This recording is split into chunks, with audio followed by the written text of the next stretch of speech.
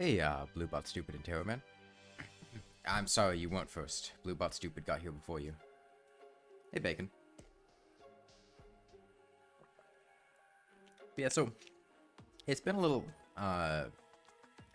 while since we've played this.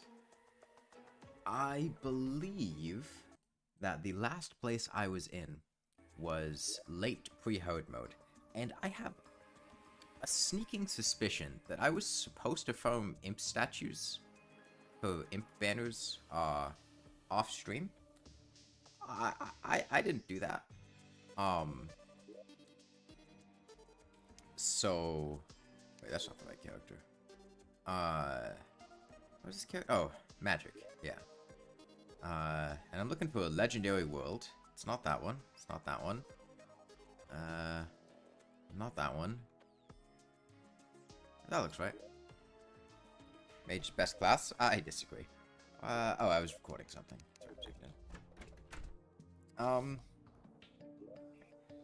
So I'm gonna... So I need two things. I need to... I got a demon scythe, didn't I? Yeah, I did. I had a demon scythe a while ago, I think. Do I have a cobalt shield? Yeah, I do. I need to build an arena in the Underworld, and I also need to get imp banners. This is legendary, so it's gonna be annoying.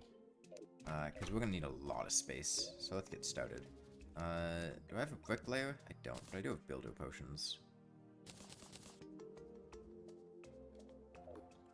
Okay, well. Let's make some space to fight the wall of flesh. Have any other potions? Is mage really that bad? I just don't like mage. I mean...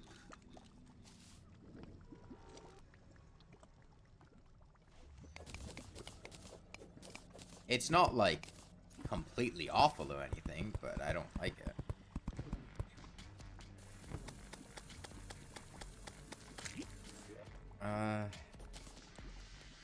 I didn't even offload my stuff after the dungeon, but we don't need this stuff. Although, actually, now that I think about it, I'm going to be down here, and I'm going to have a lot of, one, I'm playing Mediumcore, so I should leave some of these behind. Two, I'm going to have a lot of, opportunities to loot shadow chests, so I should make some space down here. I want a shadow key. I only need one shadow key. I can get rid of this one. Anything in here? No, safe is empty. More space to store things when we loot shadow chests. Bone wand out of here. Unfortunately, it's not a mage weapon. Valor out of here. Keep the obsidian shield.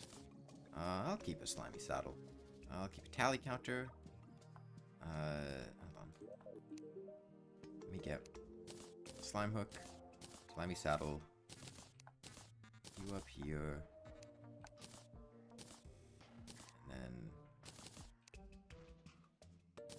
potions were this chest. Keep these. Get the Nazara away. I have a lava charm. Hey, hamburgers. Wait, do I have water walking boots too? I thought I remembered.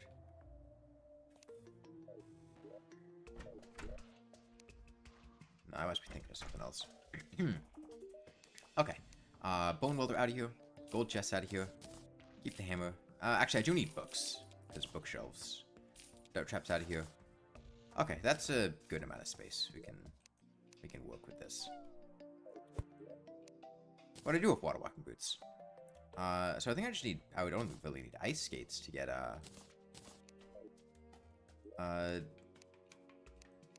Terra Spark boots. I'll keep that in mind. Back to the Underworld. So we need to build an arena, and, what stuff is the Flower of Fire? But I think the Flower of Fire, like, sucks. Or at least it's very awkward to use. It has high base damage.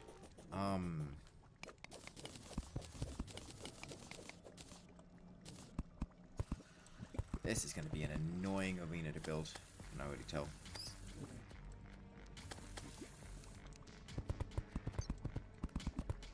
we have builder potions.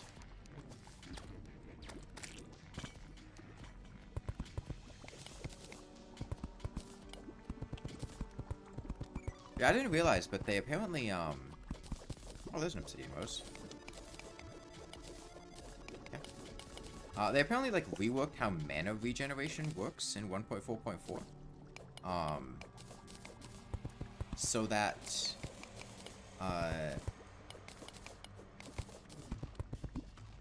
standing still has less of an impact on mana regeneration.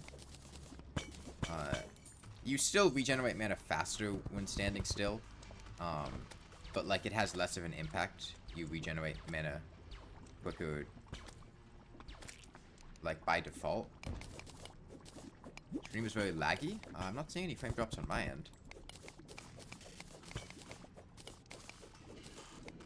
I should put this obsidian shield on. Stop the knockback.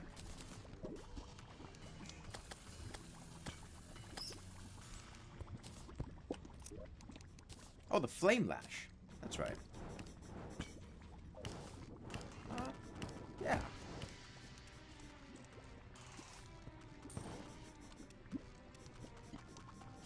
Up for the flame lash.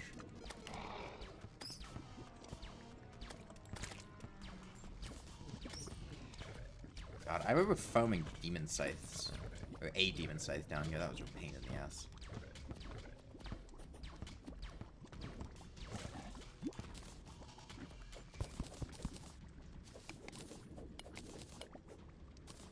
I made, I just say this live stream has 82,000 likes.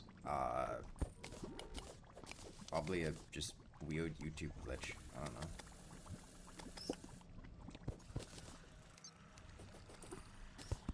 I made some lunch before the stream. I don't usually eat lunch very often. What's the end goal for today? Something in herd mode. I mean, ideally I'm gonna kill the wall of flesh. It's solar flare. I made some lunch earlier, and I don't usually eat lunch. Like, if I eat lunch, it's usually socially. Like, I don't really feel particularly hungry around lunchtime. The reason I ate lunch is because, my sister is working from home for food today, and she wanted food. And so I made... When I cook things, I tend to just shove random things in quesadillas. And that usually works out. Like, I made Vitadillas once, which, is just, like, Velveeta boxed noodles. But you just put them in a quesadilla. I made Bossadilla, which is just, like, kielbasa. But, like, inside of a quesadilla. And today I took the quesadilla and I put it in like a French toast, like custard mix with like eggs, and milk, and then cooked that, and then made eggs and put the eggs in there, and then put cheese on it, and then poured a bunch of maple syrup on it. That was pretty good. Why did it say this is perfect chopping weather? That is Lucy, the axe that I got from Geoclops. Would recommend French toast deal. Considering how many great options there are, we'll open by using early hard mode. I don't know. I haven't made anything resembling a decision on that yet. We're not even in early hard mode yet. I still need to build my wall of flesh arena. God, honestly, the Zapinator sucks. This weapon sucks. It's really inconvenient having super inconsistent knockback. The fuck did you just call me, Bismarck? I'm not stinky. Needs to actually show up on time when I'm supposed to do something.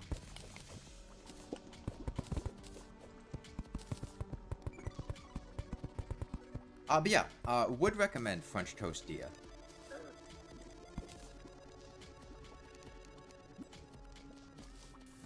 I just... Zapinator is nice consuming no mana, but like, I could not imagine using this thing while also having it consume mana, because this is honestly just kind of annoying. using this, it just makes me go, you know, I really wish I had a Phoenix Blaster. What's the expected DPS of the Zapinator? I don't know. Do I have dynamite? I should get more dynamite. I probably have plenty of money. Dynamite would make this a lot easier. Let me get some dynamite. Where's the demolitionist? Is he down here? That's Batman. Desert? There he is. He's not very happy.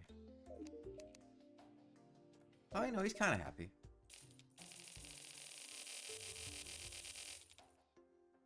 That should be enough dynamite. I don't know.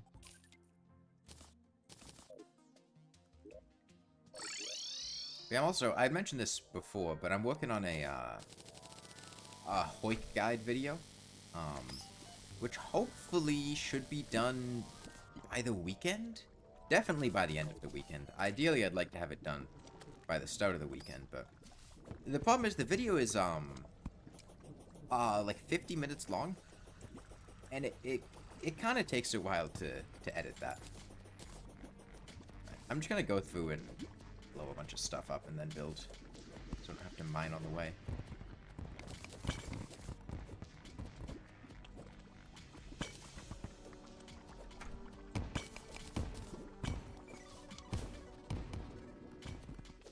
Tia Cheng. You're drained from the level A exams?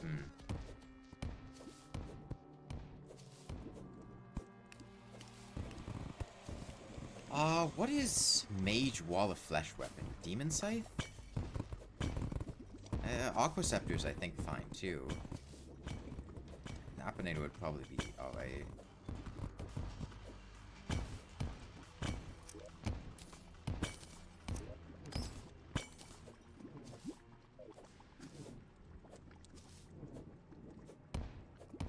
Use Water Bolt? I don't see how Water Bolt would be better than Demon Scythe. Yeah, but this is Legendary Wall of Flesh. The segments are tiny. And they're also really fast.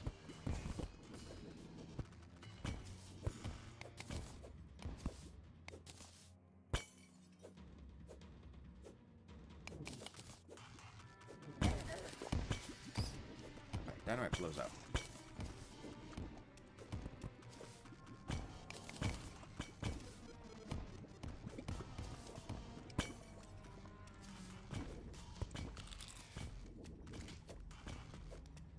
Please turn off the invisibility.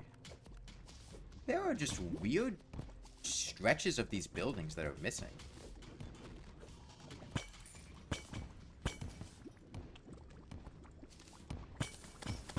Please stop. I'd like a weapon that I can actually use.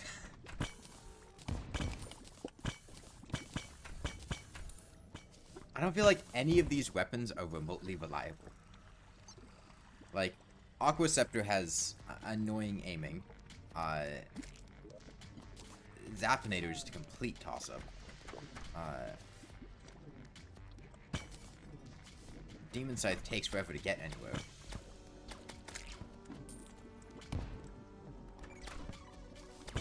Pretty much, I feel like the mage experience right now is just wishing I had a Phoenix Blaster. Flower of Fire? That is gravity aiming, too. Like, doesn't feel like I have a weapon I can just point at an enemy and have it attack them. It feels like I have to jump through a bunch of hoops to get anywhere. Aqua Scepter is the closest thing I have of just attack and kill the enemy. Okay, I haven't seen the skin. That's good.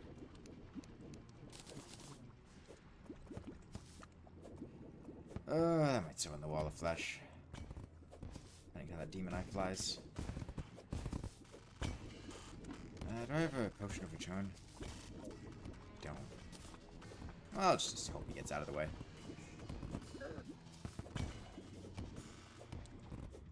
Okay, it didn't summon the Wall of Flesh. I'm not sure how that played out, but it didn't fall in lava, so that's good.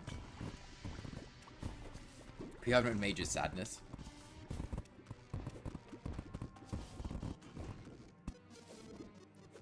Yeah, well, we're not too far from hard mode. We just have to get through all of the annoying hoops that legendary mode adds.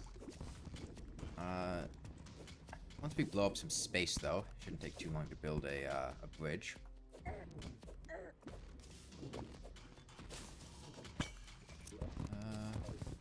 Sun Fury, huh?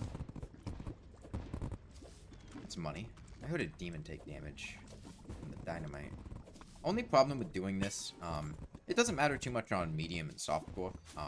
I would recommend being careful if you're using a strategy like this in hardcore, because you run the risk of blowing demons up and then having them summon the wall of flesh.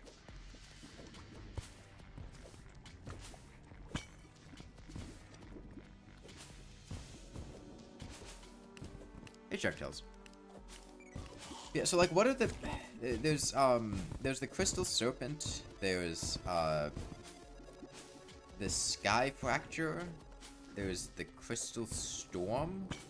Am I missing any other early... Spirit Lamp? Weather Pane for additional chip. I don't even think it's worth sending out a Weather Pane. Hey, Vector 40. Like, the Weather Pane just does so little damage. And it also, like, knocks around enemies all over the place, which makes it harder to hit them with the weapons that I have, because the weapons that I have all have annoying aiming mechanisms. Like, I don't want to knock something all over the place where I have to arc shots into it, or line up demon sight things to hit it 2 seconds in advance. I have Potion to Return now.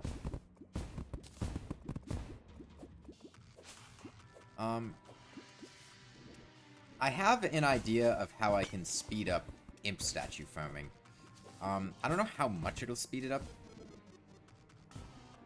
The fact that I lied about quitting Terraria just as devs said they will stop updating the... When did I say I was going to quit Terraria? Meteor Staff's super mana intensive. Isn't it, like, only good for the Destroyer? As far as bosses go? When did I say I was going to quit Terraria? At most, I think I said that I was going to stop playing for a while because I was burnt out after Lawnmower Only.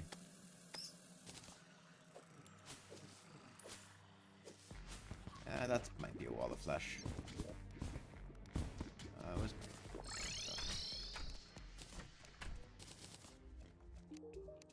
Yeah, I don't remember saying I was going to quit Terraria. Demonic Hellcoat? Nah, it's not as good as Bee Minecoat. Keep a Treasure Magnet. Slice of Hellcake. Sell the Sun Fury. Get the Obsidian Rose in here. Treasure Magnet in here. Restoration Potions are nice. Potions of Return are nice. Get the Nizzo and all the stuff that I'm not using right now out. I don't need a Panic Necklace. That was for Skeletron. Don't need a Cloud in a Bottle. Oh, shit. Floating islands exist. I can loot those now, and I can get the magnet. That's a thing. What do you make with the magnet? As I was quitting challenges such as Lawnmower Only. Yeah, I don't plan to do anything like Lawnmower Only. At least not anytime soon. It's just very slow, and there's much more interesting other things to do than something like that that's just fighting the same bosses for 80 hours straight. Well, not straight, but 80 hours, straight would imply I was in one sitting. Oh, my obsidian skin potion wore off.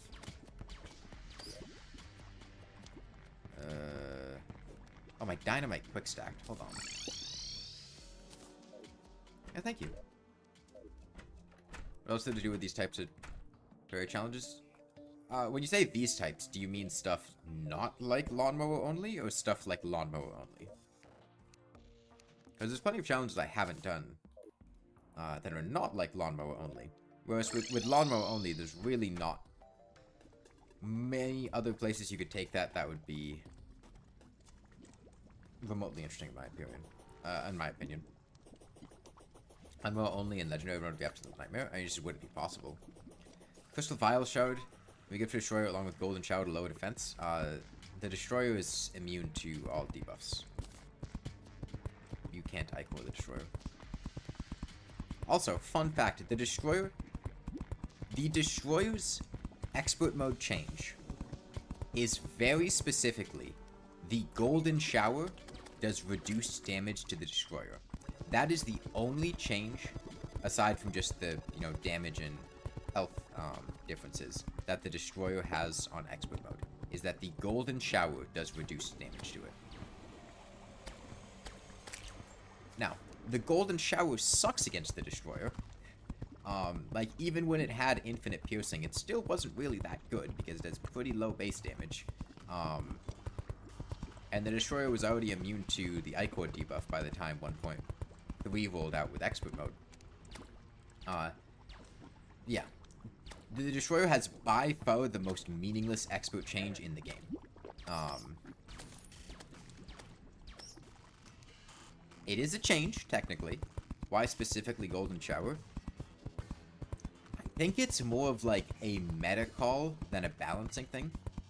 I think at the point in time, because the Golden Shower was a relatively easy to obtain infinite piercing weapon, and because Classic Destroyer gets bodied by like literally everything, it was a common pick form.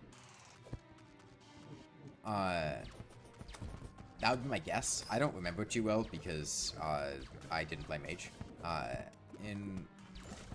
ever. But I don't remember it being particularly prevalent. I do remember there being a lot of people. There was a point in time where you could Golden Shower the Destroyer. It wasn't a very long point in time. You got immune to debuffs pretty quickly. But I remember there's a prevalent belief of people thinking you can reduce its defense with Ichor, which you cannot do. It is immune to the debuff. That's mana intensive at 1.4.4. Oh, okay. Makes it a lot more appealing. In my opinion, what is the worst way to Terraria? I don't understand the question. Terraria is not a verb. Yeah, bro, just trying to shoot at bats with the Zappinator. Hey, Cog Sensor. Yeah, I don't understand what you're asking. What's the worst play to... I mean, the worst way to play is the way that isn't fun. I don't think there's like a... Like, I can tell you what I have the least fun doing, but... I think, to me, the least fun way to play Terraria would essentially be to... I mean, honestly, to, like... speedrun Terraria, by using all of the strategies that the speedrunning community has already determined to be the optimal ones. I just think that would be incredibly boring to me. I cannot think of a less fun thing for me to do, because I feel like that removes all of the creativity from the game. And I'm also just not fond of speedrunning Terraria in the first place. The only situation I might do something akin to a speedrun was if it was a particularly niche or weird category that I was making the strats for myself. But I couldn't think of a less fun way for me to play the game than that. And that's not to say that people, it can't be fun for other people, but for me personally,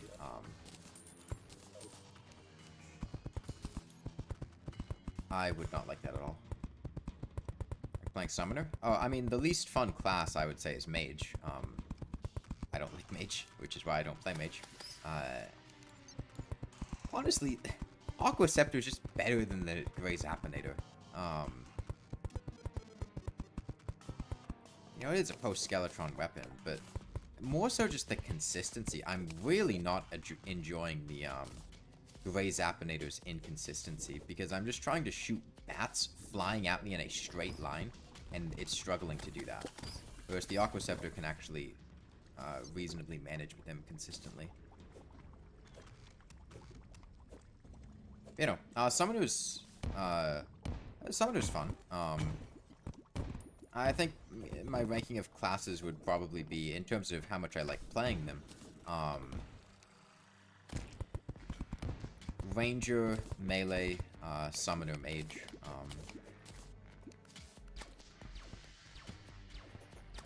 Yeah, no. I mean, the thing with challenges like low damage challenges is that, there's always something arbitrary you could tack on to the end to make it more difficult. Like, I think that the lawnmower only is the worst, but it's not the lowest damage. You could get lower damage. Whether or not it would be more difficult to do it with lower damage is a different question. When I beat the game with a flare gun, I think I mentioned that pretty much every low damage challenge is the same. And that was why I wasn't particularly interested in doing more of them. And in the time since then, I did Copper Short Sword only and Lawnmower only. The differences about those is that they have very little range or other restrictions. You take the flare gun, and it's a weapon that you can keep yourself distant when you're using. And so the name of the game is basically just slowly whittle down a boss and dodge their attacks as normal. When you change to Copper Short Sword only, you have to get very close. So then it changes to more of, I need to find a way to stay close to the enemy and slowly whittle them down. It introduces a new set of challenges, and so is a bit more interesting, and is a bit different.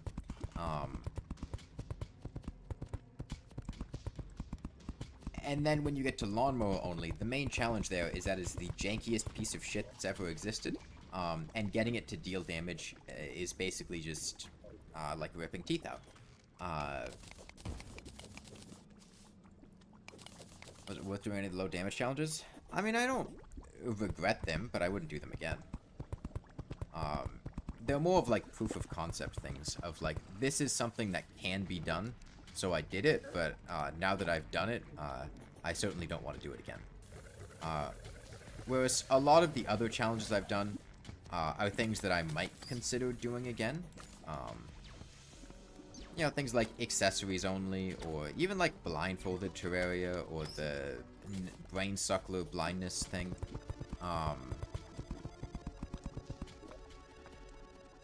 Even something like flare gun only. It's really just fighting bosses for a long period of time, which like isn't inherently awful. It's just slow, whereas Lawnmower only is just very, you're not really playing the game anymore.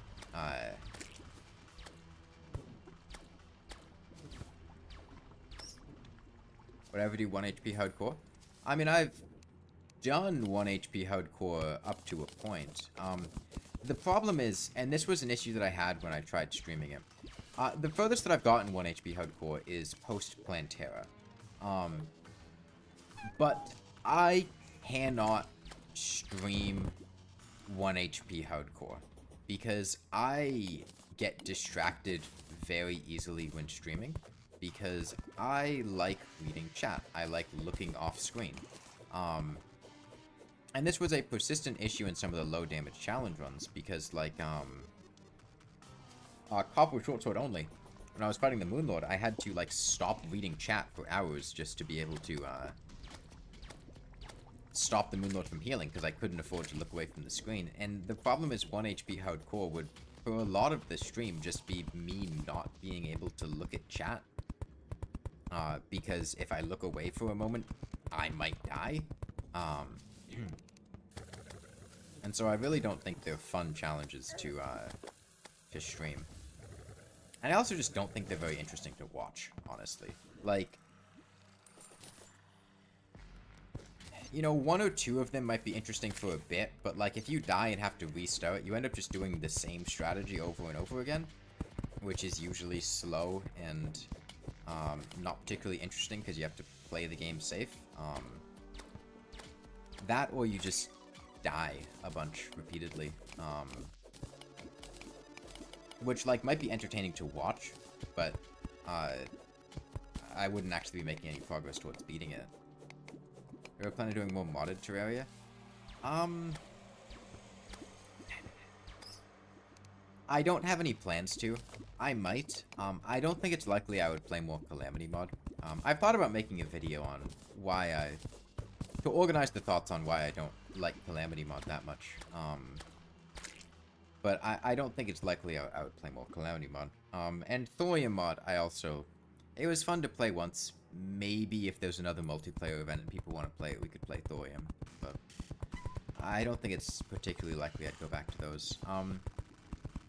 I know there's the Starlight River mod, right? I've heard good things about that one, but I want the mod to be finished, or at least have a large amount of content before I play it, because based on my previous experiences with Terraria modding, I don't think it's likely I would go back to play the mod again, and if I did, I certainly wouldn't experience it in the same way. Yeah, that's what I had heard as well, Viper. It's only pre-hard mode content right now. And I'd rather experience it, if it is really good, when it's done, instead of experiencing half of it and then never really experiencing the second half, because by the time that I get there, if I play it again, I'll already be very familiar with the mod, and it's not going to be the same experience.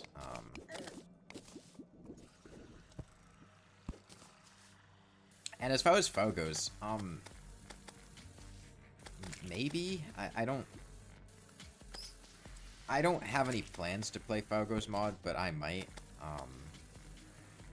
I get the impression that Fargo's mod is going to be reminiscent of Calamity mod. Oh, there's lava there. That had gone away.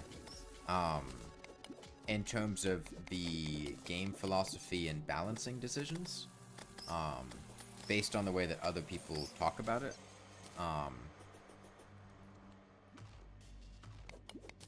Fargo's is more difficulty based. That sounds like design decisions reminiscent of Calamity mod.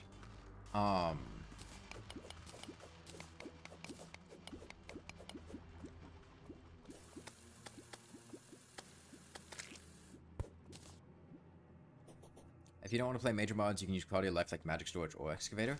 I think those are worse than the content mods. In fact, I think those are the worst Terraria mods to play with, period. Things like, especially ore excavator, but even like magic storage. I genuinely think those are the worst mods.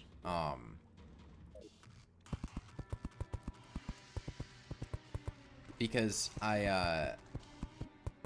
I think that those quality of life things are a large part of the game, and removing them just makes the game feel dead. This was a large issue that I had realized when I was playing Calamity mod during the multiplayer event. But essentially the entire game was removed except for just bouncing from boss fight to boss fight. Storing things in chests didn't matter because there was magic storage. Mining things didn't matter. You could craft all the drop items, and farming things didn't matter because you could just use potions to bump spawn rates up to absurd values. Like, there was nothing in the game except just bouncing from boss fight to boss fight.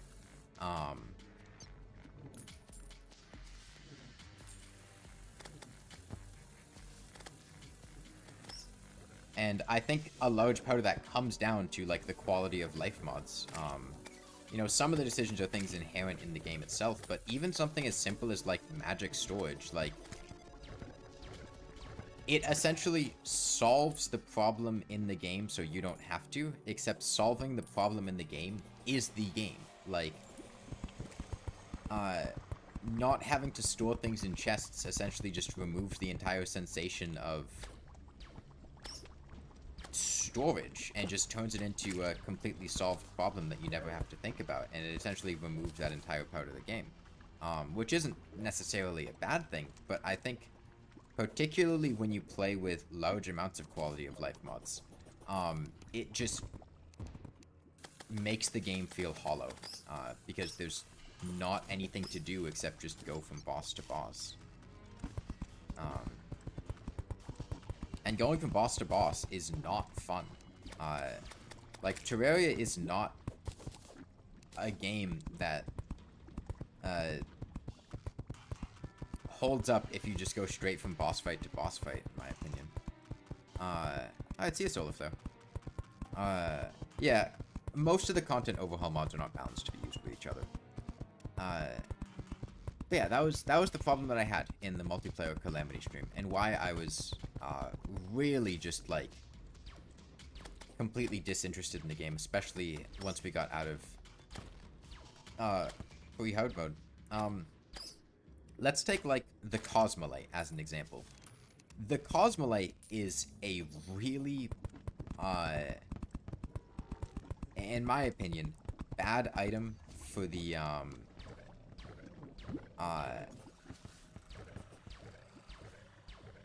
game.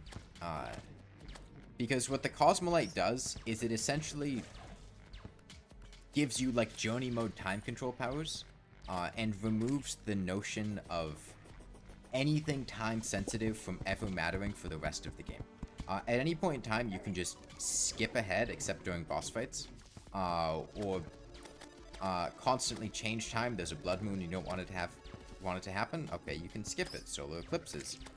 You don't need the summoning items because you can just skip forward time repeatedly.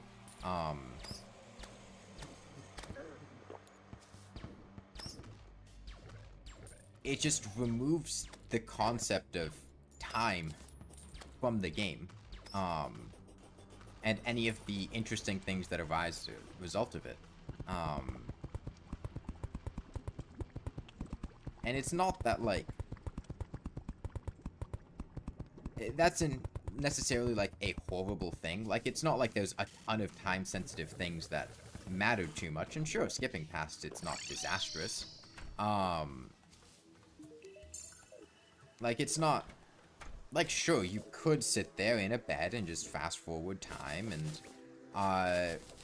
you know, the item that lets you summon rain whenever you want it, is like, yeah, it's stopping you from just sitting there and sleeping in a bed until it rains, but, the thing is, there are a lot of players who wouldn't sit there and sleep in a bed until it rains. They just wouldn't have it rain. Or, like, you try to get a frost golem for frost cores, and you don't, and then you do something else, instead of just essentially always having the ability to, make whatever random occurrence you need to have happen. Things like blood moons and solar eclipses, and this has partially happened in base game Terraria too, with the summoning items, essentially lose their interest factor, because you can just have them happen whenever you want, so they're not a commodity, they're not a scarcity. With the boss summons being reusable, you can just, whenever you want, just summon bosses and kill them. There's no limiting factor.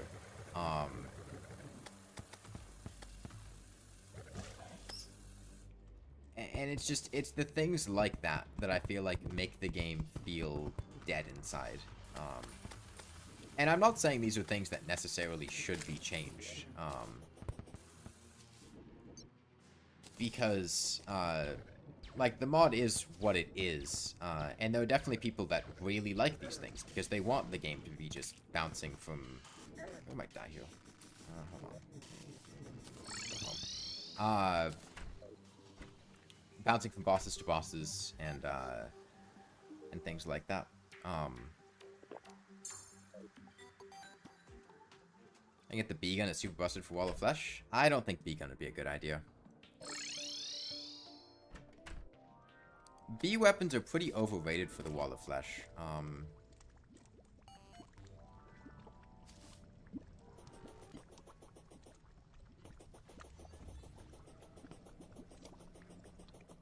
You hate quality life mods that take away from the game?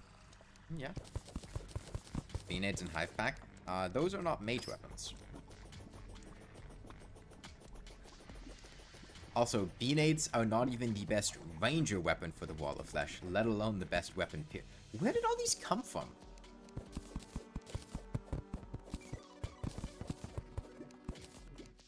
what broke? That... The Zapinator must have phased through blocks and broken pots that then, blew up bombs that caused the ash to fall. That must be what happened.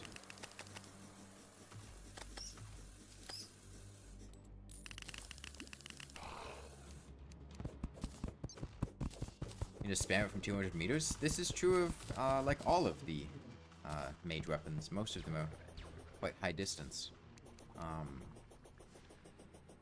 And, like, you could spam, if you're not on Legendary, or if you're not on a For the Worthy seed, you could spam the Star Cannon or the Phoenix Blaster. As far as Ranger weapons, both of which I think would perform better than Beanades. And I think Beanades are particularly, they don't scale well on the higher difficulties. Due to just the increased HP value of the Hungry and, the Wall of Flesh is getting defense on Expert Plus. Like, they're a fine weapon, but one of the silliest takes is, on the various boss cheesing videos, people just saying that, like, Beanades are a cheese for the Wall of Flesh, and, like, they're really not. They're not even, like, a particularly powerful option. They're fine, but it's not, like, that good. B-Gun is mid to low good, farms that prioritizes Hungries. I mean, I just don't think it's worth going out of my way to try to get. And I just find B-weapons to be underwhelming. Particularly given that, you know, this is For the Worthy, so the Wall of Flesh is going to have a ton of health, and I'm really going to need to, put in work as far as damage goes.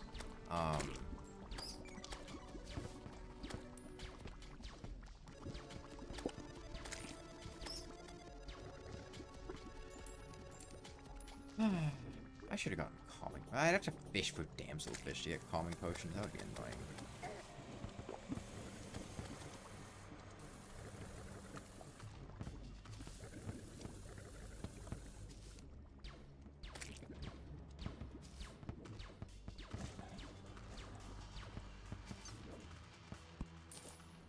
The question is, how long does my arena need to be?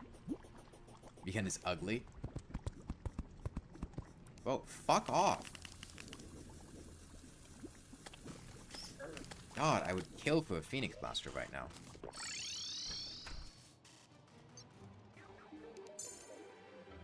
These weapons all suck.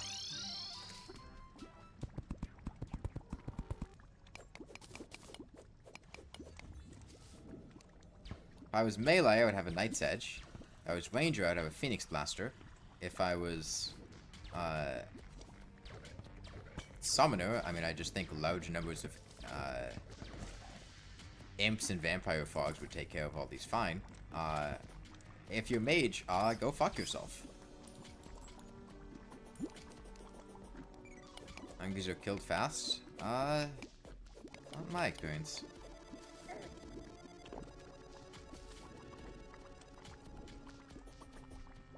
Using B-Gun for Wall of Flesh a lot of times, and it was always much better than other weapons except the Zapinator and Demon Scythe.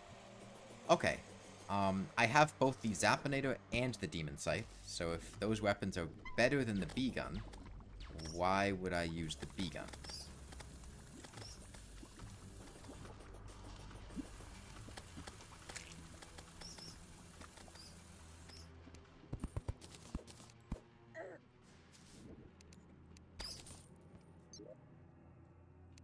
Traveling Merchant, huh? Give me a Bricklayer. Why don't use the Flame Lash? Actually, yeah, Flame Lash might help with killing the regular enemies. That's a good idea. Bricklayer, Bricklayer. Fishing Pole? That hairpin's cool.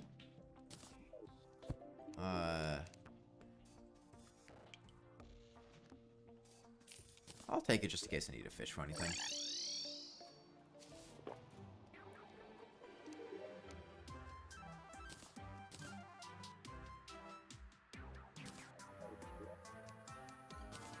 I mean, I have B-Guns. I have two of them. but like I really don't think this is. I can go demonstrate this because I'm pretty sure I have a hive pack.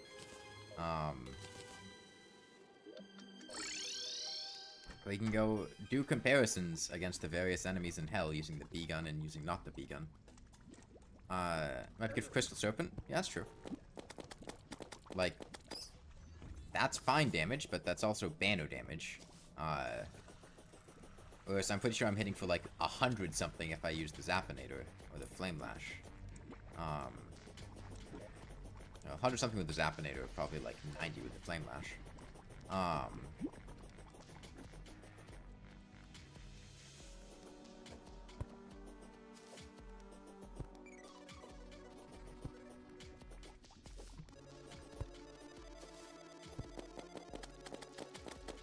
This is extremely underwhelming damage compared to that.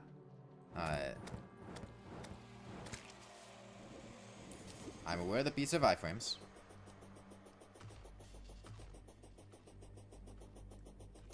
I'm demonstrating the fact that I'm not using the bee gun because the bee gun is, like, just not as good as these other weapons. The Wall of Flesh has 3 segments that are small, move at a high speed, and he has a large amount of things that block the bees from going to the actual segments, being the hungries. Hey, R1 now. I mean, it's like you said, the bee gun performed better than the other mage weapons, except for the Zappinator and the Demon Sight. I have the Zappinator and the Demon Sight. Oh, yeah. Like, the bee gun is fine. It's not bad. But if I have better weapons, why would I choose to use one that's worse?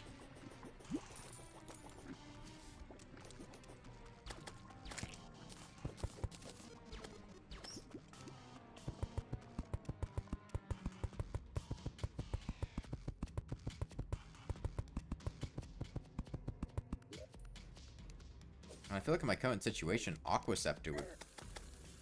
Because, like, I can kill the hungries with a high piercing weapon like the Aqua Scepter or Demon Scythe, and then get Book of Skulls. I have the Book of Skulls. I just don't have it on me right now. But Flame Lash should be fine. I just forgot that I had gotten it.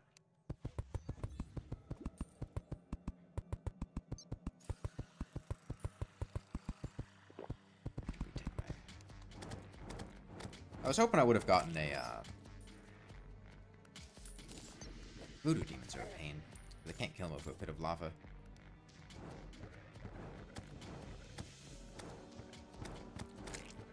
Another star. Okay, lava slime banner.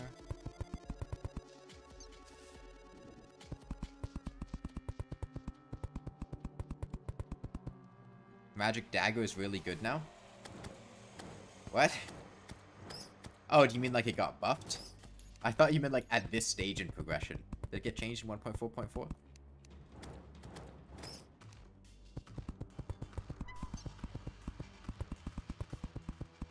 What got changed about it?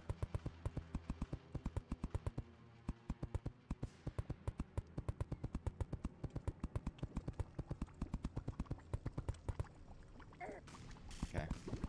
That has better range. Okay. I'll probably do half the world, and then try the Wall of Flesh. If it doesn't work, we can make it longer. But we'll see how it goes.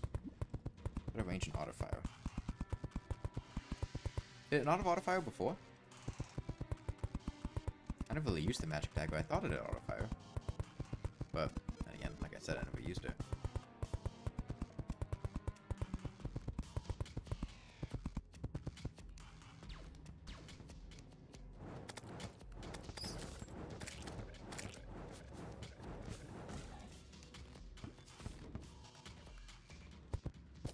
Your drops from regular mimics, yeah.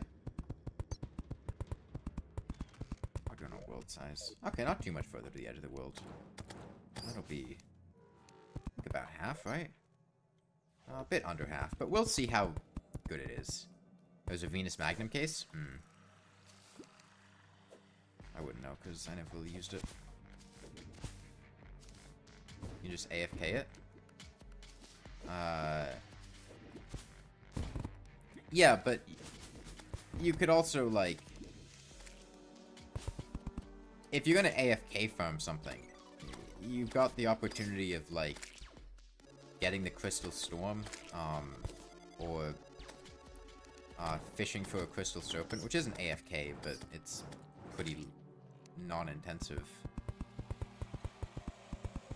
We're getting a hard mode in Terraria for the first time. We tried to kill the Destroyer using Space Gun and the Meteor Armor. It Curse Flames. Like, it comes directly from Mimics, which makes it convenient, but if you're gonna set up an AFK farm from Mimics, that's usually a, like, kind of intensive process, because you have to have ways to trigger the Mimics. It's not just, like, sitting somewhere with a minion outside. And if you're gonna go through all that trouble, I feel like you might as well just set up a, this stuff to get a better weapon than the Magic Dagger. The Magic Dagger is most useful. Deals much more than Crystal Storm. How much damage does it deal compared to Crystal Storm in terms of,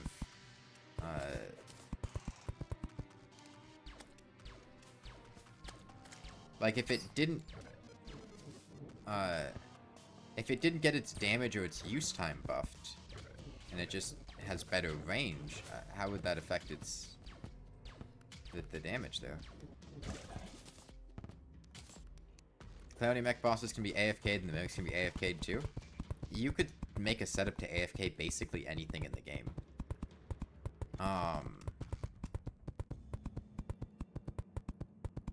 But the point was that making the setup to AFK it would be a waste of time, because you could make that setup to AFK something better. That is what I was saying. And if we get one, I can try it, but we have to get there first.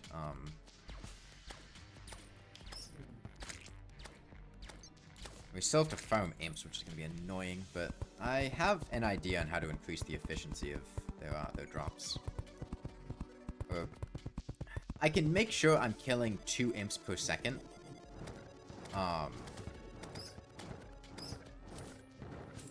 Or rather than an imp is spawning every half a second. Which, yeah, I should make sure that I kill 2 imps per second. Which hopefully means it shouldn't take too long to,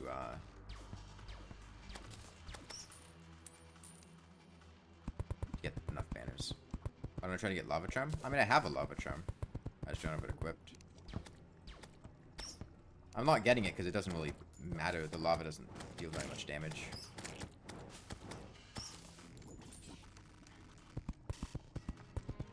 I'm gonna have a Lava Charm. It's not, like, difficult for me to get. I would just have to go to my piggy bank. I mostly just don't feel like it.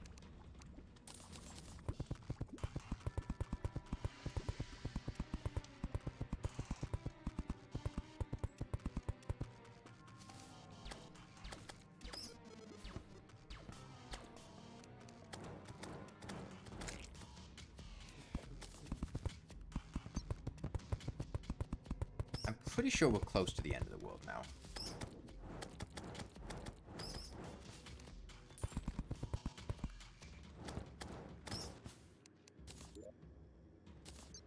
Demon and Hellbat banners. Plenty of cascades.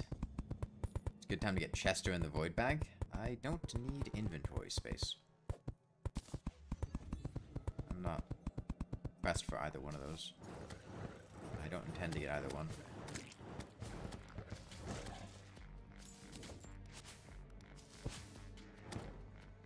Speaking of Chester, I made a video last week talking about why I would consider Deerclops to be the worst boss in Terraria. Just the various very serious, well, really the one very serious design flaw with Deerclops regarding his Shadow Hands and how that undermines the entire mechanic that the fight is designed around. And the staggering amount of people who, like, completely misunderstood the purpose of the video, or what I was talking about, is kind of hilarious. Like, You know, my favorite takes were somebody saying that Deoclops is poorly designed in Don't Starve Together, so it should also be poorly designed in Terraria. In the context of, well, the Shadow Hands, which are basically unavoidable if the fight goes on for too long and Don't Starve Together, is what they said at least. You know, that happens there, because they were supposed to emulate the shadow creatures that show up due to sanity issues. So really, Terraria should have something that punishes you by being basically completely unavoidable and separate from the boss. There was the classic Deoclops is easy, despite the fact that I never said Deoclops was difficult. I said that the boss was poorly designed. There's the... Which really is... There's like this weird subset of people who seem to think me saying Deoclops is the worst means that Deoclops is the most difficult. When those are two completely separate concepts. The boss being easy or difficult doesn't change how well it's designed. Something like Bed of Chaos in Dark Souls 1 is a fucking awful boss. Like, it's horrendous. Probably the worst boss in the Souls series, if not one of the worst. Oh, sorry, one of the worst in the series, if not the worst. But the boss is difficult. Like, you save your progress between attempts, and honestly, it parallels Deoclops in a couple of ways in that respect. But that doesn't make it not horribly designed.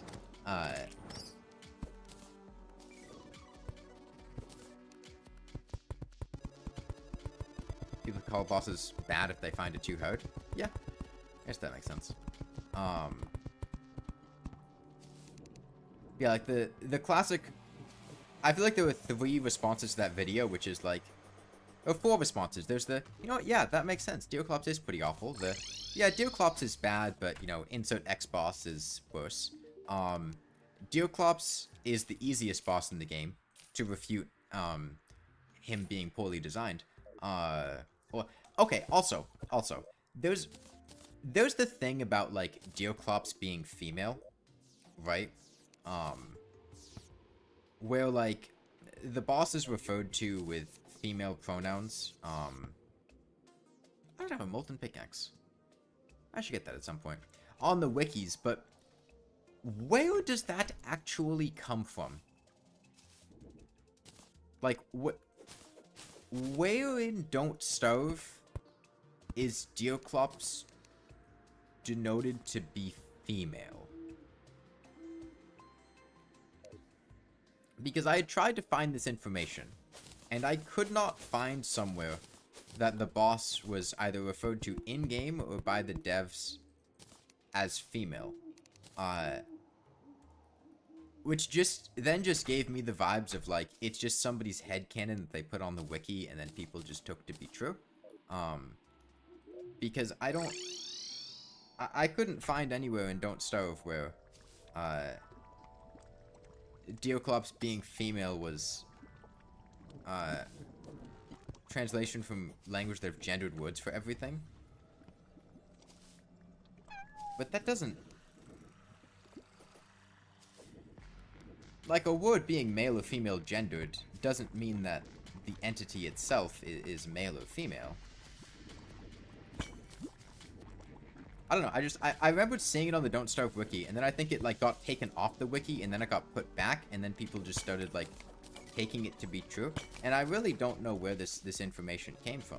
Like, whether or not it's true, I don't really mind, but,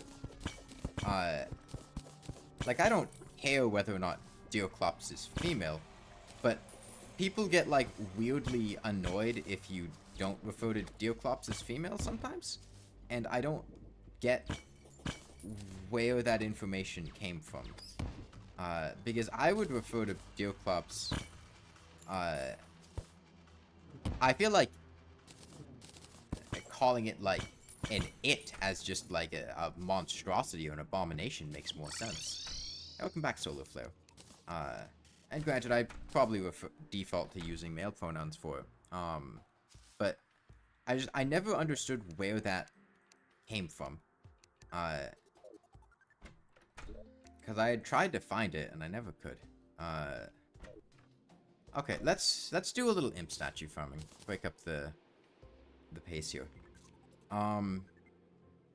Okay. I am going to... I'm gonna put in some slime statues, too. I need the mechanic. Where is she? Do I have the mechanic? Shit, I need to make a house for the mechanic. What biome am I missing? Ocean? Like an ocean pylon over there. Yeah, okay. I'll make an ocean pylon for the mechanic.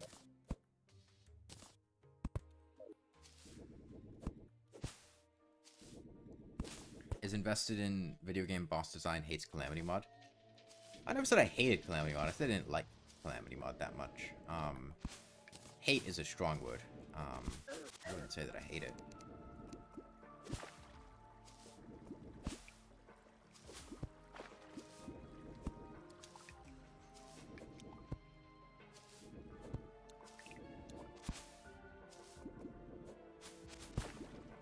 Yeah, the main thing that annoys me about Deoclops, like I said in the video, is that, I do like Deoclops. Extra boots are nice, I guess. What would I change in Calamity for it to be better? I mean, I think the problem is what I want in Calamity, or what I want in the game, is not what, the people who like Calamity mod or the Calamity dev team want.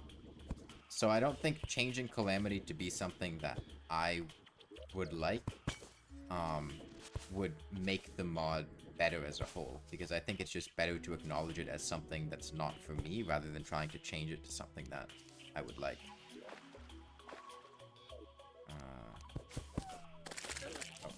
He's kind of something I'd want to see. I mean, I don't really think there's that... Like, I don't have an answer to that. Because, like, I can't really think of much that I want to see in a mod to begin with. Like, I could pick individual things, but as far as, like, denoting the thing that I would, like, particularly want, I don't know. I think, like... I don't like a lot of the changes to the non-boss part of Calamity because I feel like it just makes the game feel empty. Mod configs? I don't know. Maybe. But,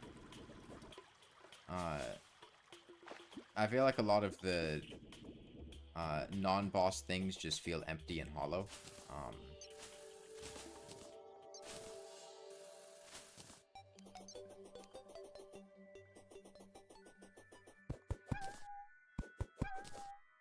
Terraspark boots before hard mode? That's quite unlikely. Problem is I don't have ice skates. I have everything I need except for ice skates, but I don't have ice skates, and there's not really any reason for me to go to the snow biome to look for ice skates. In fact, I'm pretty sure I explored... Actually, maybe I do have ice skates. Because I explored, like, the whole snow biome. Let me double check. If I have ice skates, then I guess I might as well make them.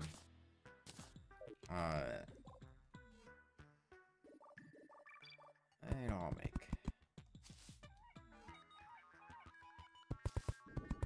And fish for ice crates. Yeah, I'll get right on that.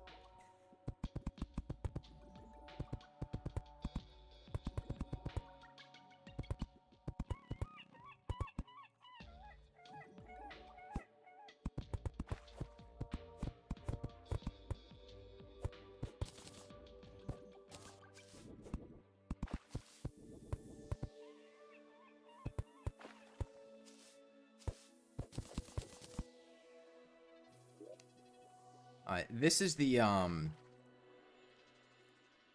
bottom right hoik. I don't know if that's what you refer to next to. I call this the green slope. This is the green hoik. As far as I'm concerned, this is the green hoik.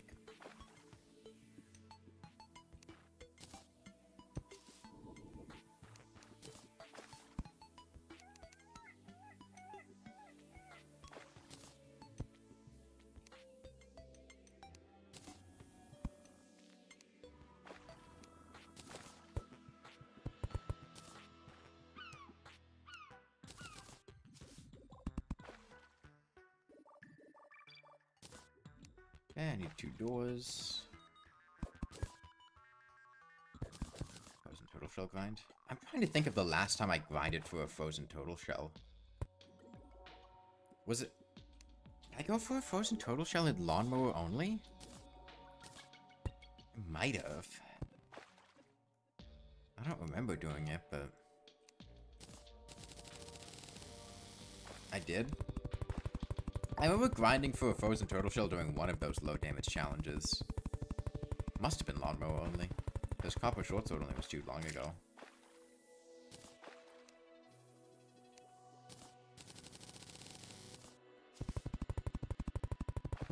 Oh wait, shit, it's not Halloween anymore. I can't use these.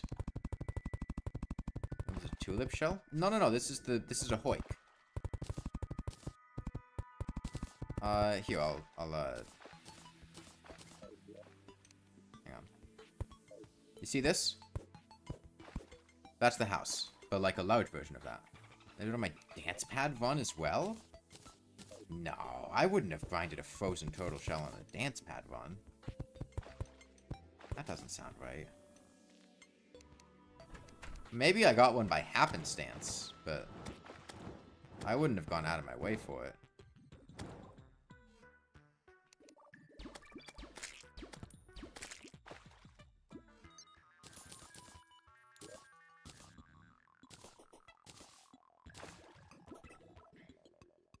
Do I have a magic conch? I think I do. Yeah, I do. Okay, let me check if I got ice skates. I don't see any ice skates. I don't... No, surely... Surely I got ice skates somewhere. We looted so many chests down there. Okay, there's ice skates there.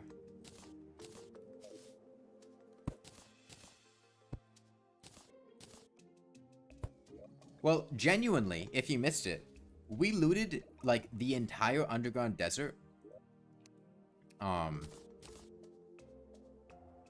And opened up T-Edit and looked at the world because there was not a single ancient chisel in the entire underground desert. Not one.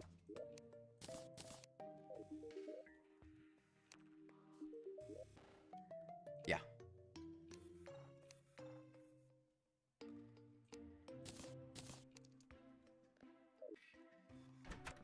Fishing time? No, we don't need to fish. This one. I need the obsidian bows. Underground desert search? Yeah. I'd love the ancient chisel. I'm not gonna fish for the ancient chisel. No way in hell. Sure. Okay. Mechanics here now. So let's go to the ocean. We're not finding magic mirrors. At least magic mirrors are craftable now. I'm gonna make a grand design. Simplify this a bit. 60 wire? Potion are better anyway. Yeah, but they're not... Getting more recall potions outside of what you naturally get can be annoying. Mechanical lens, mechanical ruler. And then... I need a teleporter, I think, to make this work. Probably some actuators, too. Alright. You're not happy, are you? O/Terraria?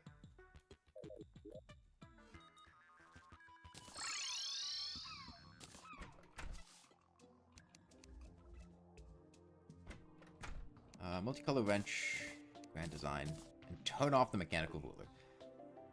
Okay. Let's see if we can't get this to work. I have an idea of what I want to do, but getting it done could be tricky. So I need to...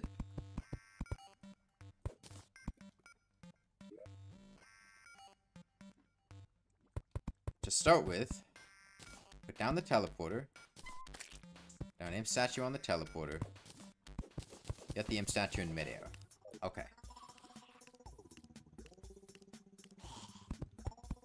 Next, I need the imp to drop down into a hoik. I'll use mud blocks. That should work fine.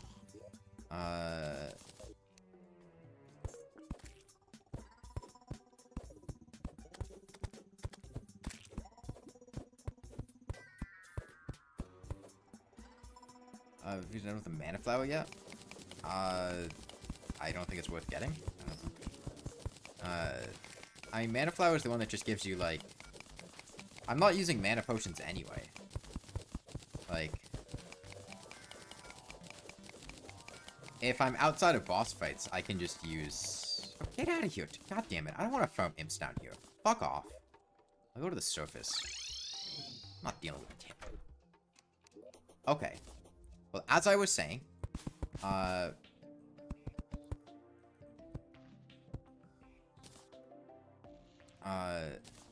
okay, teleporter down, imp statue on teleporter, imp statue in midair.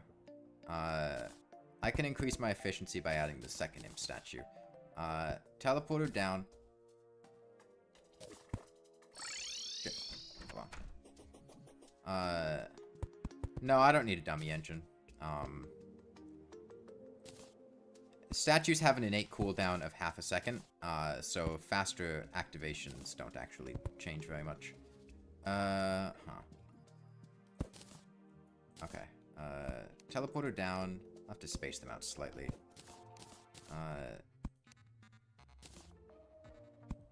Should do it.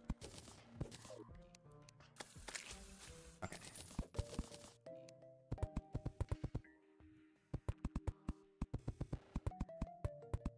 Okay, we need to go 38 blocks away. Same goes for hoiks? What do you mean?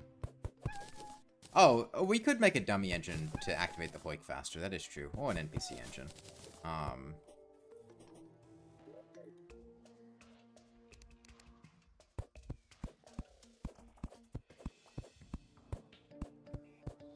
Maybe I will.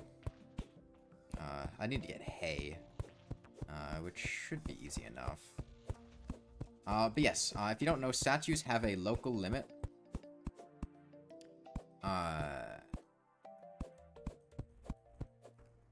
Of, I believe, 18.75 tiles. They spawn up to 3, and within 37.5 tiles... it's probably just 18.5. They spawn up to 6, and if they're outside of 38 tiles, they can spawn up to 10. So by hoiking these imps 38 tiles away, we can ignore the local spawn cap of 3 and buff that up to 10 as well.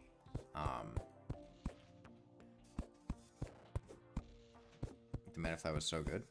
I mean, I'm also using the Zappinator right now. With meteor armor, so it's not like, let's see, that is 34 tiles, 4 more. It would do anything. Beneficial.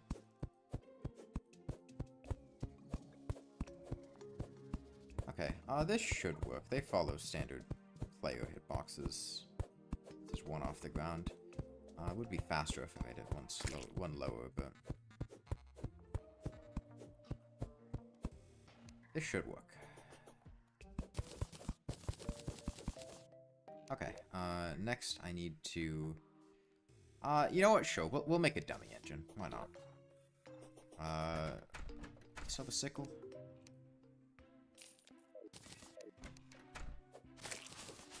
How much hay is it? Is it 50 hay? I complained about the auto drink key if it was a new feature. No? Why? Okay. Is that enough? Yes. Okay. So I am going to make a dummy engine, which is going to require red or yellow pressure plates. Get red pressure plates. Let the game just plays itself.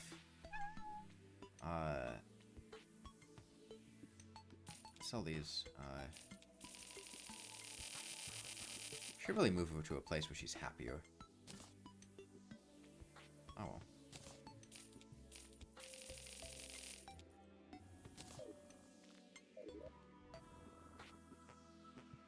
Oh, no, trust me, I know what I'm doing.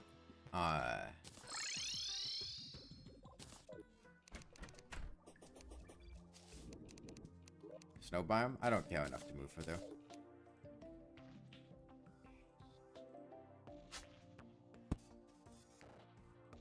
Okay. That'll work. And switch over here.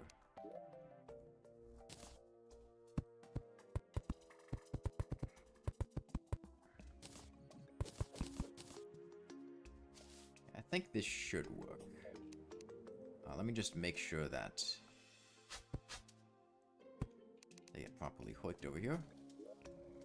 Before I do this.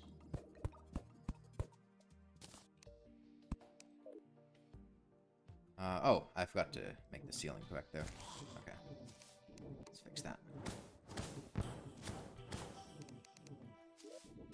Where's my Zappinator? Where's my Zappinator?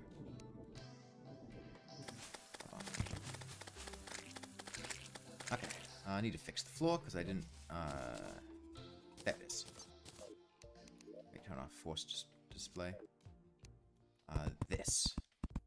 What architecture classes did I take? My own. I teach a class on architecture. That's why I'm so good at it. I mostly don't want to have to deal with hearing the dummy engine. Which is why I want to put it over here. But this should work now. Okay.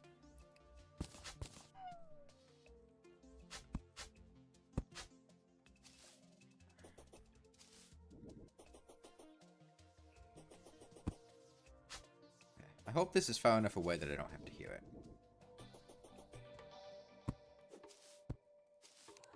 Okay, I need another teleporter. Yeah. Come on. Let me sell some life crystals.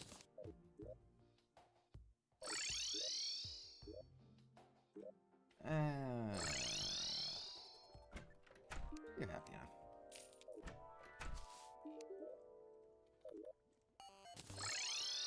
All flesh spawn imps in for the worthy? Yes. A little more wire. And another teleporter. And a switch. Okay.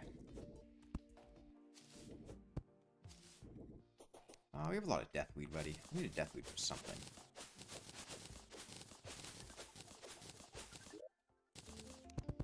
Magic power potions? I think magic power potions. Does it get fixed boy thing? It was a 1.4.4 change to, I mean, I don't need 50 heart lanterns. I can make some, but I don't need 50. Okay. Dummy engine is an easy way to make the game actuate... Oh, sorry. Send a wiring signal every game tick. And I'm going to use it here for actuators. This relies on the fact that a target dummy has an invisible hitbox, which can be hoiked. And we're going to hoik it between two blocks, each one with a pressure plate, so that every game tick, it activates the pressure plates.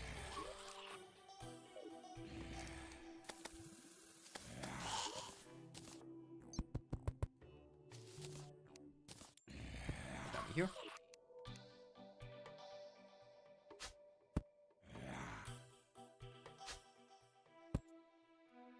Wait, no, not the teleporter. These. Okay, and then switch. Oh, you can't put switches on platforms. Okay. Now we're sending a wiring signal every game tick. Which means when we come over here.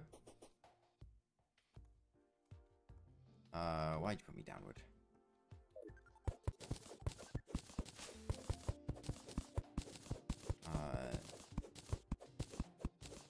Oh, because that's a ceiling hoik, not a floor hoik. I'm dumb. Hold on.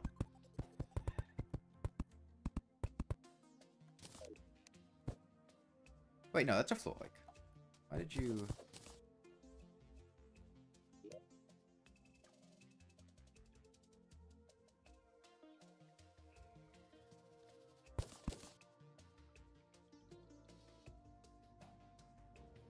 Okay, I'll just extend it to be slightly longer.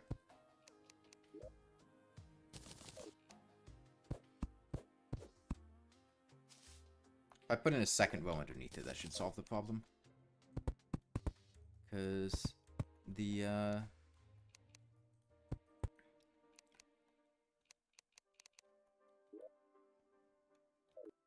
I just do it like that? Save the trouble.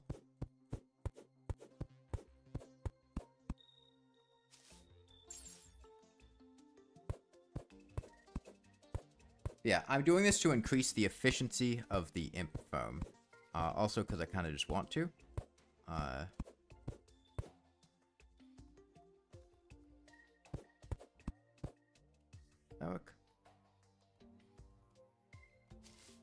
Okay, we're just going to have to make it another thing thick.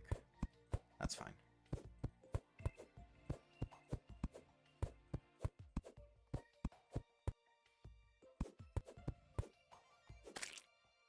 I haven't made this design yet, so I'm not sure exactly what it's going to need, but making it too thick will fix the problem.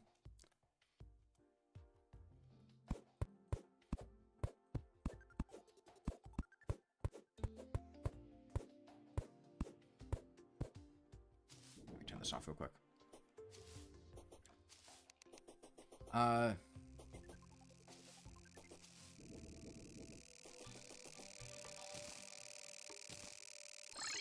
I mean, I haven't made Minecraft into it yet. Sending wiring signals every game take is pretty useful.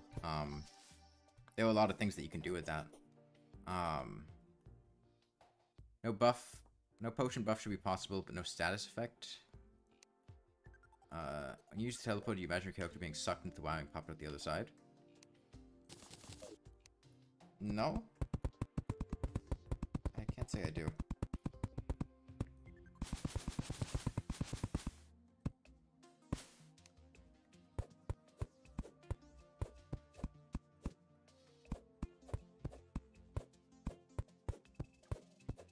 Horrified is an interesting buff because it has an area of effect. So if you run far enough away, you can actually like get out of range of it, and then leave.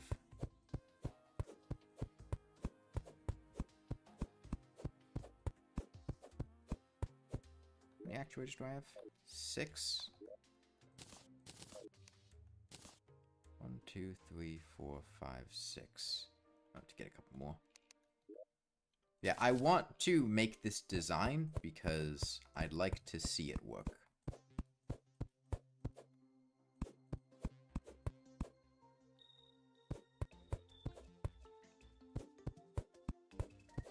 I mean, you should be able to beat Terraria without getting the Horrified debuff. Like I said, the Horrified debuff is, an area of effect. If you get far enough, like, it doesn't span hell, it spawns a certain number of blocks. If you remain a certain number of blocks horizontally away from the wall of flesh, you would avoid getting the Horrified debuff.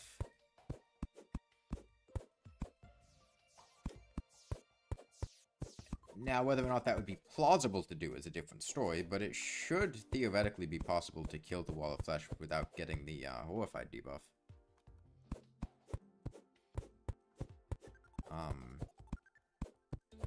Because the wall of flesh spawning is also not relative to the player's location, so what you need to do is just either have the guide or a guide voodoo doll dropped in lava at the end of a long horizontal runway, and either have an automatic kill with explosive setup, or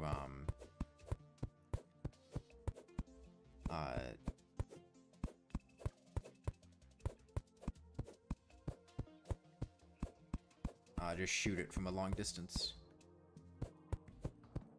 I mean, I don't think playing the game like that would be very interesting, so I don't intend to do it myself. I was under the impression somebody else was going to, or wanted to. Stars, can stars despawn in the no horrified range? They persist for a full minute. They can fly most of the way across the world. I'm pretty sure you could use the star cannon.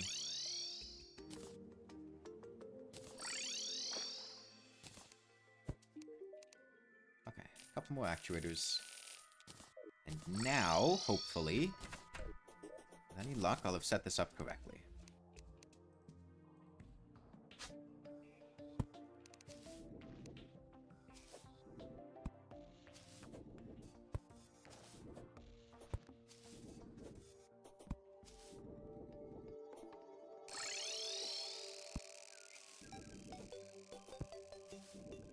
I mean, most ranger projectiles, I'm pretty sure, would persist a sufficient distance. Okay, there we go.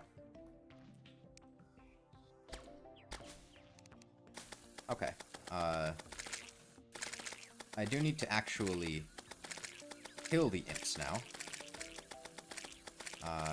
Yo, I'm not getting mana stars. Hold on. I can fix this. I can fix this. I can fix this. Shit, how do I avoid the mana bottleneck? I have a star statue, but I was under the impression they drop a couple of mana stars. I mean, I could just take mana regen potions. Hold on.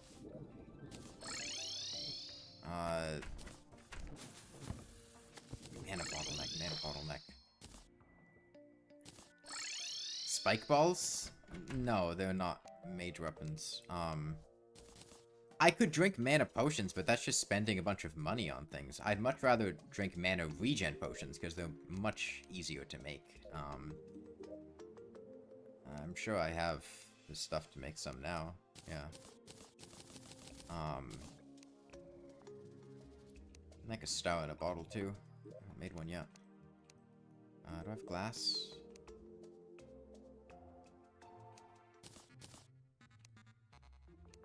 I should have enough piercing to make this reasonable.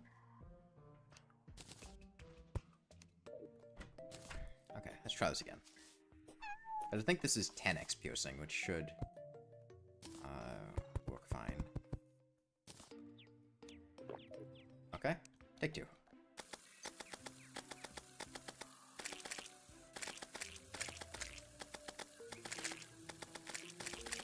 Okay.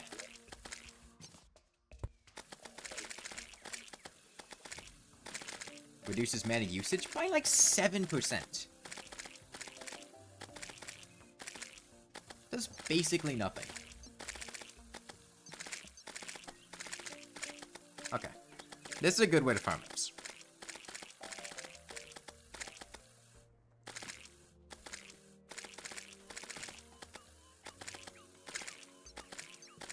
Like, the mana regen potion is 7% is a lot, but we solved the issue with a mana regen potion. It was really easy to use. It took like 10 seconds to make.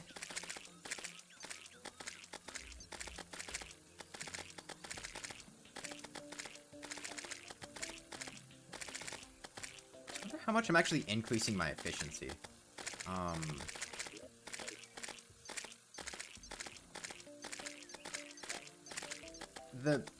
The cap on imps I can spawn at once is 10.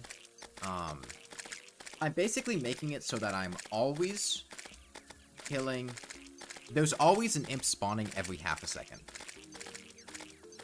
For the most part. And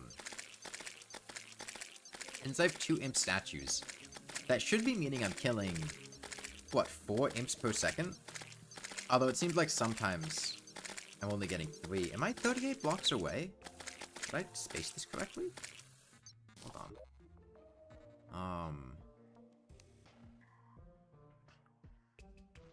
Yeah, I'm 38 blocks away.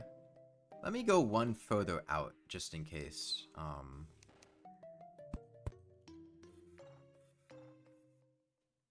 Just in case. I'm also going to grab a tally counter, because I'm kind of curious. Hey, leave, Mr. Slime. It's Mr. Slime. Go away, Mr. Slime. Plays Mediumcore? I am. Right now. There we go. Mr. Slime is away. Medium core is kind of mid. I made a video on why medium core doesn't suck, in which I expressed my thoughts on it. I think it's pretty underrated. I'm not going to add anything else in here. This setup's fine. We're just here to farm imps. I was getting banners very quickly, which I do like a lot. There was something I wanted to change, something I wanted to do. Tally counter. I wanted a tally counter. Because I wanted to see how many imps I was getting nearby. What's the point of playing medium core? Fun. Okay.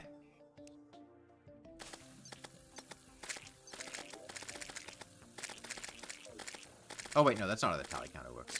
But it tells me how many I kill, which is close enough, I guess. I was thinking of, the radar, but...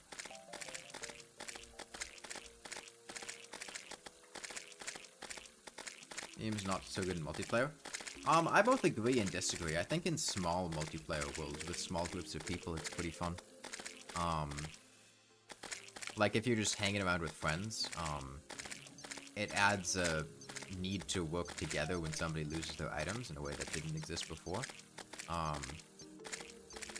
Like I said though, I addressed medium core in the video I made on medium core. I'm not going to be able to formulate my arguments as well as I did in that video. Just like out here. I seem to only be going up to like 6 for some reason.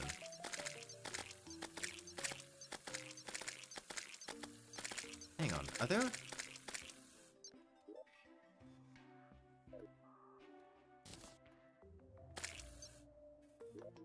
I'm gonna re-log in the world real quick.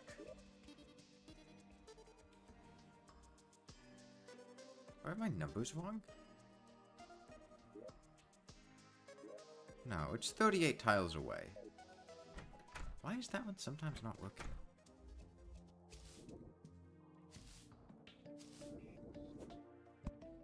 Takes longer to cover max Minecraft gear than is your average Terraria gear.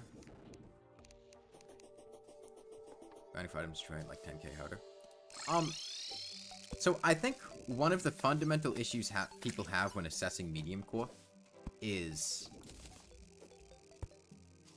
an over-exaggeration on how difficult, on the likelihood of losing your gear. I think people make it seem way more common than it is to lose all of your items when playing medium core. And maybe this is a result of me just being good at Terraria. But I think it's an exceedingly unlikely occurrence. Stop it. Enter from over here.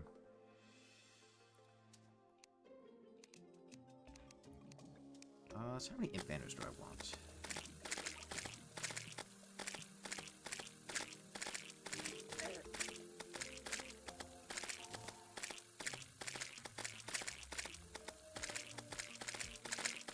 Okay, well, in any case, as you can see here, this is a more efficient way of farming imps. And we can extend this to any statue enemy, in fact. This setup will work for anything. Hey, Lanehead.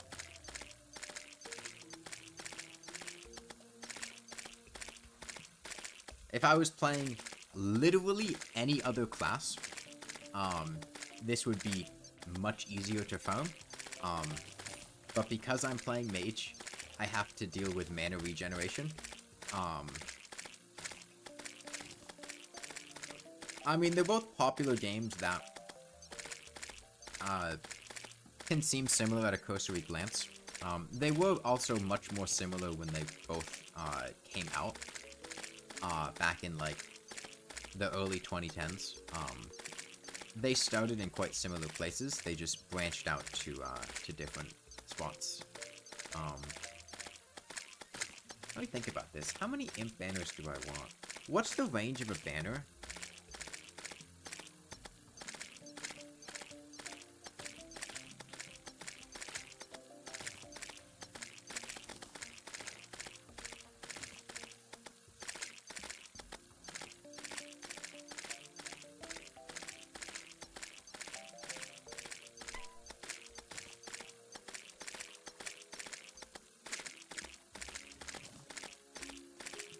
170 by 125. Is that tiles? 170 wide, that's 85 tiles. 4,000. What is that? 40-something banners to cover about half of a large world? Well, but no, if you space them out, it would be more like, 20 banners to cover half of a large world. But that was if I spaced them perfectly. 30 banners should be sufficient, with mediocre positioning. Campfires and heart lanterns have the same ranges as banners, right? Hang on, have I made the mana regen? Oh, I need to drink that potion again. What is the thing called? Arcane Crystal? What's the shimmer thing called? I don't know if I've made one yet. 4.4 was a god tier update. I don't... It had a lot of nice quality of life stuff. I didn't like everything that it did, though. Yeah, for what it's worth, you're also asking questions in a, you know, Terraria YouTube chat. You're probably gonna get people who are more biased towards Terraria here.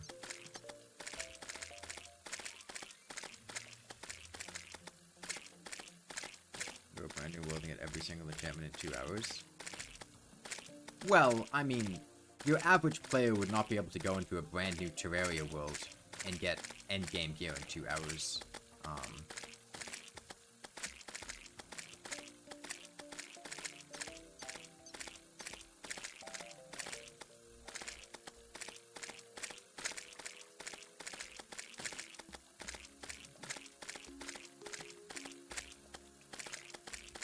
Okay, this should be enough imp banners for now. Okay.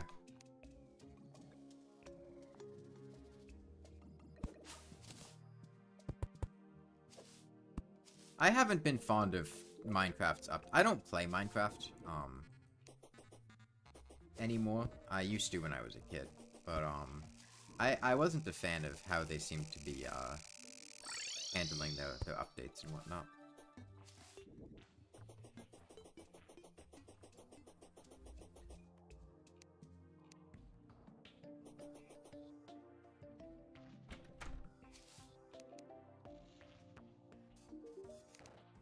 Give an example.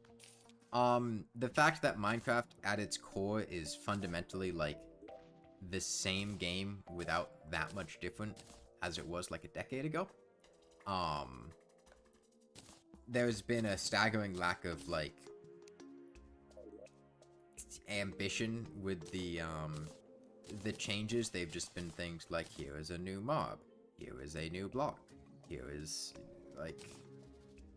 There have been some changes, but when you compare it to a game like Terraria that's changed drastically over the course of a decade, and Minecraft, which has largely stagnated, without that much change, it's not something I particularly like. There's also the notion that a lot of people playing Minecraft, if it changed a lot, you think people would leave. I mean...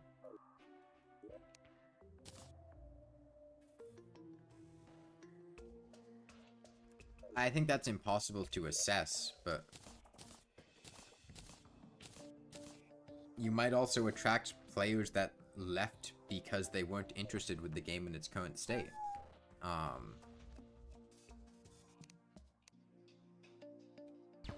Change a lot. You think Minecraft put a new game would be what you mean?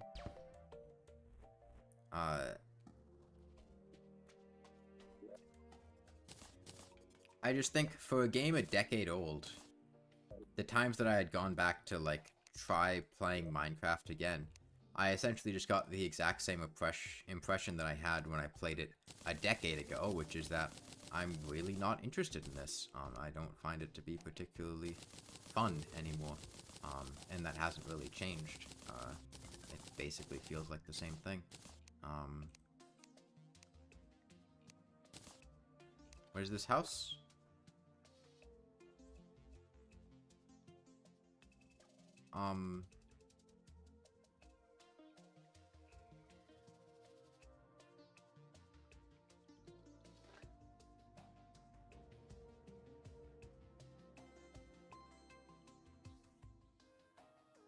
Was it a cow? Or was it a horse? A cow? Yeah, it was a cow. Yeah, it's a cow.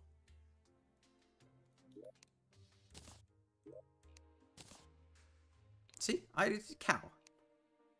Easily identifiable. I feel like Demon Sight's probably gonna be my play. I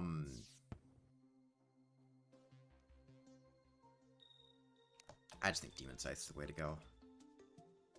We'll see. Like I said, this is going to be, largely scoping out the fight, seeing how things feel. Out of mushrooms, that's unfortunate. I have food buffs. Swiftness potions. What am I missing? Cactus. Let me get some cactus.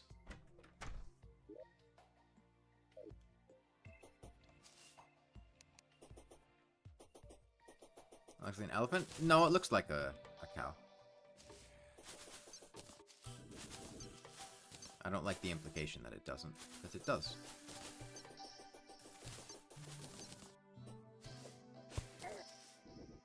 Yeah, I think in the context of what I was saying, what boss are we on right now? Wall of Flesh. It's legendary, so we've had to do a lot of preparation for the wall, annoyingly. A good example of what I was saying, as far as the Minecraft being stubbornly unwilling to change / holding on to the same ideas, is I think it is completely unforgivable the fact that Minecraft's inventory size is what it is and has not changed. Like, especially given the volume of new blocks that they've added, the fact that the inventory is still that small is obscene. I'm gonna phone the Eye of Cthulhu a few times for some money.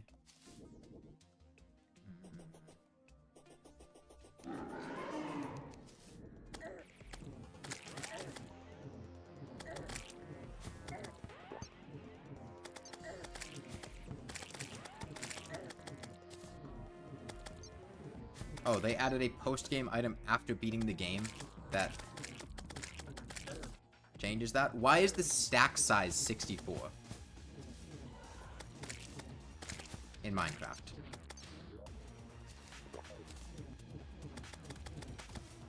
Terraria's stack size bumped up to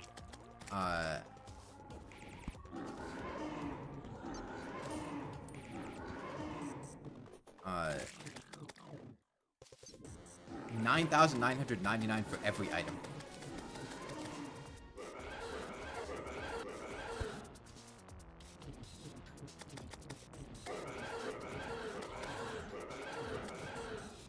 Bro, I can't even phone the Eye of Cthulhu. These fucking weapons suck.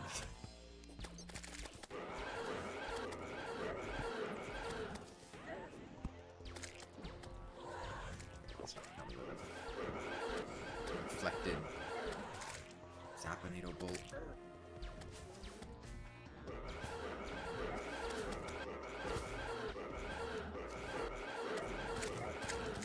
Maybe Flame Lash is the way to go.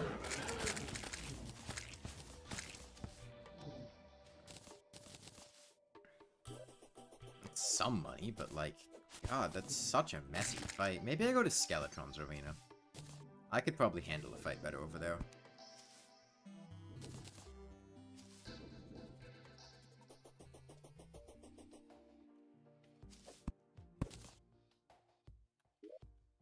Skeletron.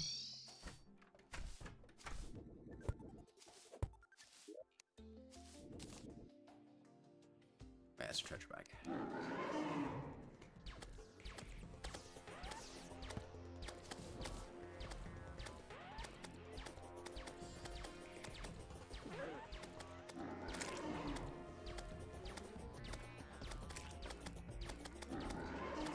Okay, I think it was just a space issue in the fact that I didn't want to use the Zapinator because it would have destroyed my herbs. It's not too bad now that I can use the Zappinator with a good space.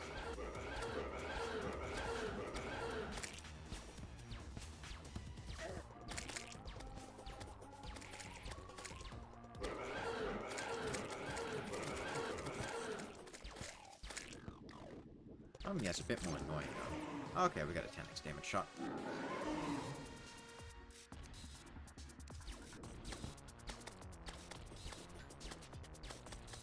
It's a lot of servants. Yeah. Yeah, they're serving.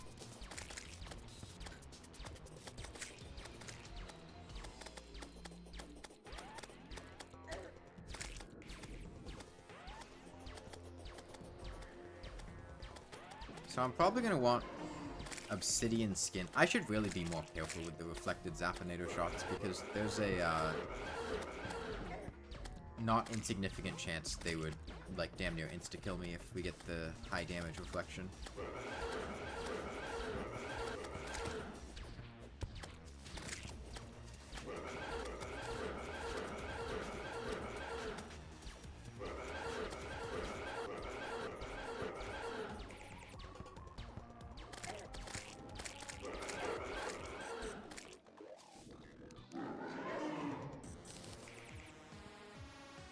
I think we'll be able to get one more kill in. I don't think we'll get two off.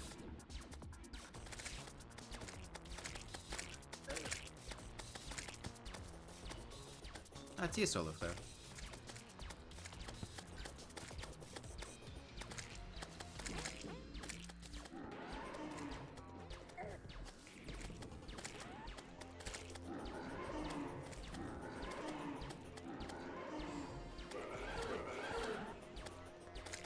I mean, it's reasonable to say that after you beat a game, you stop playing it. I don't think that's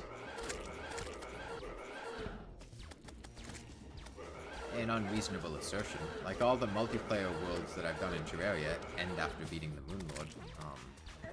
Now, Minecraft isn't necessarily following the same progression patterns, but I think we get off one more kill. Cozy. Should be a close one, though.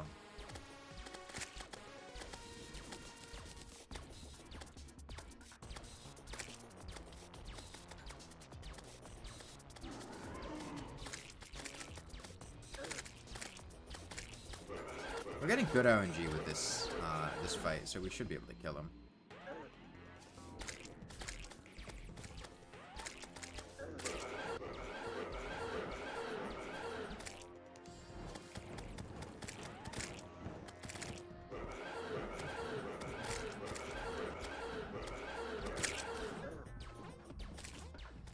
Please kill him. Where is he? Oh, get over here, you jackass. He had 36 HP. Whatever. We killed him 3 times. There should be another treasure bag somewhere. Wait, why's that goblin invasion? What? Oh, fuck off.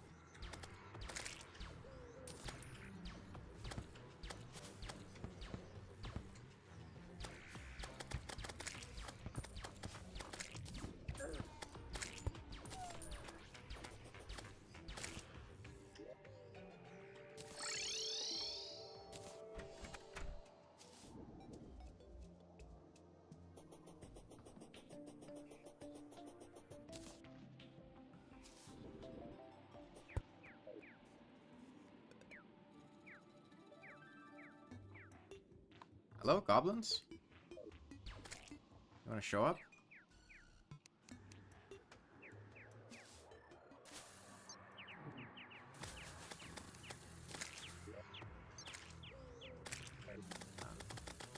I'm gonna need a mana regen potion. Actually, maybe not. We get a lot of stouts from this.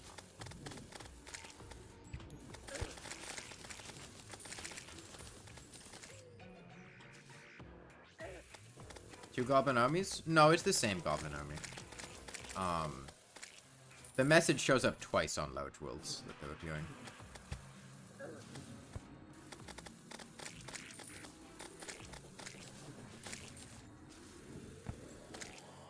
Oh, we have the banners now, so... Oh, the Shadow Flame Hexstall, I think, is also alright. Those early hard mode mage weapons. I'm really not looking forward to the Wall of Flesh like this, though. I don't like fighting a legendary Wall of Flesh without having good defense, because, god, the, imps get annoying. We'll have to see how things play out.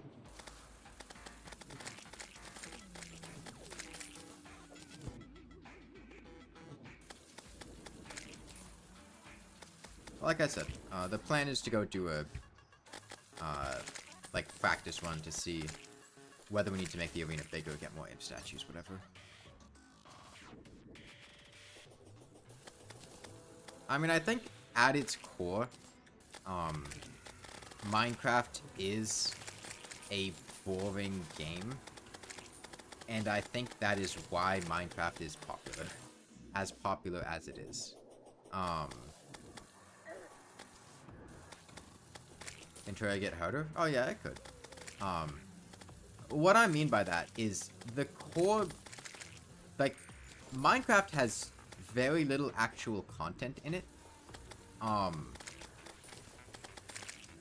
Like, there really is not much in Minecraft. It's a very open sandbox.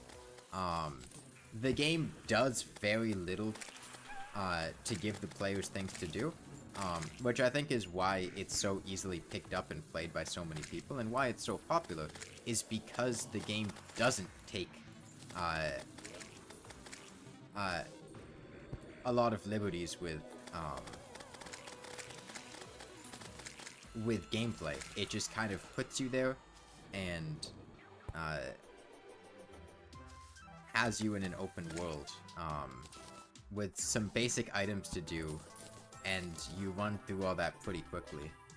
I don't know if I articulated that the best there. I've done a better job in the past of explaining it, but... the example I used before is that Minecraft is the video game equivalent of white bread. In the sense that it's just a very bland and unassuming experience.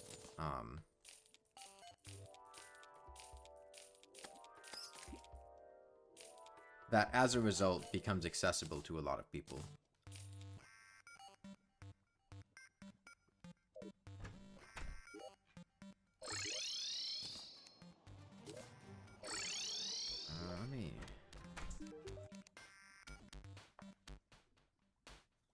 I don't know which they didn't use yet. I'd like to get better defenses.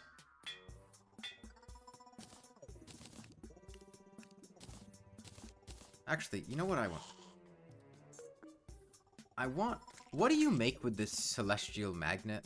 I don't remember.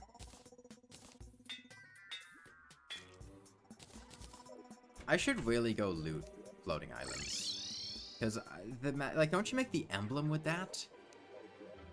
And it's gonna be really annoying trying to loot islands if I don't do it in pre-hard mode.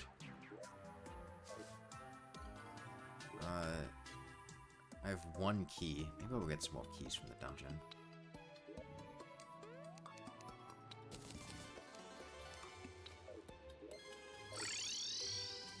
I mean, I feel like a balloon,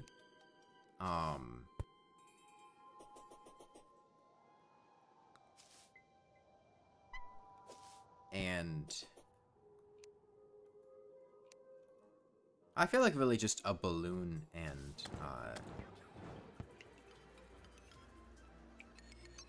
the emblem would be nice. But I don't know how long it's going to take to get the emblem is the thing. I'm not even sure if it's...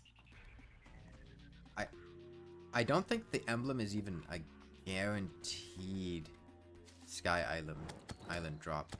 The other Sky Island loot is guaranteed. I don't remember how the emblem generation works with that, but I know in small worlds, which usually only have 3 islands, I don't think you always get it. Celestial emblem, celestial cuffs. What are the cuffs are the one that give you mana when you take damage, right? I don't like the idea of doing that in legendary mode.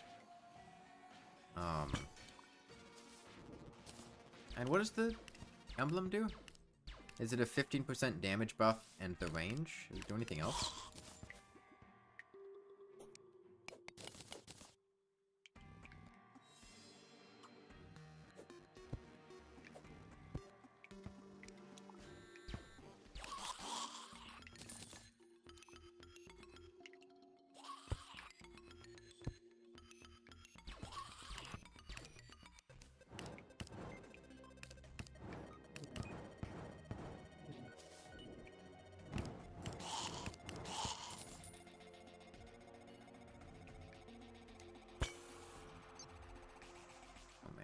pickup range.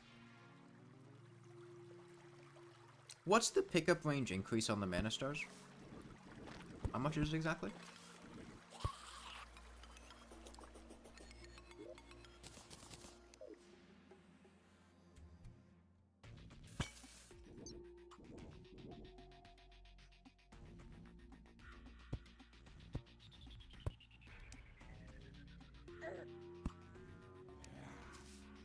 Big. I'm curious because I have a star statue, and that could lead to some interesting developments with spacing the statue. But I only have one statue, so it wouldn't really matter anyway. 19 tiles? Okay.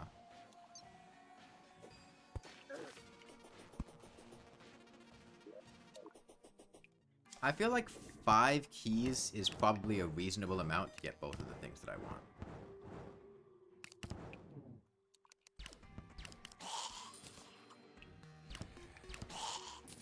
.7 tiles. Okay.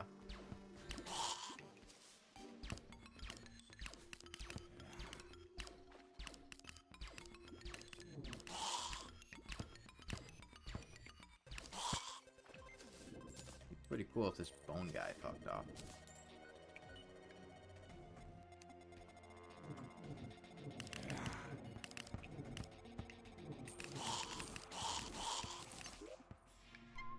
Sure. This is a decent spot to farm. Hang on, I didn't grab an Azar. Means I'm in a bit of a precarious situation if I get cursed. So I should watch out for that.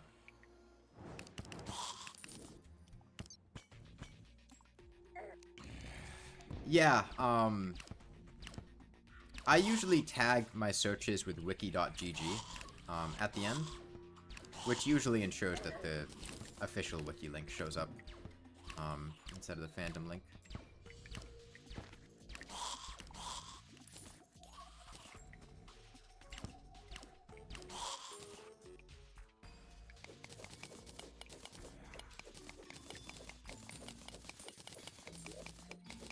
Alright, so I'm at 2 keys right now, because I have 1 at home.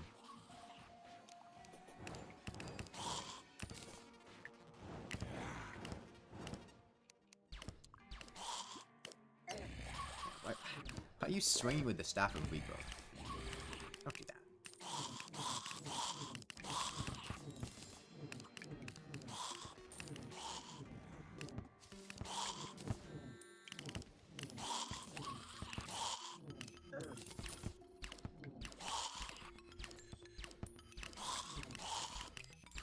Switch hand optimization, bit of blight on the instrument.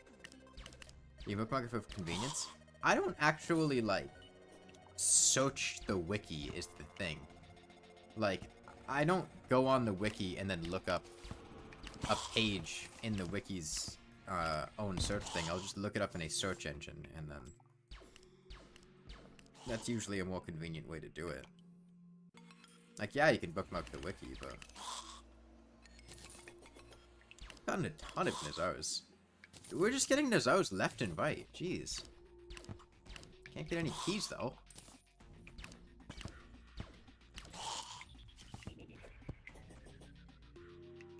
I want this spinny ball gone.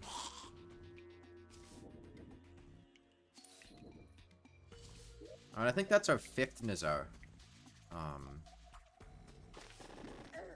Because we have 2 at home already.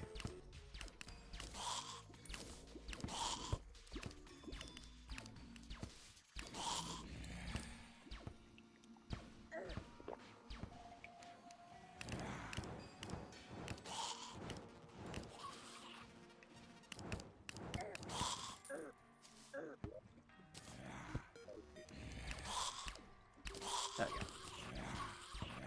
A bone wand? We had a bone wand. I think I sold it. Can I get some keys? Keys.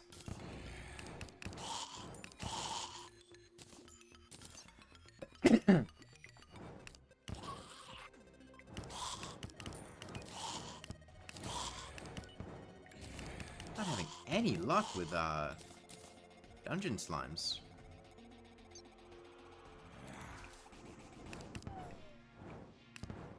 I mean, I've only opened... Okay, there's a key. I'm pretty sure I've only opened 3 chests. The chest with the cobalt shield, the chest with the magic missile, and the chest with the, aqua scepter. So I've really not been having luck with getting keys, because we've killed a lot of stuff down here.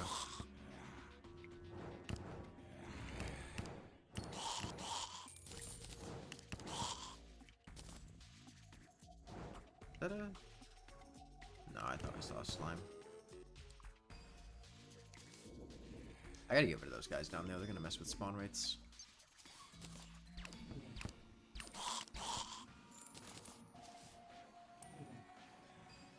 Go hit him, go hit him, go hit him, go hit him, go hit him, go hit him. Nice.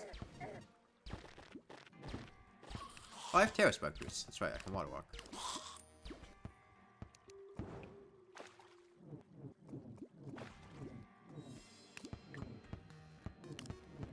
Wait, what happened to the guys down here?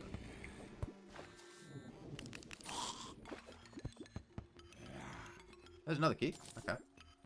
It's 4 keys. So 1 more key and I'll be pretty content.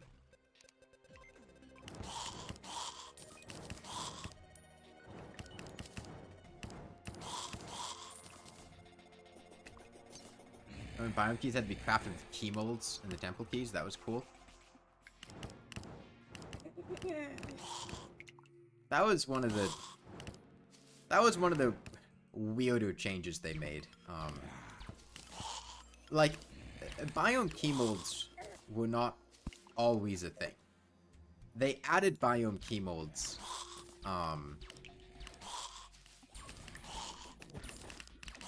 because they realized that letting players open the hard mode dungeon chests from the start of hard mode, which is how they originally worked, was too unbalancing. So they added the biome key molds, which were really just an unnecessarily complicated extra step, to make them post Plantera. And then eventually they just decided to remove the middleman of the key mold and go back to having them drop keys, and the keys just couldn't be used until after Plantera this time.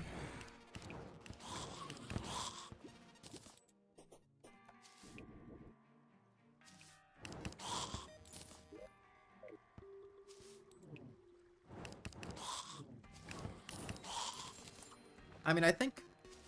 Okay, there's... Okay, and then 2 dungeon slimes back to back. Okay, this should definitely be enough keys.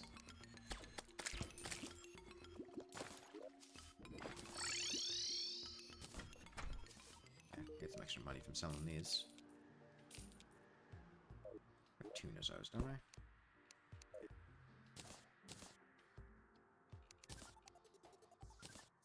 I? Okay, and let's loot some floating islands. I found some over here already, didn't I? Yeah. Think about that one.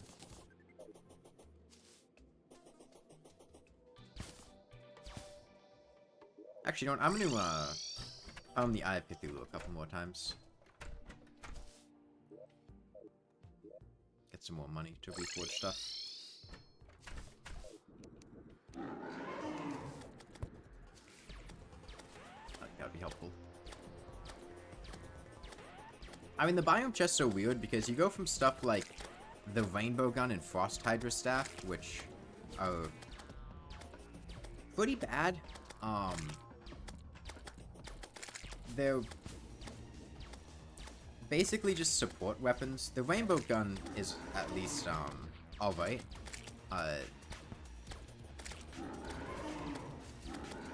It's really good for, like, invasions and waves and stuff. And then the Frost Hydra is kind of there. The Piranha Gun, which... The only situation the Piranha Gun is, like, good is if you're using it with Shroomite armor. And then you have stuff like Vamp Knife, Scourge, and Kitty Cat, which are all good, but also kind of outclassed by the other weapons that exist at that stage. Where they're good options if you get them, but it's never really worth going out of your way to farm them.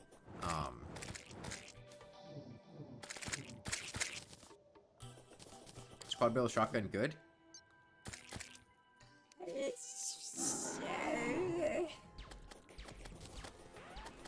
The problem with the quad barrel shotgun is that it has to compete with the Phoenix Blaster and the Hellwing bow. Which is not a comparison that is favorable to the quad barrel shotgun. Like, because quad barrel is post-Skeletron, the question isn't, is it good? It's, is it good compared to the other post-Skeletron options? And the Phoenix Blaster and Hellwing bow are typically going to serve you better for whatever you want to fight. The quad barrel does have some uses. For instance, it is easier to obtain than either the Phoenix Blaster or Hellwing bow. Just post-Skeletron, doesn't require Evil Boss, doesn't require Hellstone, doesn't require the Underworld, doesn't require Shadow Keys, just buy it from the Arms Dealer. Which is easy, so that's a point in its favor. I think it performs better against the Wall of Flesh than the Phoenix Blaster does. It's a bit riskier to use because you have to get a bit closer, but I believe it does more damage there. At least against the Wall of Fleshes with large eyes. On the lower difficulties, I'm not sure about before the worthy.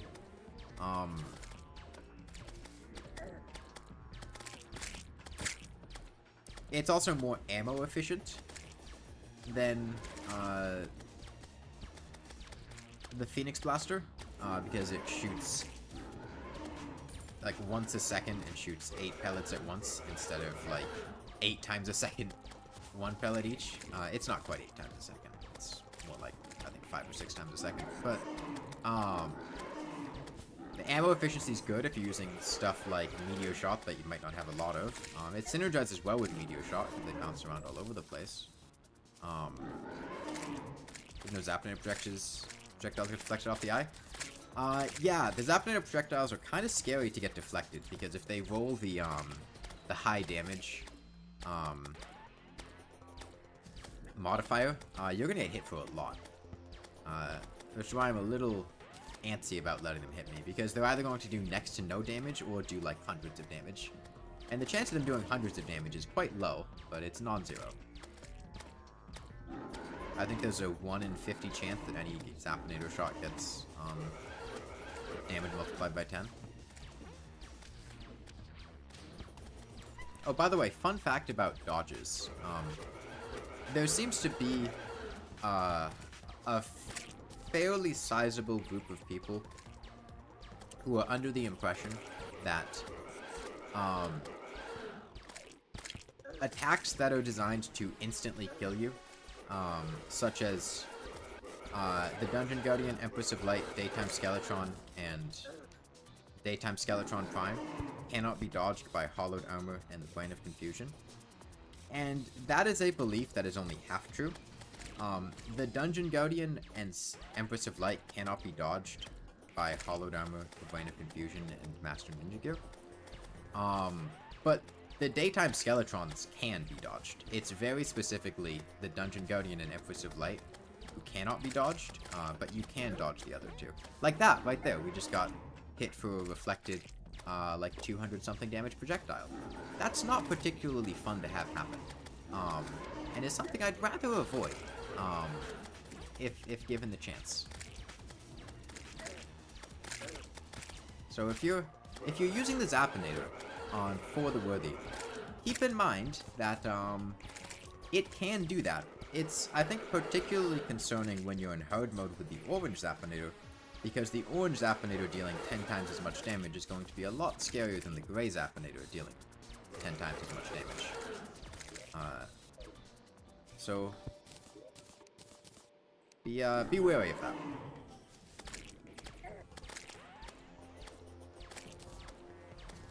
I think the main concern would be if you're fighting Plantera with the orange Zapinator, or if you're trying to shoot Biome Mimics. They could hit you back with 10x damage shots.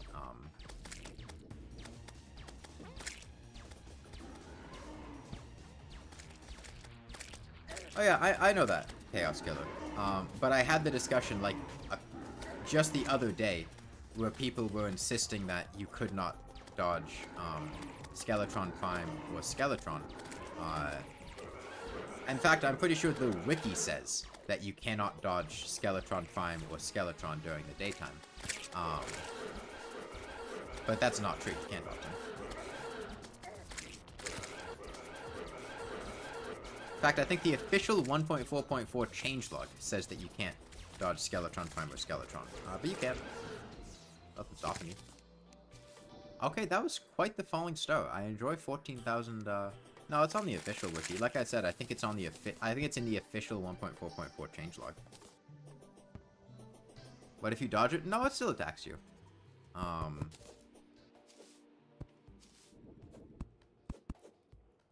Okay, we have a lot more money now. Let's look for some floating islands, like I said.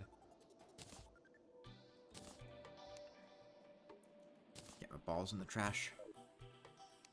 As you do.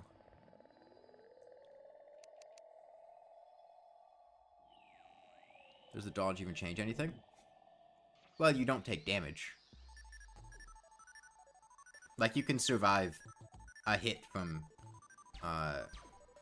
the daytime Skeletrons, which are normally insta-kill attacks. That's what it does.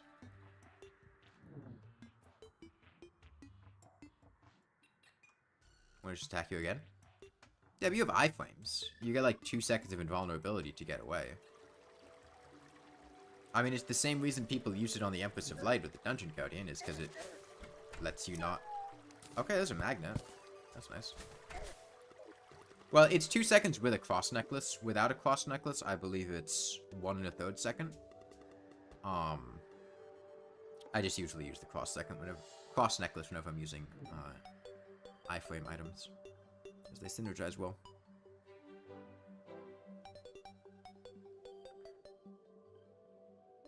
Yeah, it's a very niche piece of information.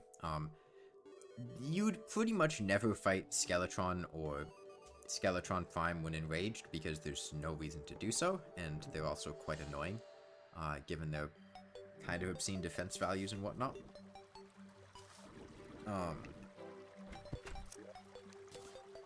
Okay, Horseshoe's fine. Sky Mill.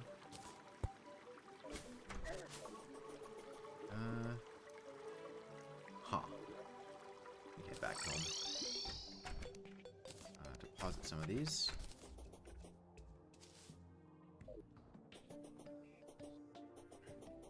Yeah, it's just a very... I doubt it's intentional. Like I said, where's the Sky Mill? Sky Wheat? Fallen Stones.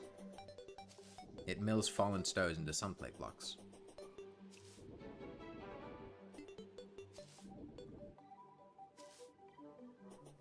Yeah, then you bake the sunplate blocks. Well, you bake them and they become the sunplate blocks. It's like firing stuff in a kiln.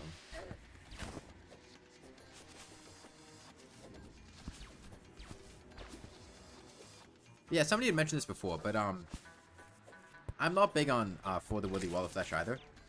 I would have liked to have been in hard mode by now, but that's not really something that I can comfortably do. Like, there are ways that I could set up to kill the Wall of Flesh. I'm not concerned about killing it. It's just they're either time-consuming or are not strategies that I feel like I can reasonably employ when playing a mage like this. I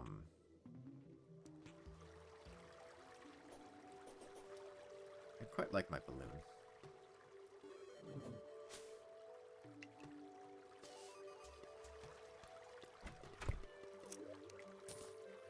The problem with the fight, is that the imps are such an annoyance that they're not something that you can just, like, you have to address the imps when fighting the Wall of Flesh. You can't ignore them.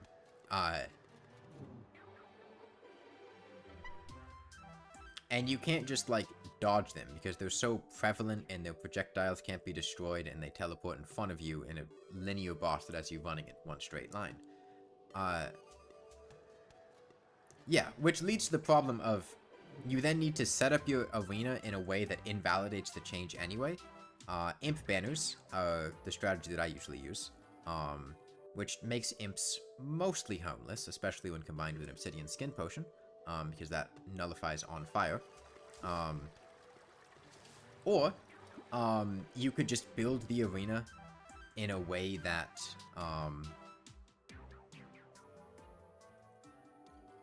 invalidates them. I know there are some setups you can do with doubt traps and manipulating where they can teleport to, but that's a whole lot of work. Imps spawn on top of you, or is that only Deerclop Shadow Hands, because it feels like they spawn on top of you or close to it? The problem is, the Wall of Flesh is a linear boss fight where you're running in a straight line from either left to right or right to left. And the problem with that is that when you have an enemy that spawns in a way that is immediately left behind and they need to teleport closer to you, they can either, and they want to teleport near you, there's a pretty high chance they're going to teleport in front of you since you're running in a straight line across the world, which leads them to cutting you off.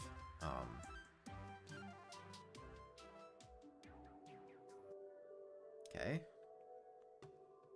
Unless we get quite unlucky with an angel statue,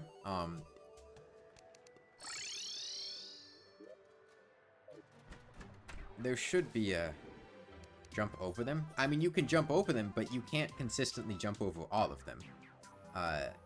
Because sometimes you don't have the ability to react fast enough. But the contact damage isn't the more concerning part. It's more just,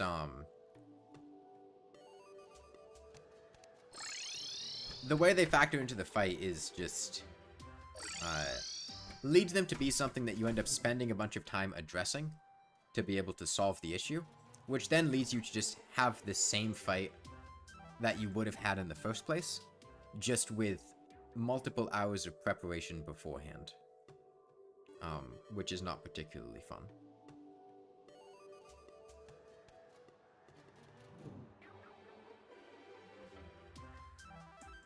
I feel like Golem kind of falls into the same category, where, the blackout debuff from Golem, usually just ends with you not fighting him in the temple, especially when combined with the darkness in the temple. Taking him outside, and then fighting him with either Gemspark walls or Illuminant coating, which then leads to it just being a lot of preparation to end up in the same place anyway.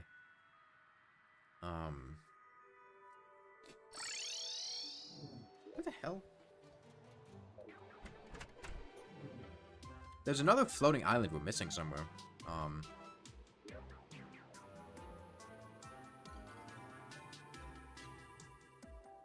I don't know where exactly, but there has to be.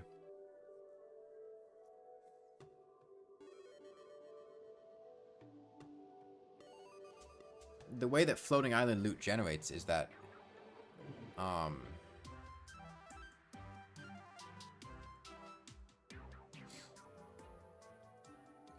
you do the teleporter strat where you run across the room forever and kill them before they do the same to you. The way that floating island loot generates, duplicate items can never spawn in sky chests, at least among the, Lucky Horseshoe, Balloon, and Star Fury.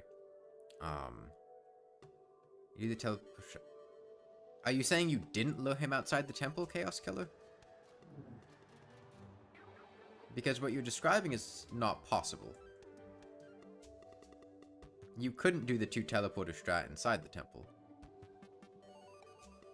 You can't use wiring inside the temple.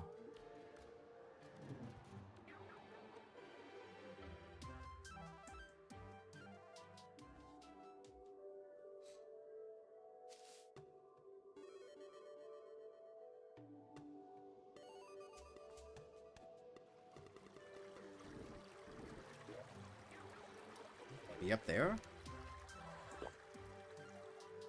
Before the Willy Golden, before the... Oh, I mean, before the wiring change is a completely different fight, because before the wiring change, he didn't inflict blackout.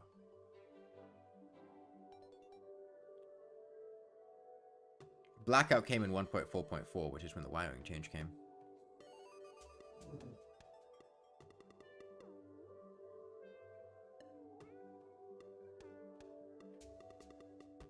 Yeah. Well, I shouldn't have moved back then either. I looted this chest, didn't I? Yeah. There, maybe? Doesn't seem likely, but... There's a chunk on the left of the world that I thought might have had it too. Any news in the past 30 minutes? Can't think of anything that happened. We're gonna be fighting the wall of flesh soon. I would like to get a balloon before then, though. Whenever game feels like having me find the last floating island.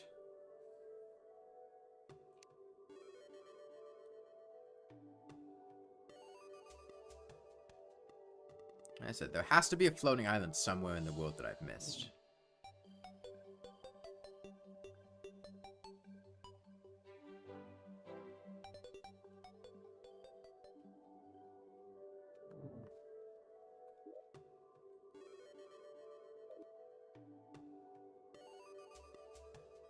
Opinion on prime blocks destroying bombs. I find it to be a pretty overhyped change because I rarely find it to be particularly annoying. I didn't land on the left side of the world.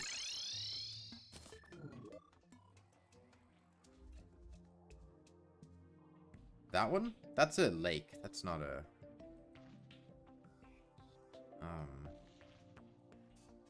a lootable island. I did want to check over here anyway, though, so...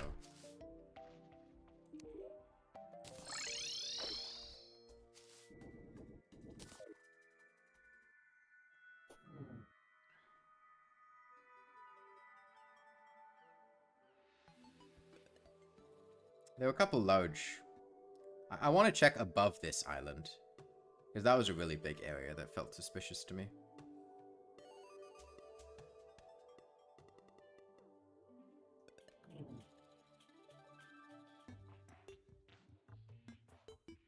Oh, hold on. Get it. Okay. Slime obtained.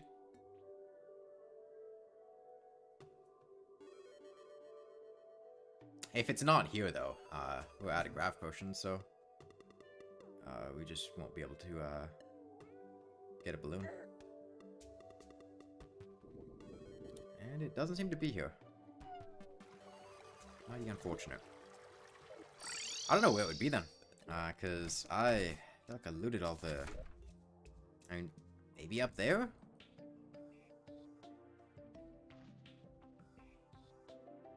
I suppose I could check it real quick. If it's not there, then I don't know. But I think it's at least worth investigating. It shouldn't be too difficult since I know the spot.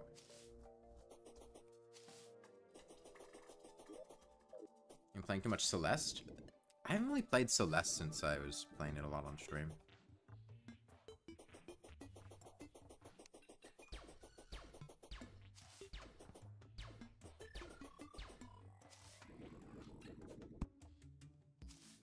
When can you get your latte? When you pay for it.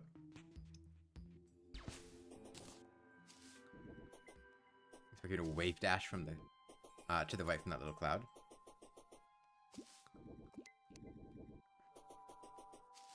Last floating island with the friends we made along the way. But there's no last floating island, so we didn't make any friends? Is that what I'm hearing? No, it should maybe be up here, possibly. It's a distinct possibility that it could be here. Potentially.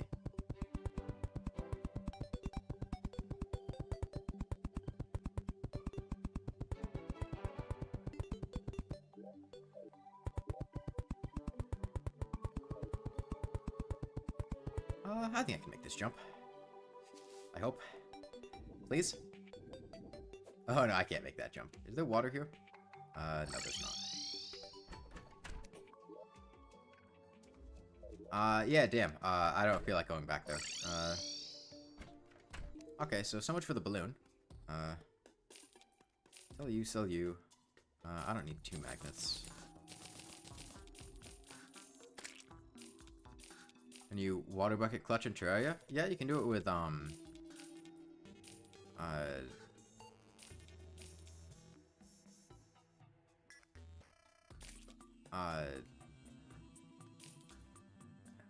cobwebs, too. But I don't have a water bucket on me, so. Yo, you want to give me a defense? One defense. One defense.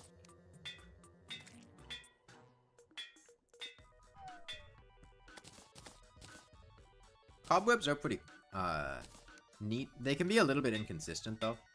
So I don't usually rely on them.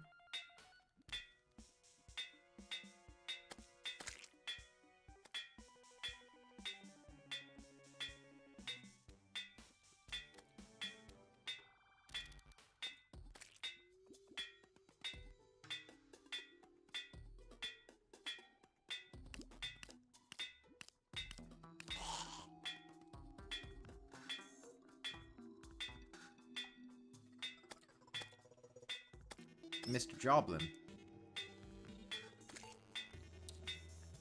Mr. Joblin?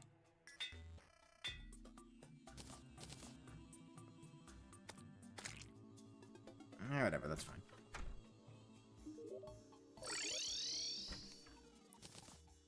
Okay, made out some wood.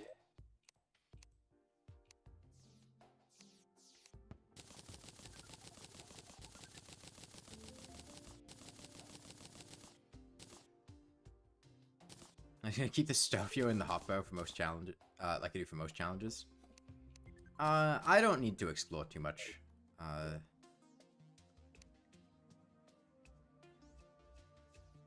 Okay, let's go prep the wall arena.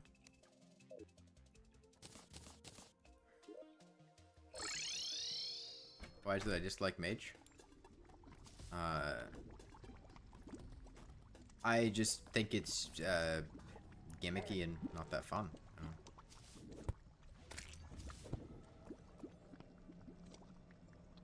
What? Okay. That's weird.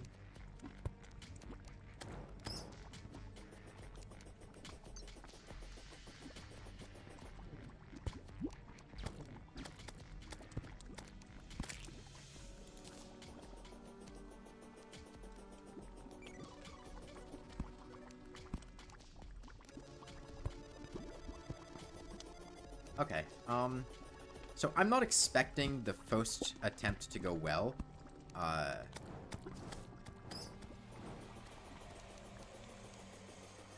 So I'm not going to be surprised if we die, but I'd like to get a feel for the fight and how this is going to go.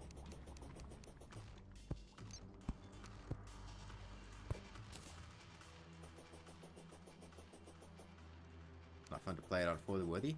I agree with that statement if you take out the For the Worthy part. And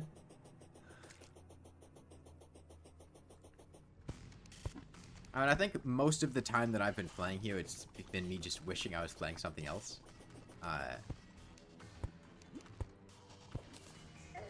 Which, to be fair, it is pre-hard mode, and pre-hard mode mage is particularly bad.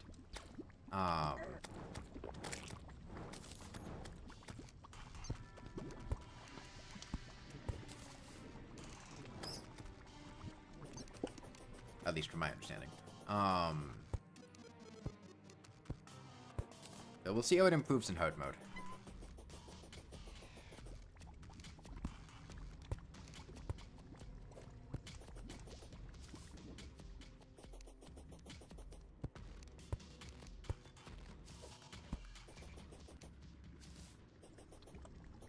Well, that's the vibe I was getting from how people were describing mage.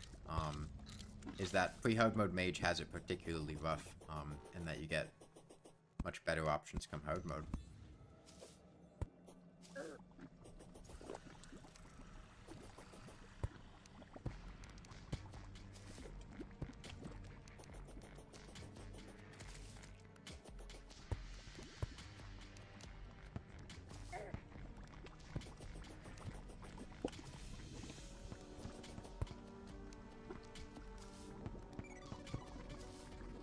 guys want to fuck off?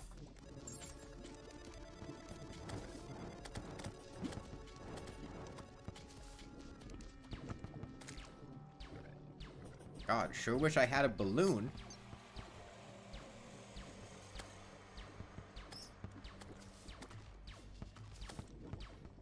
By the way, I don't know if you caught the quick mounting the bee to cancel fall damage, because the bee is a flying mount.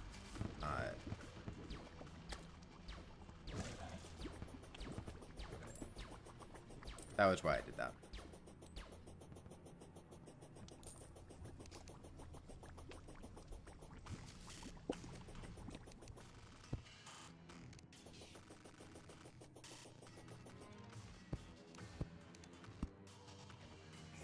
You're doing underground only Terraria? What does that mean? Like you just can't go to the surface?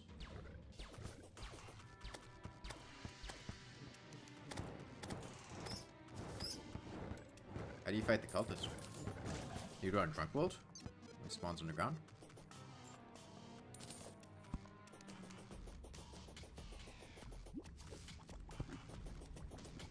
What about the pillars?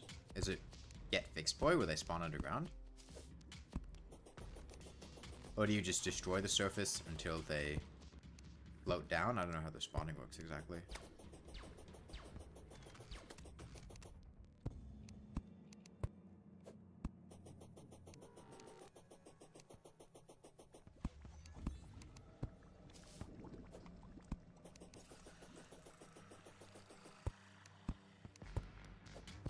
Hug one, beat one mech. Nice.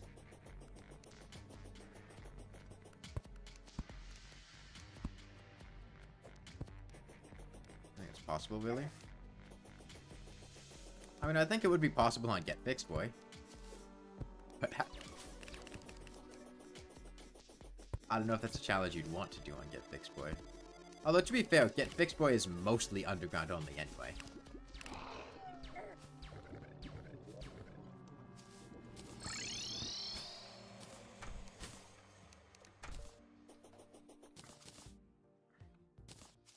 Okay, let's go try out the wall.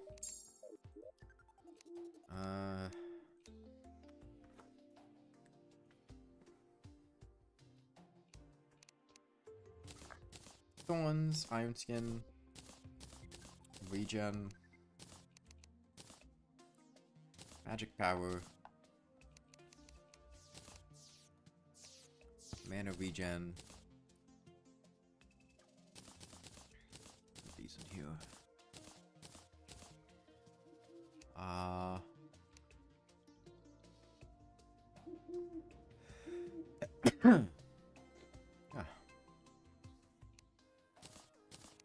Take bottled honey. For an HP regen boost. Outreach potion? Actually, no. I don't intend for this to be a successful one. I don't want to waste the only outreach potion I have. But I will... Why can't I make a swiftness potion? I gathered cactus. Where did the cactus go? There must be another chest I have with cactus.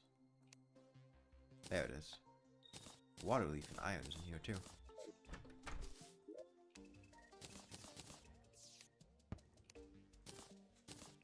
Okay. Sure, let's try this out, I guess. If I'm using the gray zap and... Oh, sorry. If I'm using the demon scythe... I think jungle short is going to serve me better. I do miss out on 9% damage, but I get a lot of mana.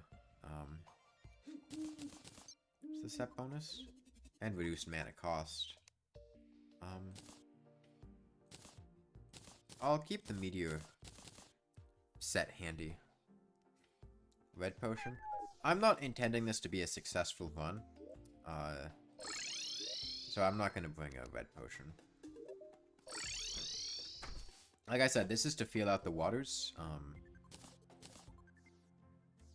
I don't know if my arena is big enough or if I need to make any adjustments like that. So I'm not going to...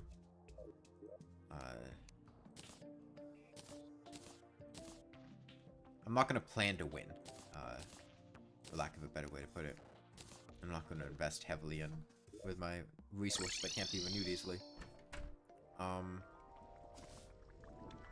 going to run to the end of the world and make sure our coverage is complete. Because we have a little under half of a large world, which hopefully should work, but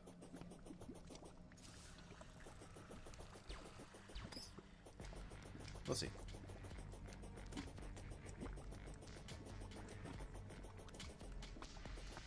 Like space only by WS. Legitimate playthrough end at Terra. Have I seen that video of Impesta singing the Terraria Underground theme? I don't know who that is, and also no. Chose Small World? That's... Man, I never choose Small Worlds for, like, anything. I gotta look it up.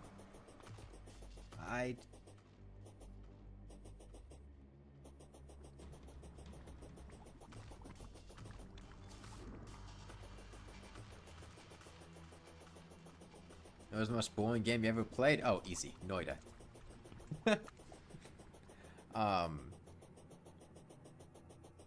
That's simultaneously an exaggeration and not an exaggeration.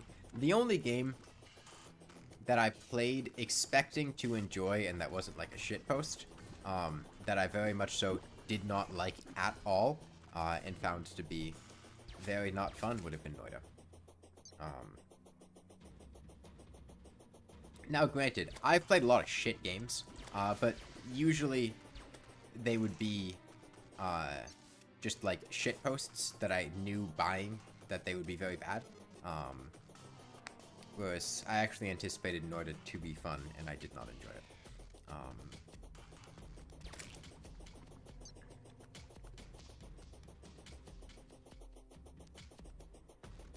Terraria Hell only. I mean, you could never get life crystals, and you couldn't kill Skeletron.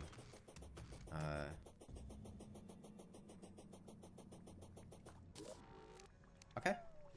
Oh shit, I want to get obsidian skin potions. Oh well. Okay, good start to the fight.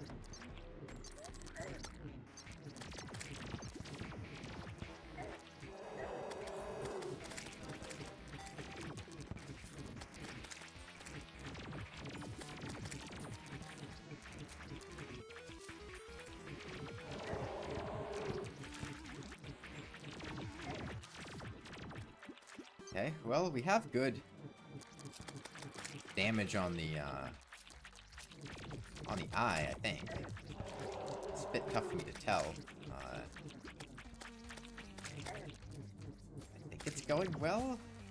Eye's under the... I don't know.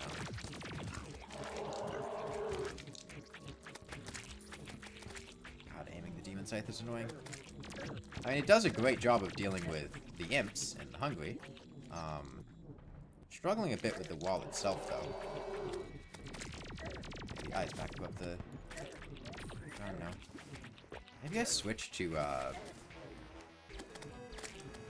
Zappinator. I don't know. Demon Scythe is just not hitting as consistently as I'd like it to.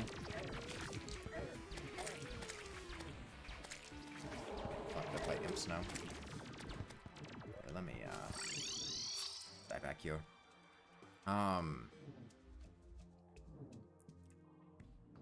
Damn, he teleported to the surface. I didn't know they could do that. I'd really glad he didn't do that. That's actually quite annoying.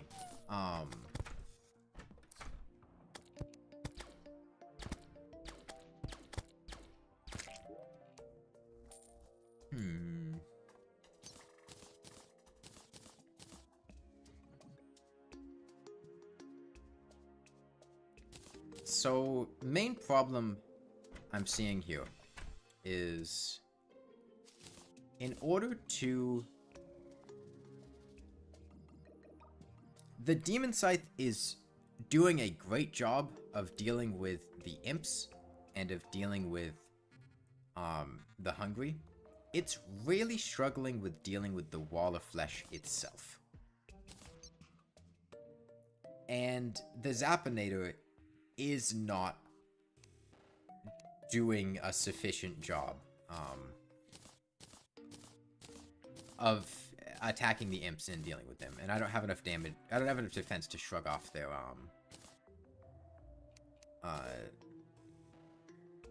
attacks. So I need to... How far in the world was that? That's a good question. I didn't die, so I don't actually know where that happened. I think probably somewhere around here. Aquaceptor?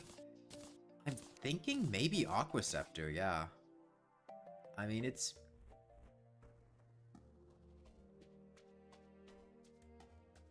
I think Aquaceptor is going to be the way to go. Because, just like, the Demon Scythe was not... It was not getting it done.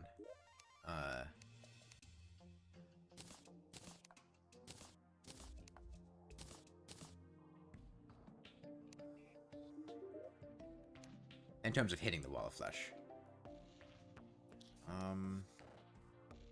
If I had a narrower area, that would do it as well.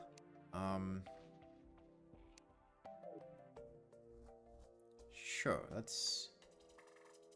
There was something I wanted. Obsidian skin potions. That's right. Because imps catch you on fire. Obsidian skin potions help avoid the dot. And then help you throughout the fight.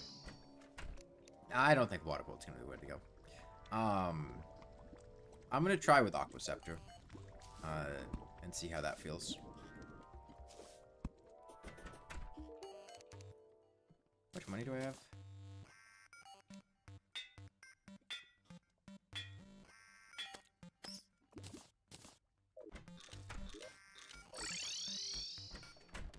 Merchants here.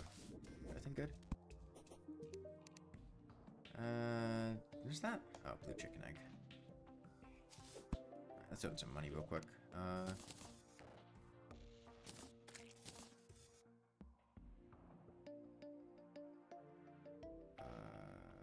is that? Oh, minor confusion.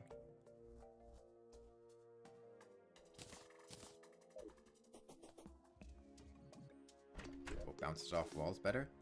Yeah, it doesn't deal damage better. Its damage is like 20. And it's also a really slow-moving projectile.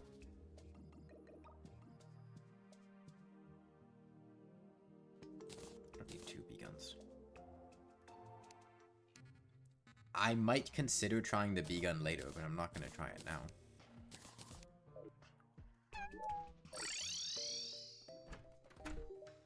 I hate the Shield of Cthulhu. I just think it's a waste of an accessory slot.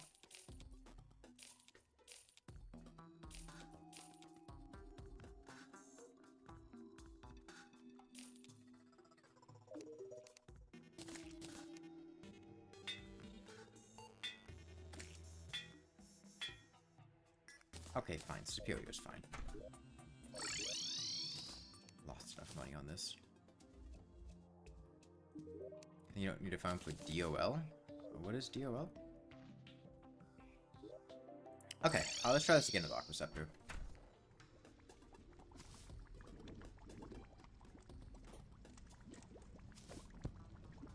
And only you couldn't kill Skeletron, you couldn't get Knight's Edge, you couldn't get Lunar Wings.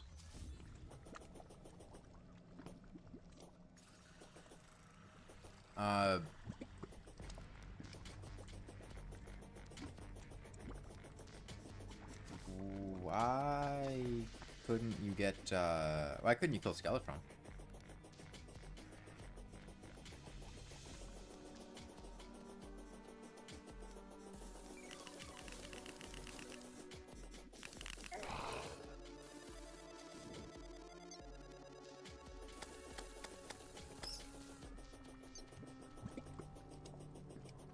You said you beat a mech boss, right? Like, you Was this not a drunk world? I thought you said it was a drunk world where they happen. Once opens to 200 damage? Yeah.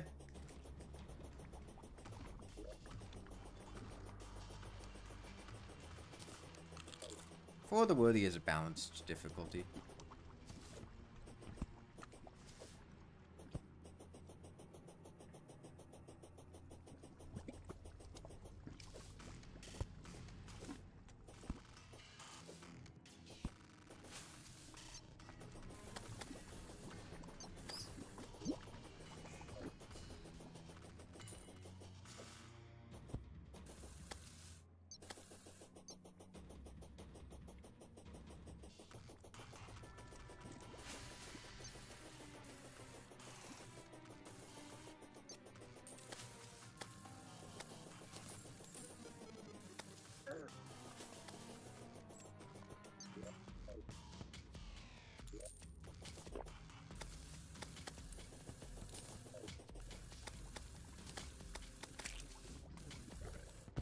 I have Terraria boots. There's a hungry here. Maybe I use a combination of Aquaceptor and Demon Scythe. I don't know. I feel like that could work.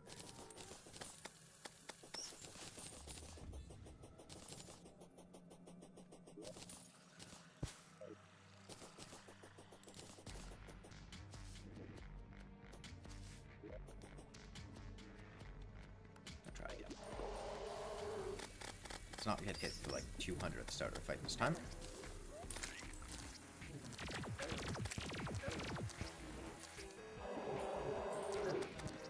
I mean, at the beginning, when I could hit the eye here, Demon Scythe did work well.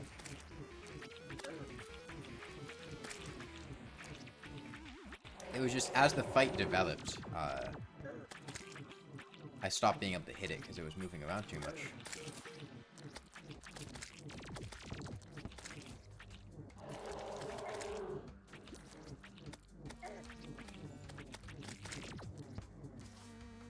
Like now, this was the problem. Although maybe I just take the Demon Scythe, but...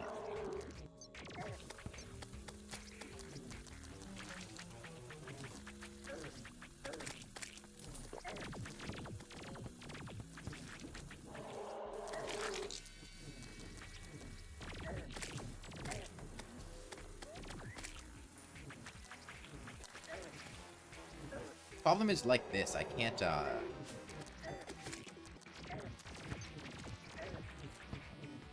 God, these imps are annoying. We need to make distance. It's a straight line, so I should theoretically be able to just Demon Scythe backwards, but, like, this is not adequate damage for the Wall of Flesh.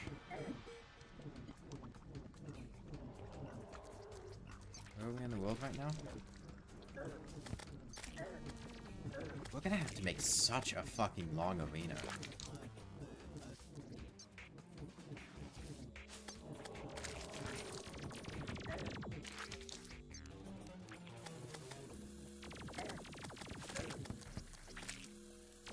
Maybe I will try B-Gun, because...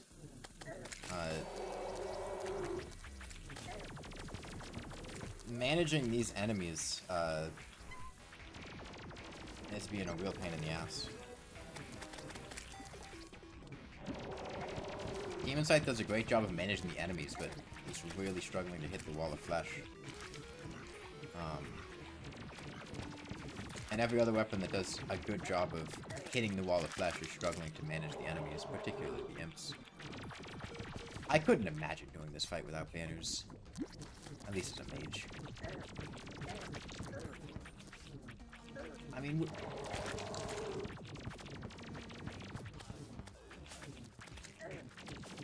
God, I'm gonna need to make this like the whole fucking Underworld. In terms of the arena size. Because that's what it feels like to me. We've gotten a bunch of Obsidian Roses.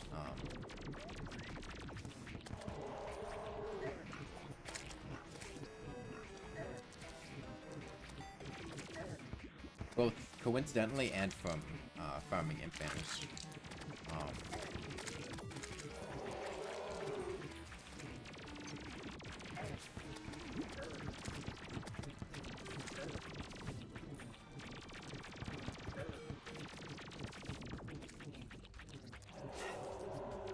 I mean, I can...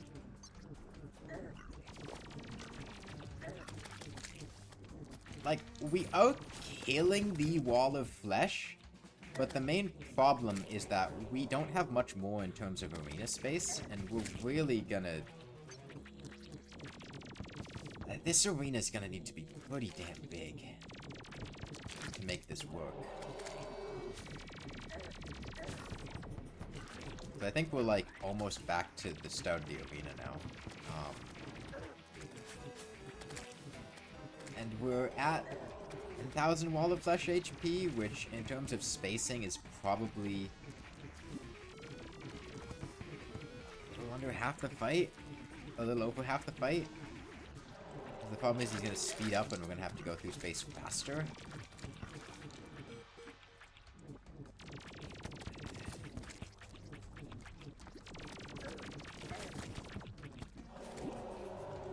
Yeah, this is the end of the arena here. These obsidian platforms, I don't see any world in which that would be beneficial to me to do. They don't get destroyed by lava, neither do blocks.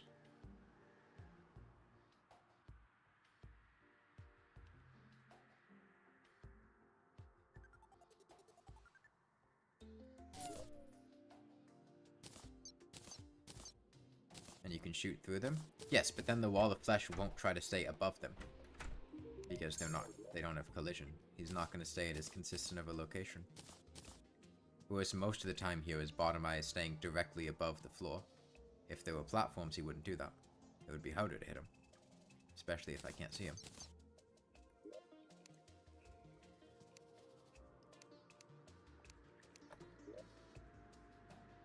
Most sites are missing the eye entirely. It was going below the floor a bit, but it was spending... most of the damage that I did was hitting the bottom eye. And most of the time, it was flat on the floor. I can try the B-gun for when the bottom eye is hidden. I can give that a shot before moving on to expanding the arena. The two of them together might help out. What am I looking for? Hive pack.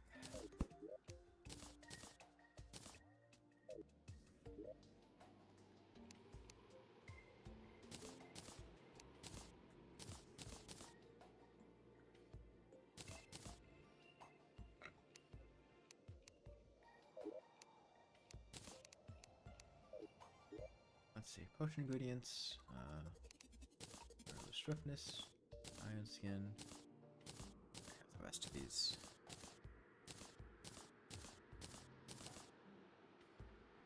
Okay, I wanted some more money. These, I want the meteorite bows for hard mode. I'll sell these.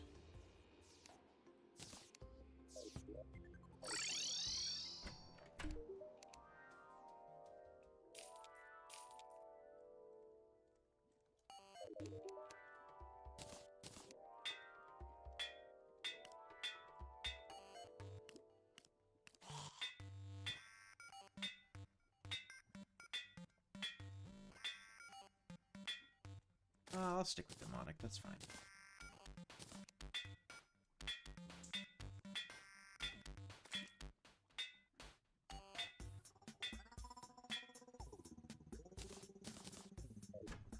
And then my other accessory, Terraria boots, and probably swap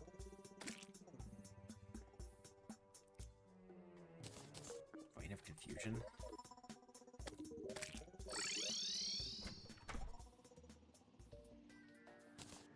Is the guy alive? No, we need to wait for him to respawn. Where's a bed? I have a bed? I have a bed over here. Yeah. Okay, wait for the guy to respawn.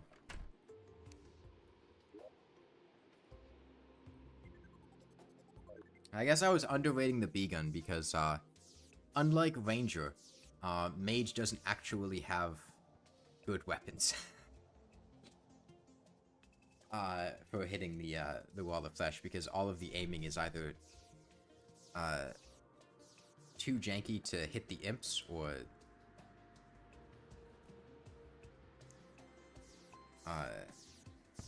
too janky to hit the wall consistently.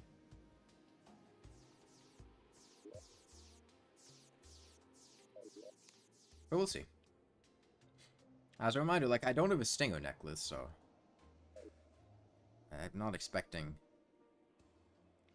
great returns there. We'll see how it goes. Do I like Summoner? Eh, it's fine. I don't particularly like or dislike it.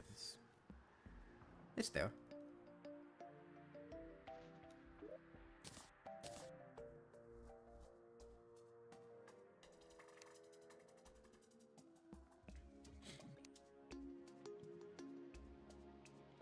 If I had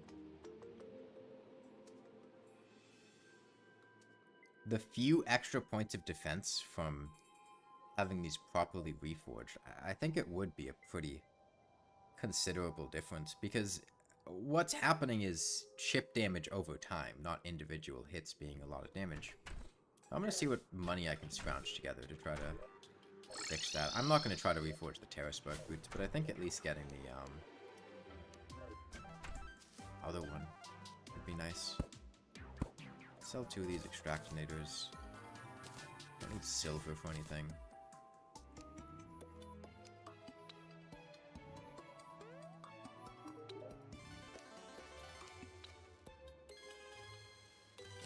I'll need a weather pane. I don't think I'll need an ice mirror.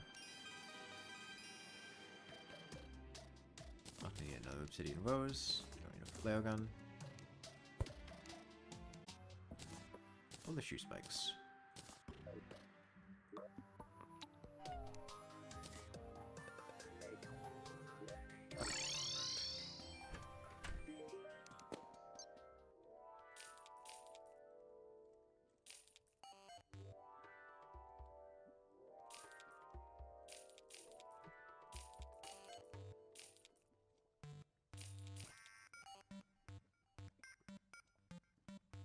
Okay.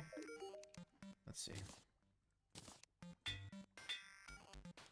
Okay, 3 defense is solid. You just froze decided to reload in 1080p? Is that good or bad? Actually see now? Nice. Okay, back to sleep into the guide.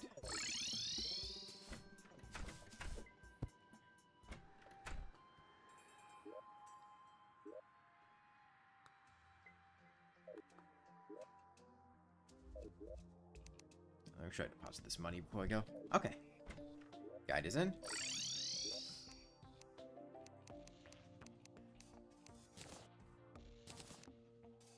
Money is out.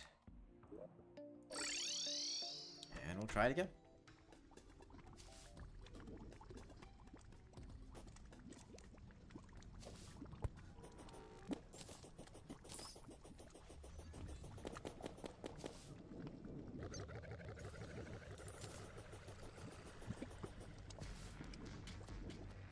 And of course, you had 100% achievements on all your Steam games. Just so happen you have one incredibly long and boring idle game left. Fuck you. If I can kill you.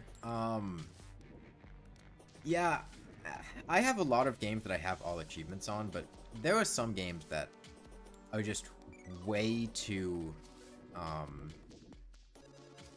annoying to get some achievements on, or that I really don't want to do.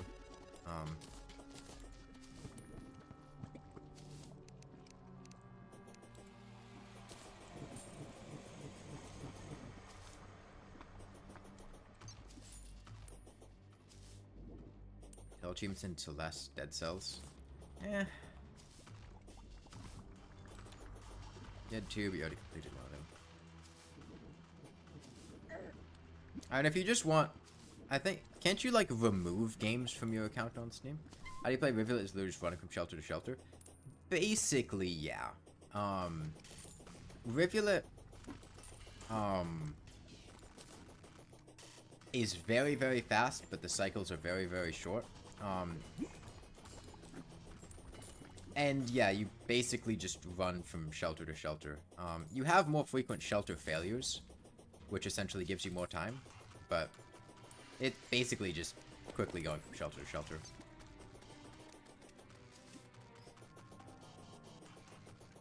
How do you get Party Goal? The Party Goal has a low chance to show up once you have 12 other NPCs. Remove games to Steam, the achievements stay on your account and impact your total percentage.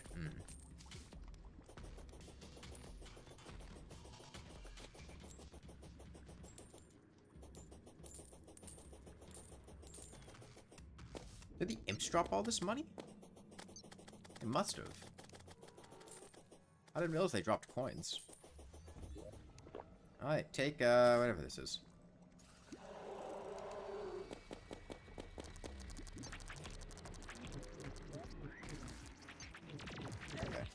While the wall is on with its eye up, I'll be shooting demon sights. And when I can't hit it, we'll switch over to the B-gun.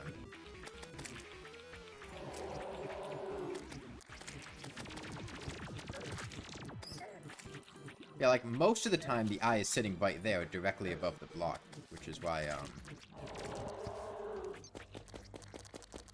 I've been using it. But, like, this is...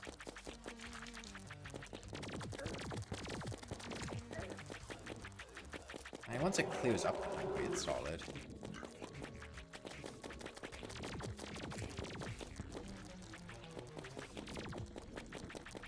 Problem is the damage is so low on the wall itself. On the mouth, at least. Some of these are hitting for 1 damage. Okay, guys, back up.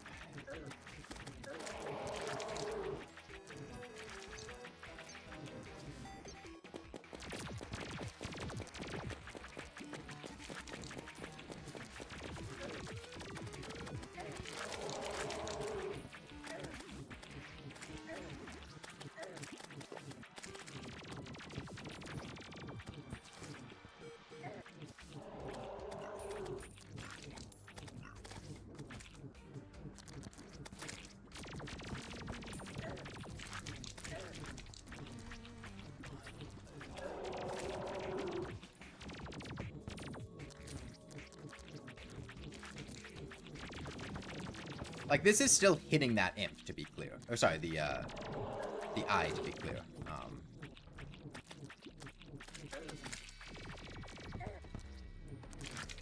think now we're not anymore. Now we are again. Higher.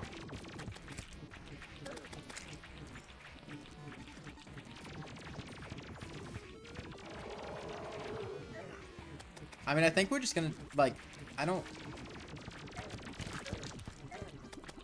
The Demon Scythe has still been performing better than the B-gun.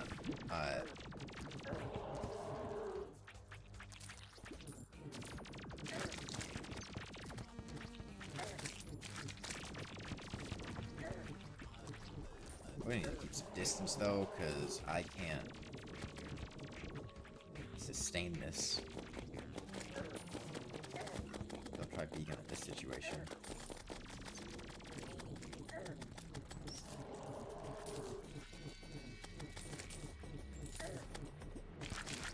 Leeches should drop some hurts.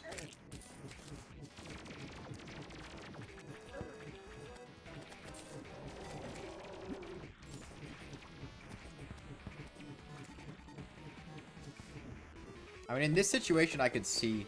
Like, I don't even think the Demon Sights are missing. Because, like, he's taking damage.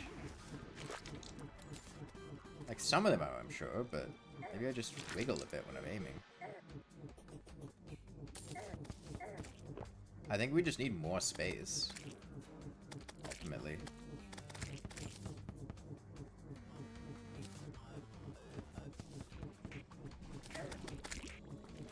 I don't think the Weather Pane's worth switching to.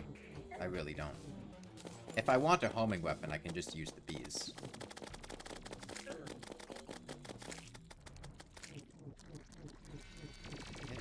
Like...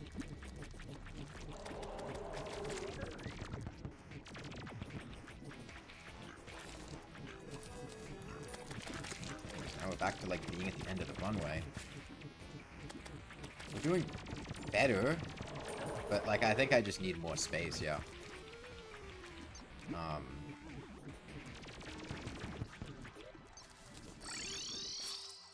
If I add on a couple thousand more blocks,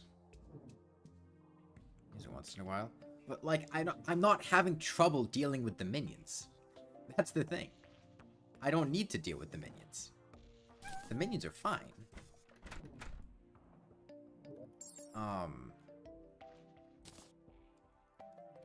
The problem with the fight is not dealing with the minions.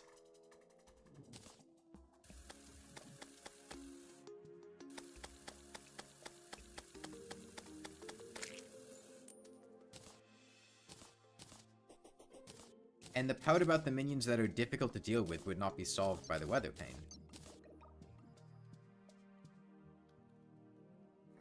Because the weather pane would just home in to the right and start going towards the wall of flesh, and like I might get a little bit of extra damage in there, but it wouldn't help dealing with the imps, which are the problem part of the fight and the reason you have to behave in a particular way. Honestly, I think I just forego all the other things and just go in on the demon scythe, because that fight was predominantly demon scythe and went really well. Now that I figured out how to aim it a bit better, if I do a better job with aiming the demon scythe and give myself some more space, like, the wall of flesh will die. He was down to like 5,000 HP. Let me go back to the Zapinator for this part. Get out the Flame Lash.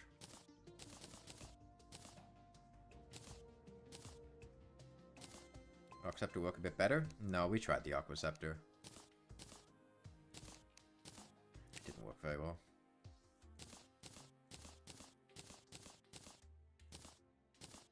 Well, time to blow up some more space and put down some more blocks.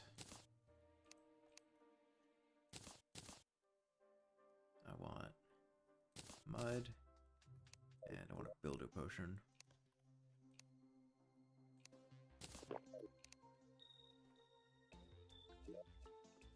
Meat Wall Flesh with Lawnmower, but not with Demon Scythe.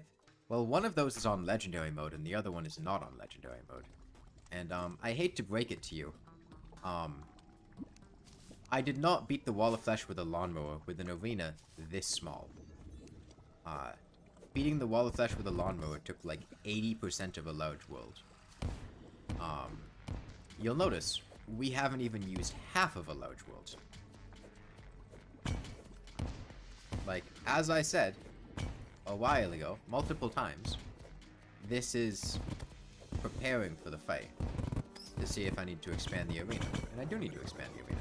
And now I know that.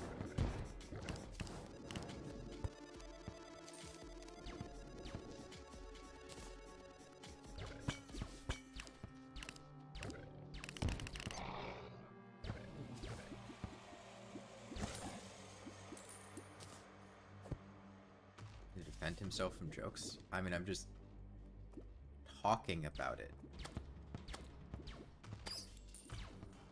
What? I'm pointing out how the two situations are dissimilar.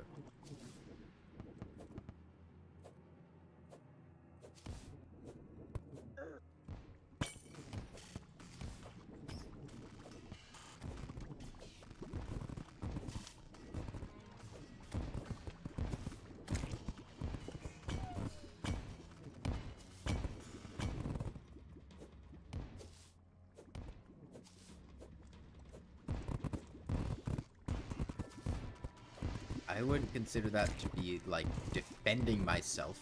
It's not like I took it as a personal insult. I just took what they said and pointed out how the two things are different.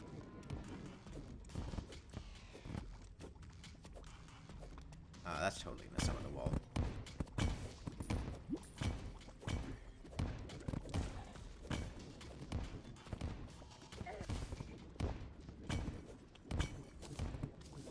Kind of defending yourself. I mean, can I not talk about something like? What do you want me to do? Just ignore anything that anyone says in chat and not like reply to them? Like, it's not like I'm insulted by it. I'm trying to talk to people in chat by continuing to talk what they would talk about what they were talking about, and they were talking about killing it with a lawnmower. And I'm pointing out how this is different than killing it with a lawnmower, why this is more challenging in some respects. Because, you know, I take a lot more damage. Laugh and move on? What's the point of chat if not to talk to people in chat?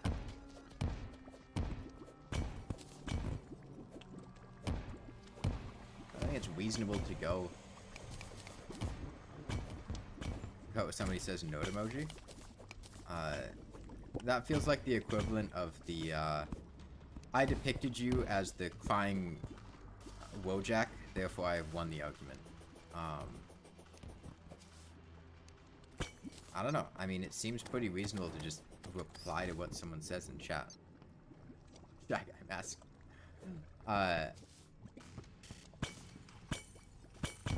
Everybody knows that when you describe somebody as the crying Wojak, that means you won the argument.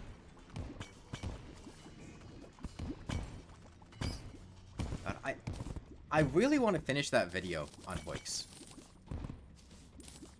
But, God, it is really annoying having to build a bunch of different types of Hoiks to show off how to build Hoiks.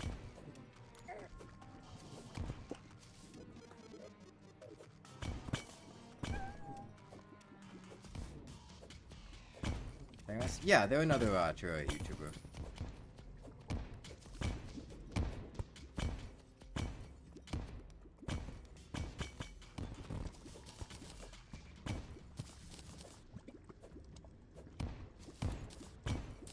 Trying to think of how else I could play this fight to have the wall of flesh be less of a pain in the ass.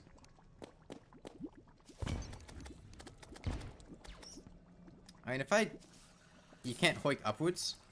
How are you trying to hoik upwards? Like, are you talking up through solid blocks? Are you talking upwards just period? Are you... Yes. I don't play mage.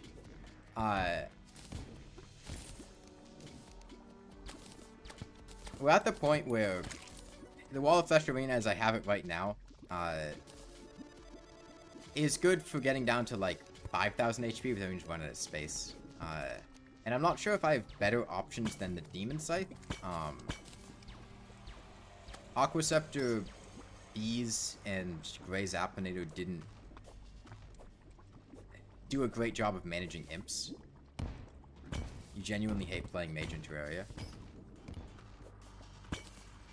I mean, it works fine. It just feels janky so far. That's been my impression. But yeah, what are you trying to... Like, are you just going upwards through vertical space with nothing there? Because if you want to do that, all you have to do to hoik through that is, you need to put a mounting mechanism. The easiest way to do that is just too high, platform here. Hammer it once. And then... let's use this hoik. Go 3 tiles up. And each one. Destroy the blocks in between. Like that. Hammer them all to the same slope. I'm gonna use this one.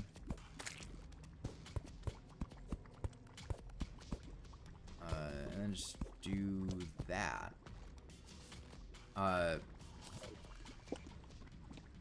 That's how you hoik upwards, just like in blank space. If you want to hoik upwards through solid blocks, that is considerably more annoying. If you want to go in one direction, the easiest way to do that,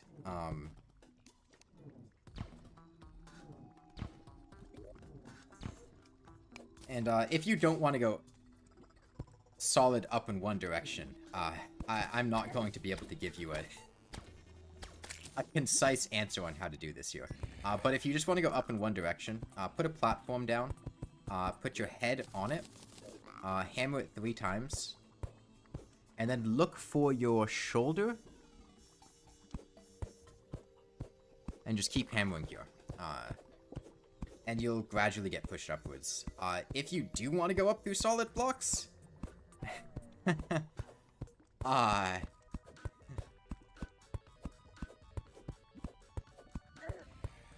like in a reusable way. Hold on, I got knocked off course here.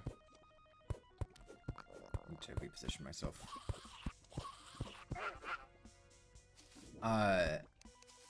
The positioning's a little bit specific. If you mess it up, you'll get pushed in the wrong direction.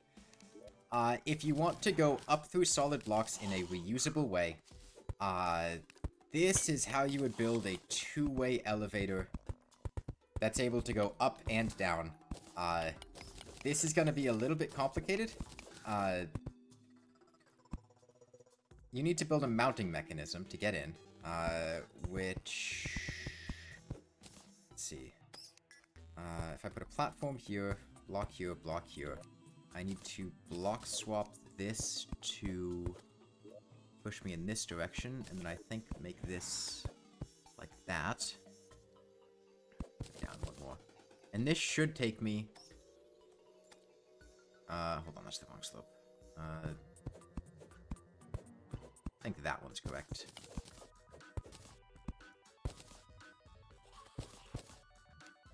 I'm not going to go over explaining why this works. I'm just going to build it. And this is not my design, this is something that Quasar made. Yeah, that puts us here. And then we need to make the vertical shaft. And... this... I think... is correct. Let me check.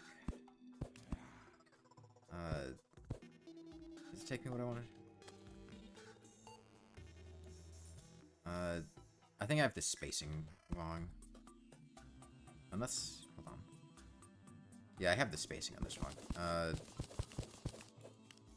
Let me look at a screenshot real quick of what I want to build. Just so I can make it correctly. Because I should have one. I forget you enter it exactly. But yeah, if you want to hoik up through solid blocks,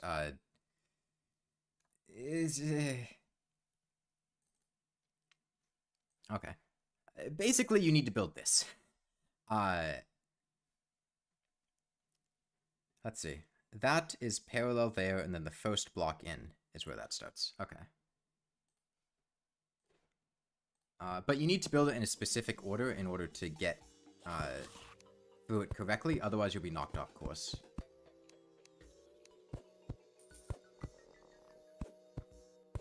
I think it was like this.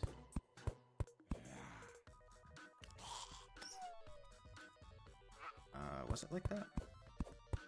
Hold on, I already forgot.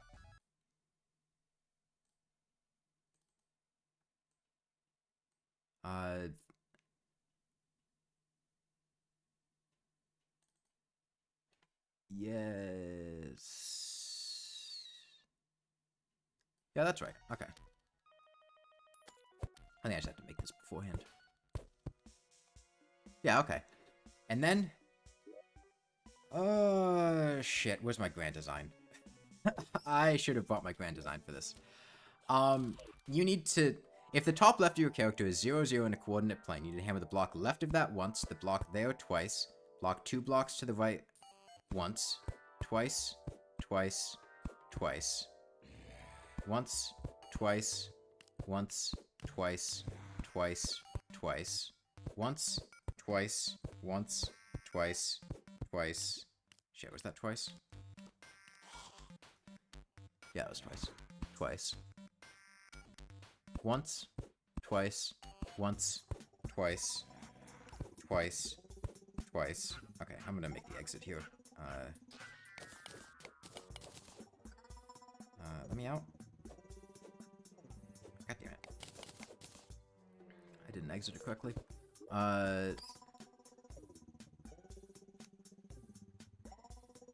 Where's my stone? Doesn't really matter, but okay. I need to exit this on a... oh, shit.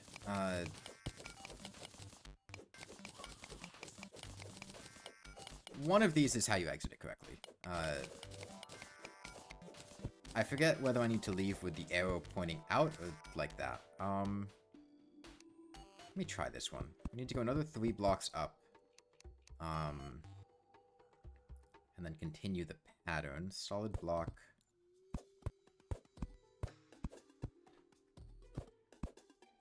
Like that. And then... this. That. Block swap these. And I think make this one like that.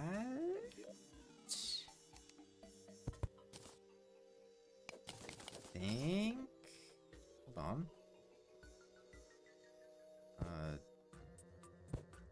That.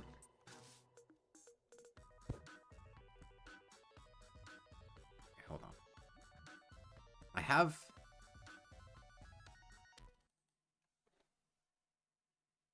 think I just made the exit wrong.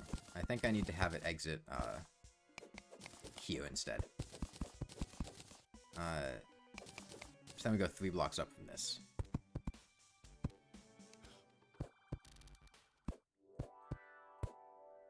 And then it's that.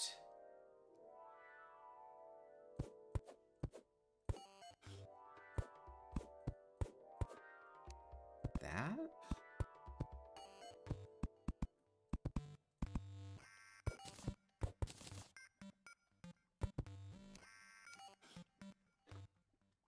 You know, I'm just gonna... I don't remember how to make the exit of this off the top of my head right now. But for the answer on how to make the downward exit to this hoik, go watch the hoik video that I'm making, which will probably be out sometime soon. I'm gonna go back to building the wall of flesh arena. I asked was how to hoik upwards. I mean, I gave you the reusable answer and the overly complicated bidirectional elevator. I mean, just hoiking up through solid blocks with a platform is easy as long as you get the positioning down. It's easy to mess up the positioning because if you mess up the cursor positioning, you'll get sent to the side instead of up.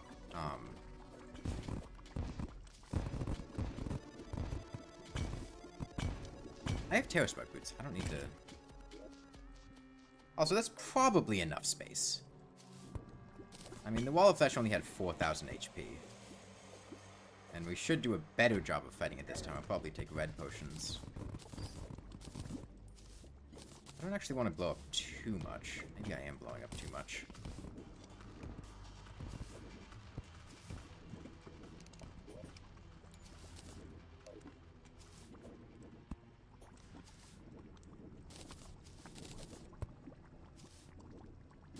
Well, basically, hoik.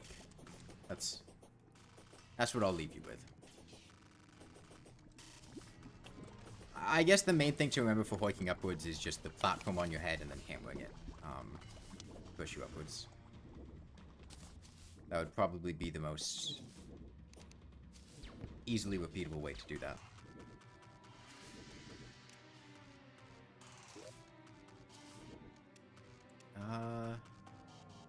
Dynamite? Did I use all my dynamite?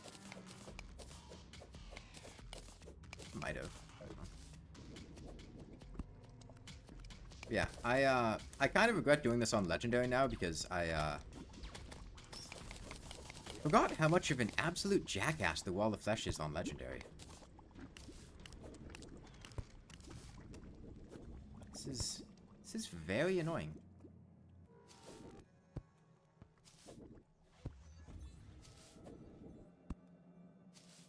And it's really exacerbating the reasons that I don't usually play mage.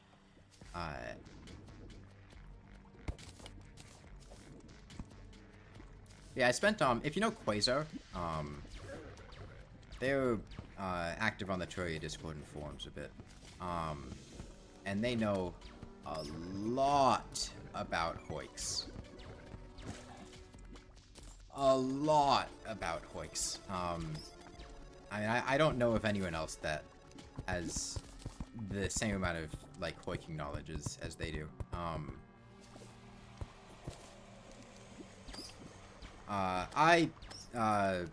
They had taught me a bunch of stuff about hoiks to make a video on, explaining a bunch of hoik stuff. That video is about 15 minutes long and currently in the process of being edited. And like I said, I'd like to finish it,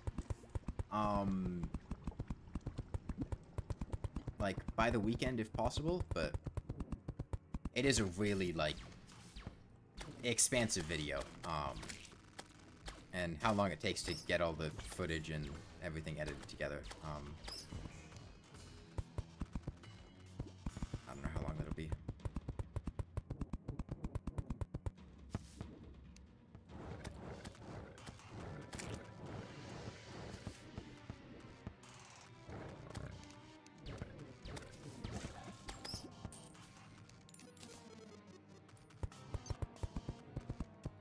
I don't know whether or not I like the Zappinator or not.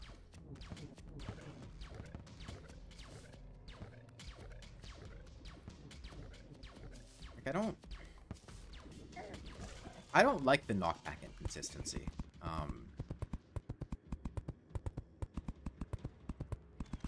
And the rest of the things are nice. The increased damage and randomness with the flight paths usually works out to be fine. But it feels hard to predict where something that you shoot with the Zappinator will go. I'm not the biggest fan of that. But I do like being able to know where an enemy is going to end up.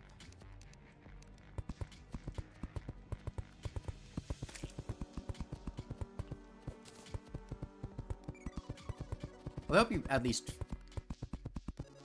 figured out how to hoik upwards from the two things that I showed.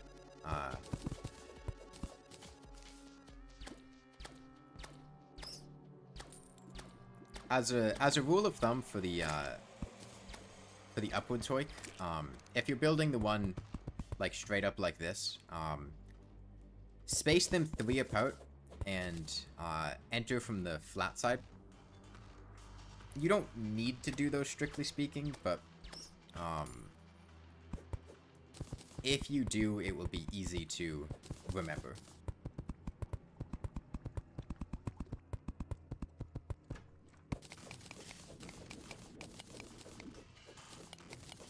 And that's probably the more important part.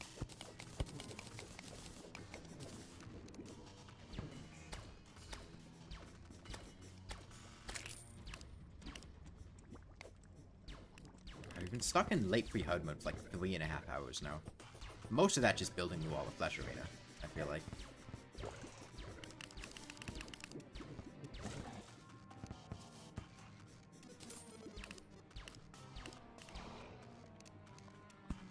I miss Summoner. That's what doing this is making me feel. And maybe it's more on the legendary part than the mage part. I don't know. When I was doing that Summoner playthrough, that was fun. I liked that. I liked that more than this.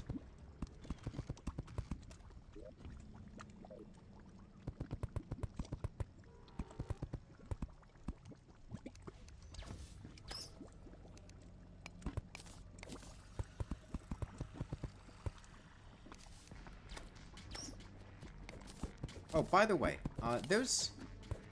So, pizza rolls. Like the frozen Totino's pizza rolls.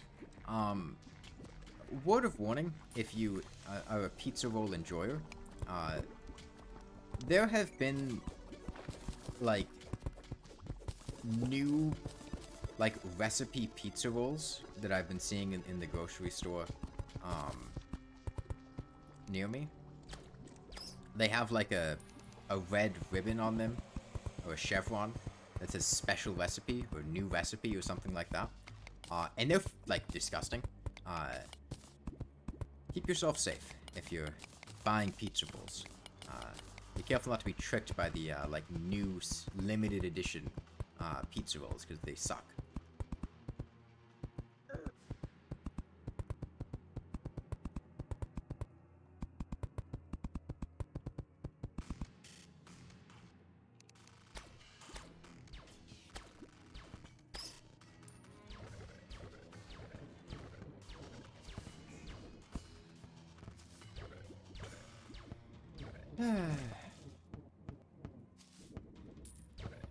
Let's think about what I want to do once I get to hard mode. I don't plan on fishing for a crystal serpent.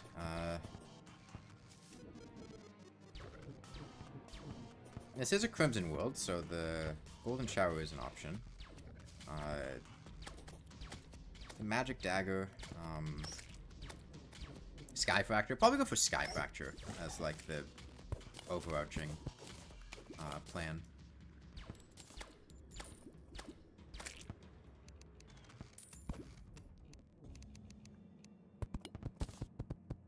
There's also the spirit lamp, and I'm not like against trying to. What does the spirit lamp take?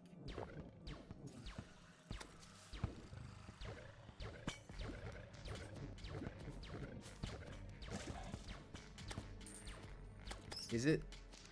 I know it takes the lamp itself, which I think is a drop from the desert spirits. And I think it takes forbidden fragments? I'm positive on that one. I hope this is a long enough Wall of Flesh arena, because I'm really not feeling like expanding this again. I'll do a better job with my aiming. I'll take the red potions. And hopefully this will work out.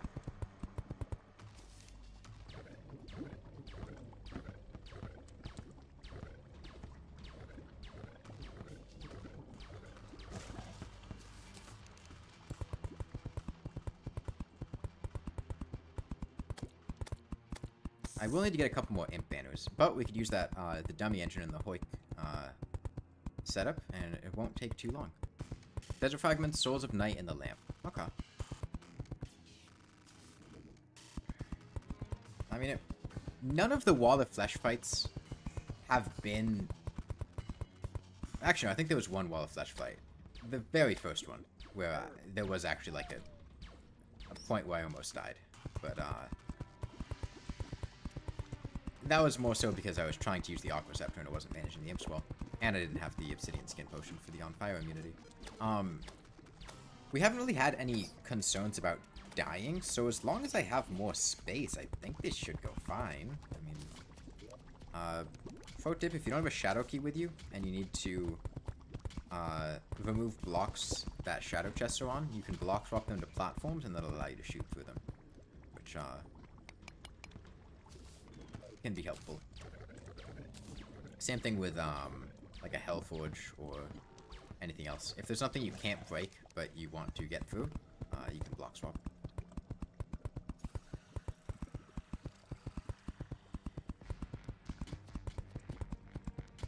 The Wall of Flesh is probably going to spend a bit of time under this thing.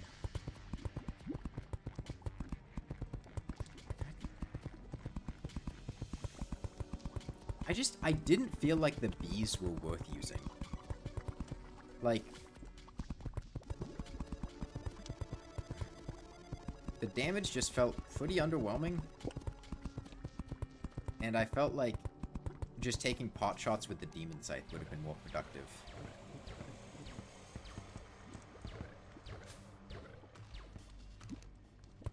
How much HP do these things have? 560, Jesus.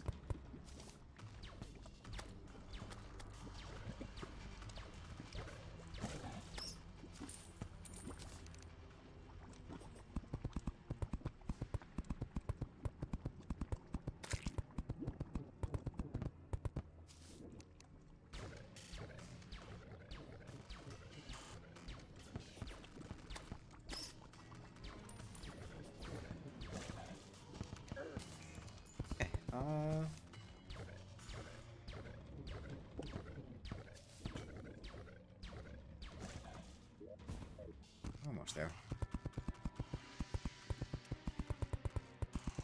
I mean, surely this will be enough space.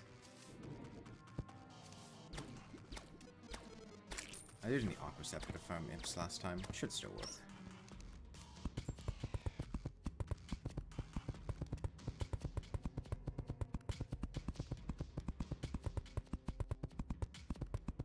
Let me just make sure that... because I don't want to have to come back down here and expand this again.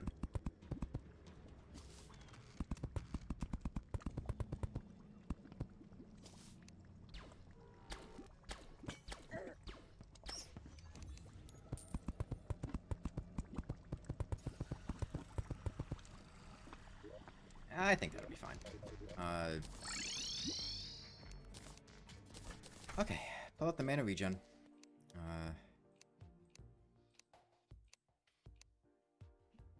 Which is in here. Pull out the Aqua Scepter, which is here. These back.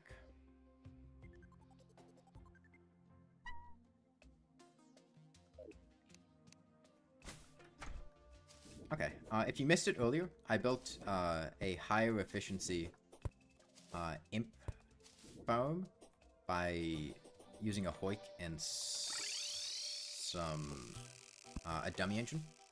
You could use a quarter-second timer. You don't need to build the dummy engine. Dummy engine is just a little bit more efficient. But by doing this,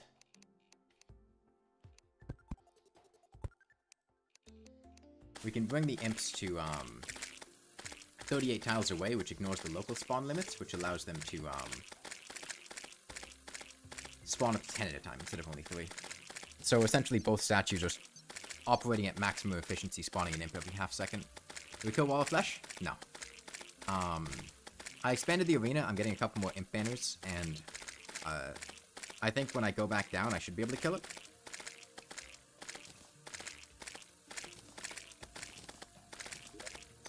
I hope, at least. Feel a little awkward if I didn't.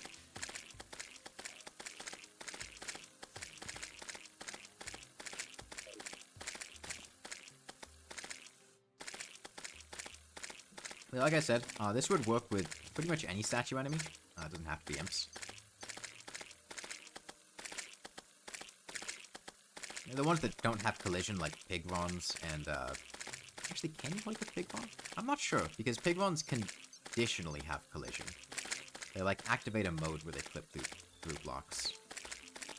But, like, you couldn't do this to Wraiths.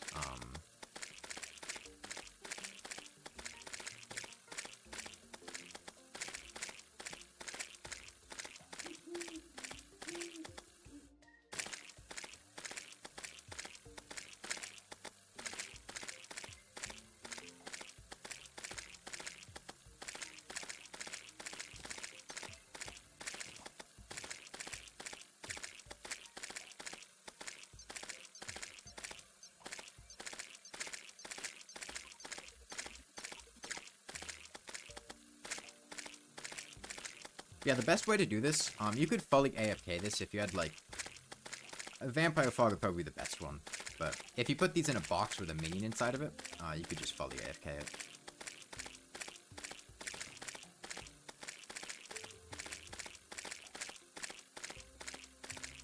And if you really wanted to, you could expand this line further, and you just have a bunch of statue enemies all funneling into one spot, where you could hit them all with a minion. And that'd probably be about the most efficient you could get with farming them.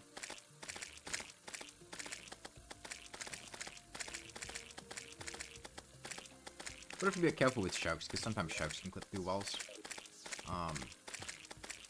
The other thing is, why am I farming for imp statues? Imp banners, because this is for the worthy, and the Wall of Flesh spawns a bunch of imps. If I didn't have imp banners, they would hit me for like 100 damage. With imp banners, they hit me for like 30.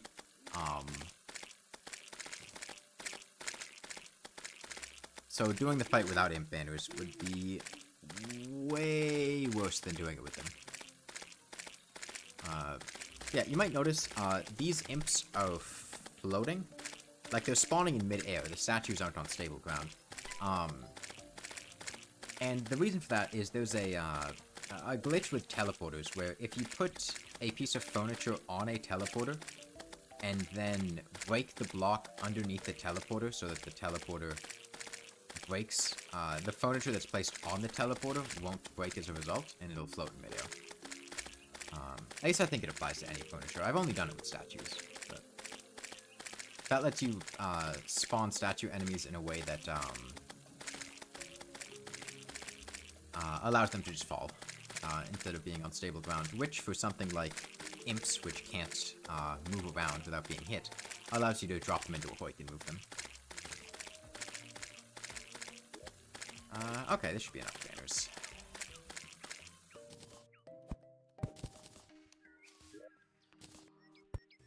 Okay, let's hope this goes well. Sell these. Keep the hive pack in case, there's the wasp gun in hard mode gets buffed now by it, right?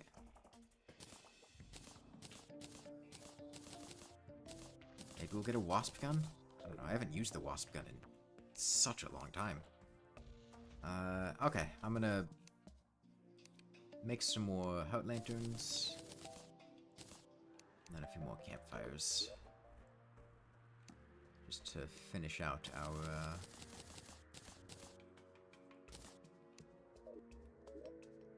setup here. Okay. I'm gonna expand this another...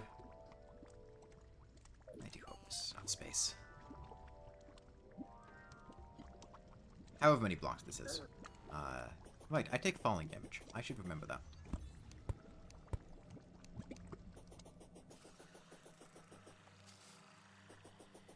Okay, and I'm gonna take my red potions this time. You get a life force potion, and a wrath potion, and a rage potion. All of which would help considerably. Either due to being damage buffs or just HP buffs.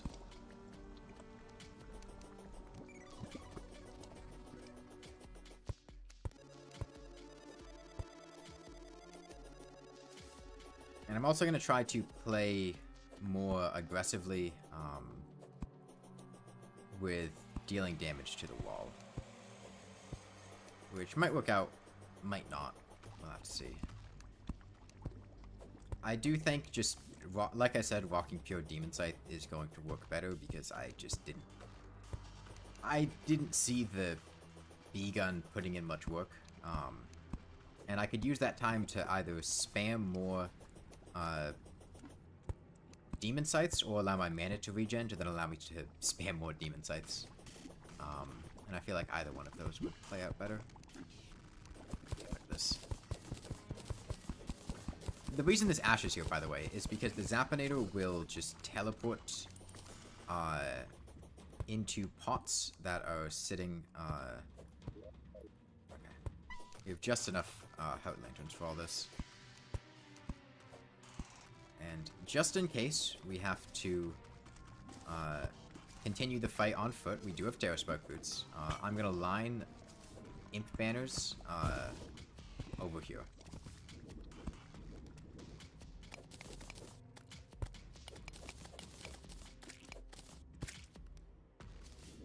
There's not much else for me to do with them.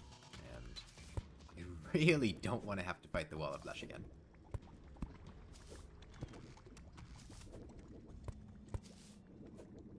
On the bright side, we can shimmer our emblem to make sure we get what we want.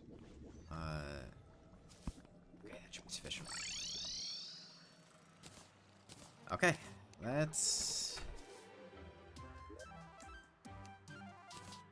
drink all these.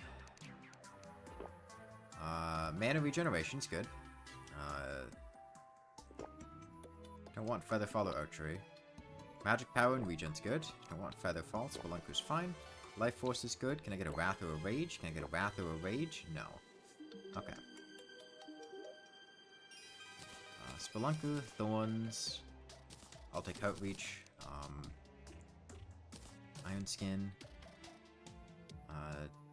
Obsidian Skins. I have Swiftness, but I need Magic Power. I think. Maybe I already took Magic Power. I don't remember. Don't want Invisibility. Need Mana Regen. Unless I already had it. I don't remember what the red potion actually gave me, I'm not gonna lie. I already forgot. Okay, Demon Scythe. I want to put on Jungle Armor for the mana. Take these just in case. How much money do I have? 69 gold. I don't think it's worth trying to reforge any of these. Or maybe I'll try to reforge the Terror Spark Boots. I mean, worst case, like, they're doing basically nothing now. Menacing. 50 to 52. That's 2 points of damage. Might come in handy over the span of a long fight. Okay. I think we're ready.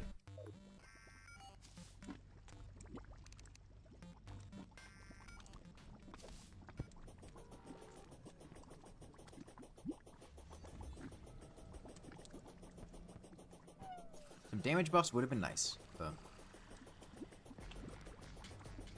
I did get both Magic Power and Mana Regen. In fact, did I get all of my buffs? That's Swiftness, that's Regen, that's Iron Skin. I don't have Thorns. I don't have Outreach. And I don't have obsidian skin. Okay. So most of them are useless, but not all of them.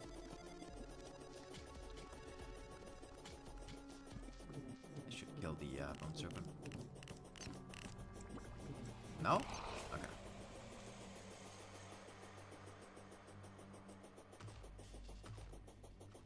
But yeah, the reason I have bought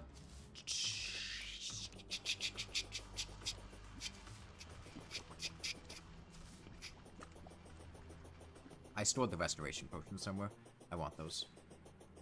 That or I used all of them. It'd be awkward. The reason I have the bottled honey is because there is a bug with bottled honey where you can quick buff with it to give you, I think, 15 seconds of honey. As long as your potion isn't on cooldown. So you can essentially use it like a buff potion to give you an HP regen buff. Honey is, I believe, 1 HP per second. It also nullifies poison, which is quite nice.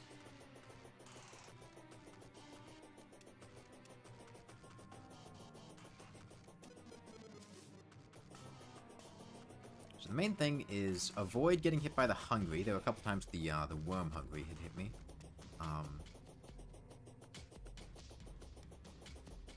And then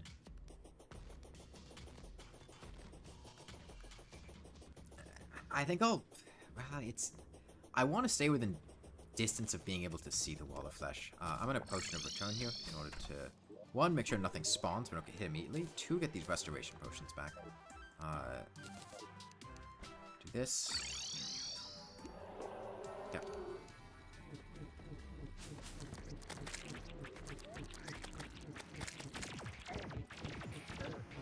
Okay, hopefully this pans out well. We'll see.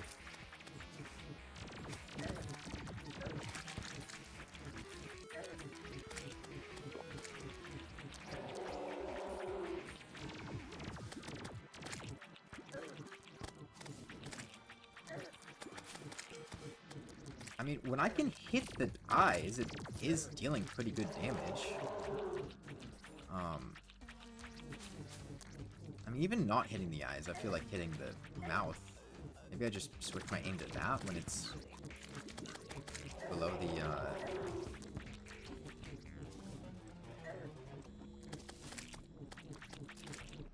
the surface. I mean, it's coming up.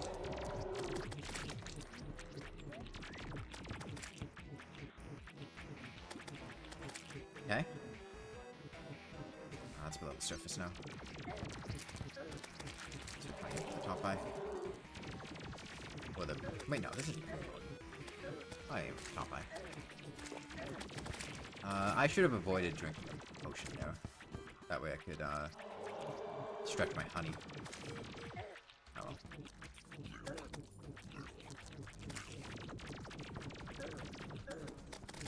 Okay, I want to avoid getting hit by the leeches. Those do a pretty considerable amount of damage. I'm hurt a lot, so I'm going to make some distance and just spam long-range demon sights.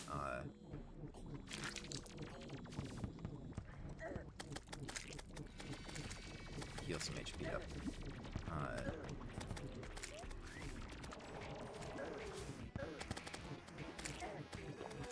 Shit, I didn't mean to do that. But the wall of flesh is parallel with the ground right now, so I am hitting it.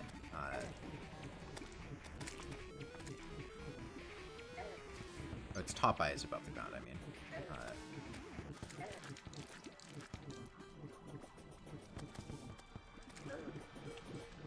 The problem is I can't really afford to be taking this damage. Because I am not in a good HP position right now. Let me just do some spamming up here. The problem is I'm keeping, like, level with the imps. Which is not a good spot to be in. Okay. Well, I'm gonna try not to, take my potion buffs. Which... I don't actually know if that's gonna work out. Because if I can stretch my honey, Hopefully work fine.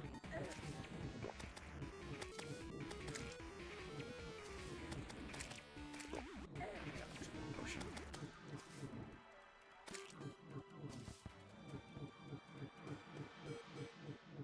Okay.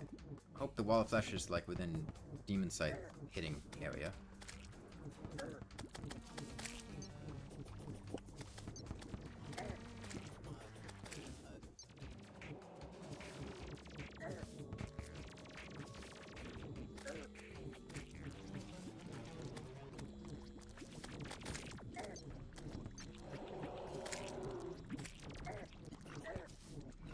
I seem to be hitting it pretty consistently. I think that was Cavern Pylon opening that I just passed.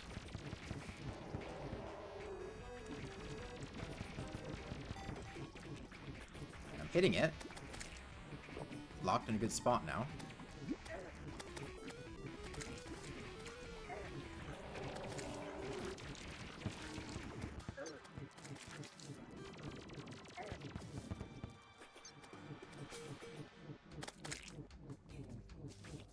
Really running out of space, though. Don't like.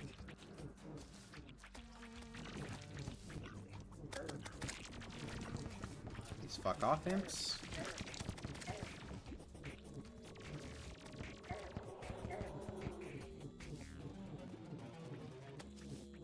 He's down to 3,000. Shit, he's going to be doing 50 damage with laser, though. We gotta just spray and pray at this point.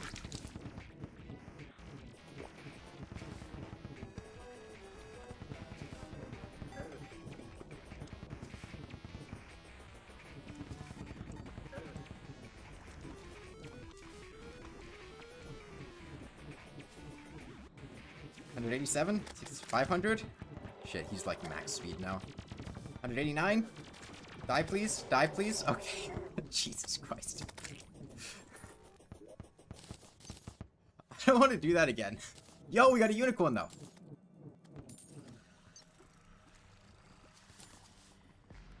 Okay, and we got Sorcerer Emblem and Laser Rifle right out the bat.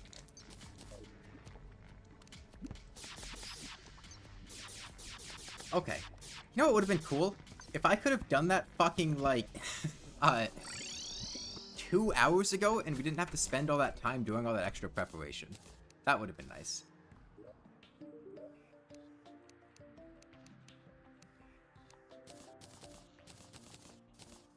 Okay, let's go get Howd Mode Wars. Hellforge. I don't think I'm gonna use Honeyed Goggles at any point from here on out.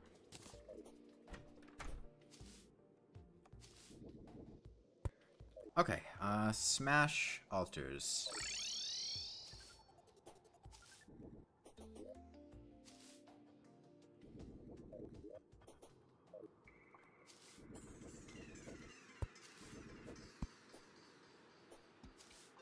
God, I don't know how I would...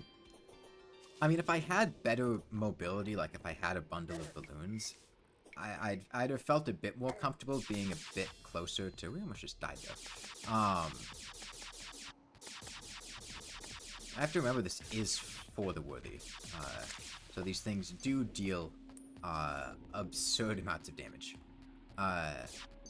Halter, Smash, or Pass? Smash. Oh wait, that's the wrong hammer. That's the wrong hammer. Please go away. Stop it. I want to smash altars. Well, I am not going to be able to deal with the waste that show up from this easily. Does Meteor Rifle make... Meteor Rifle and Laser Rifle spend no mana? No. Okay, Cobalt or Chalcom.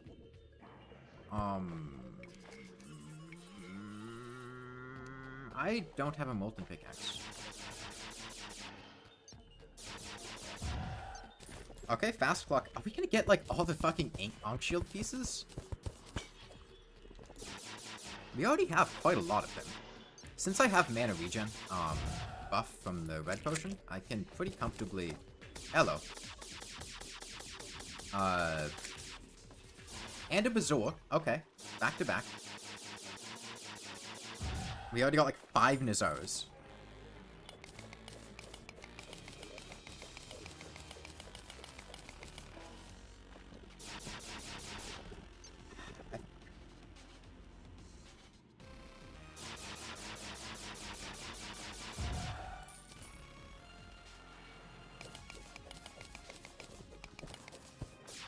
Yeah, I don't know how I could have played that Wall of Flesh fight in a way that,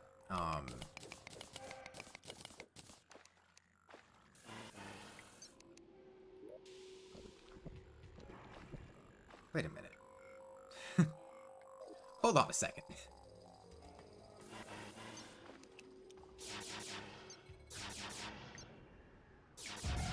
Why does the laser rifle do less damage than the arc receptor?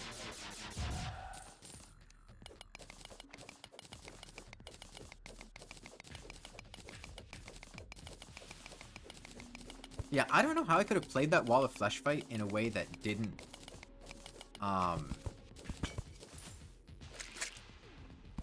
Titanium, huh? Titanium is not the one I would have preferred. Although, I can shimmer it down, actually. So maybe I do prefer Titanium. So you can always downgrade it through shimmer.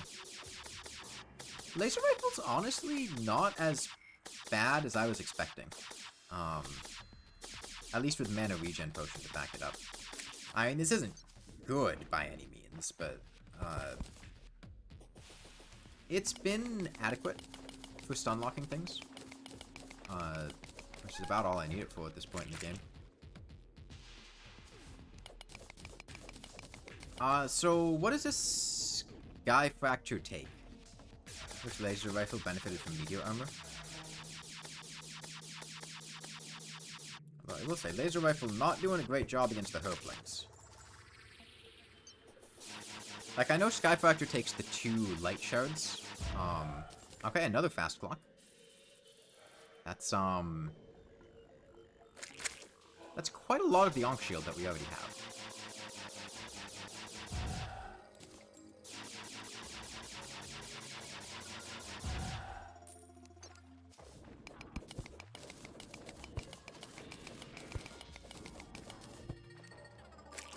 Match Missile, Light Shard, and some Souls of Light. Okay, that's not too bad.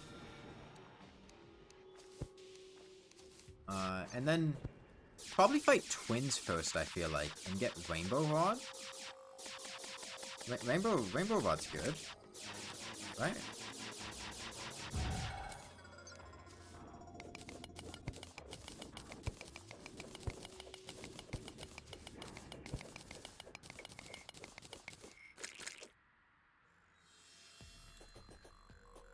Meteor Staff, yeah. Good make. What is that? Pixie Dust and Souls of Light? No?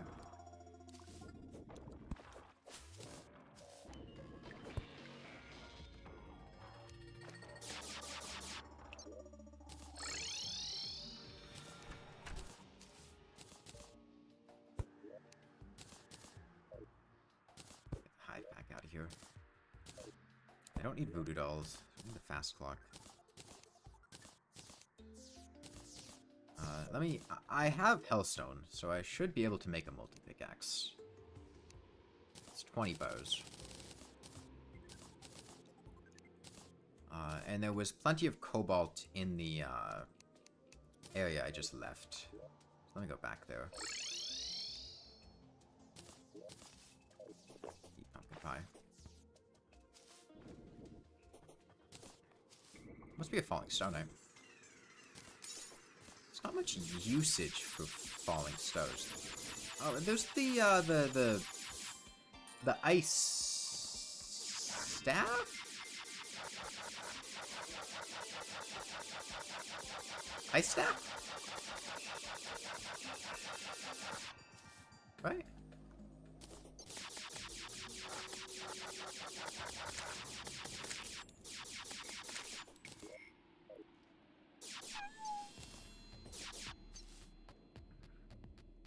That's the thing.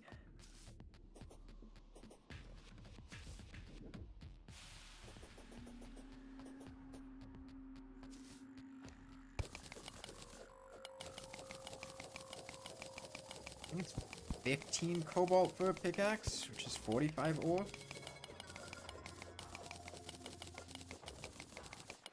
It's either 15 or 16.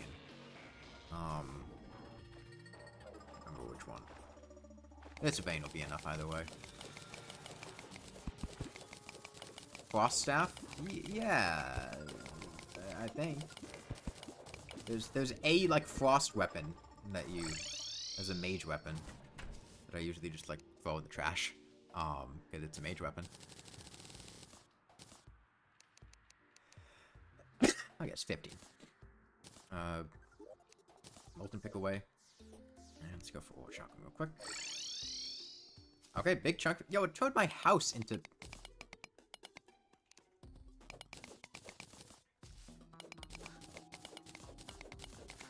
I think I need 30 over chunk more.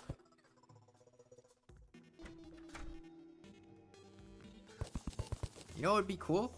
If I had a, an ancient chisel. If there was a single ancient chisel in the entire world.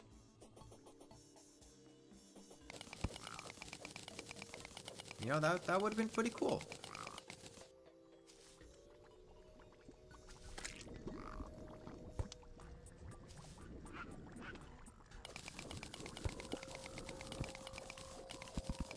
Also the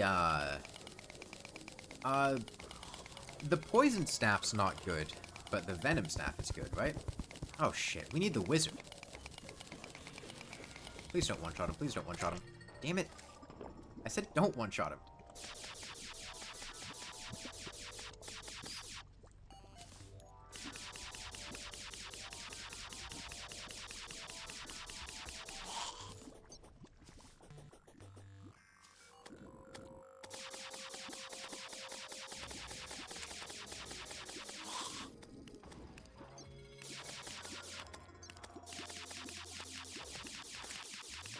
And I can't wait to get a functional weapon. This is the laser rifle I remember. Which is to say, not very good.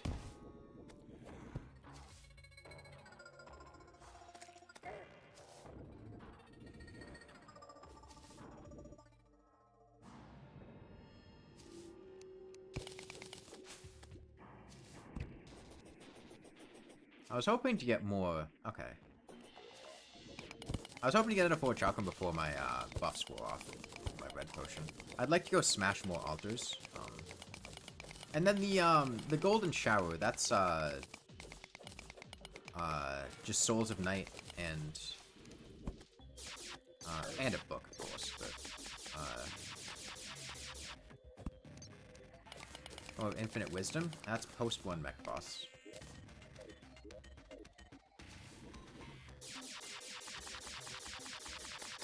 I mean, I could go for it, but for the Worthy Old Ones army, especially if you haven't been keeping up with the Old Ones army and you don't have the staff that's on tier, it can be pretty annoying because of all the stat buffs.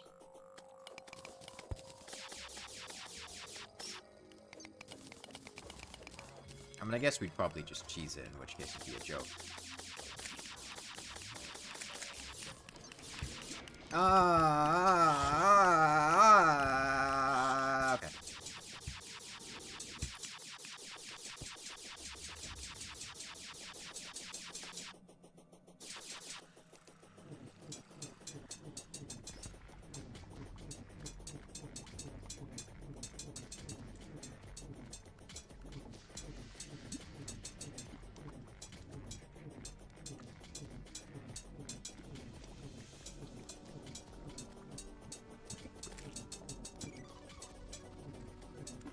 I am glad that I was close enough to come to the Underworld, because I'm pretty sure this thing would insta-kill me. Which would not be a fun time.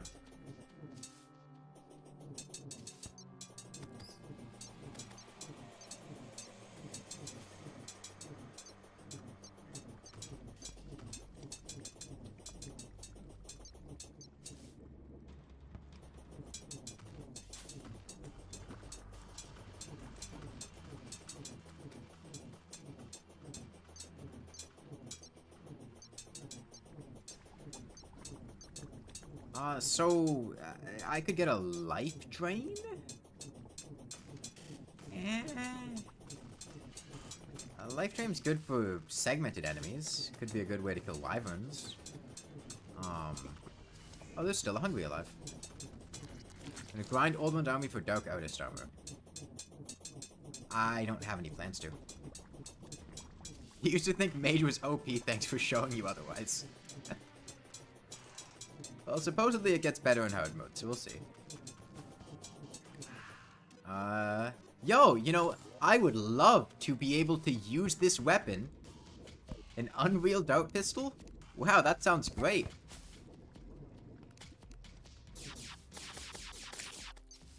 Thanks, game.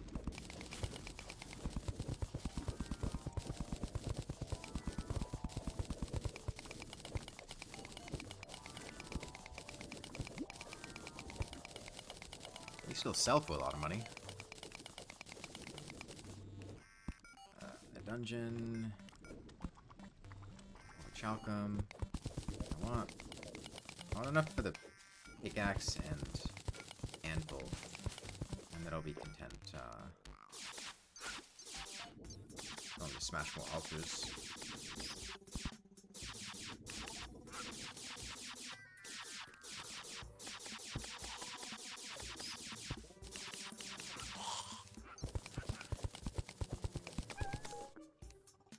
Yeah, I mean, I feel like... How did the problem with mage... Oh, wizard.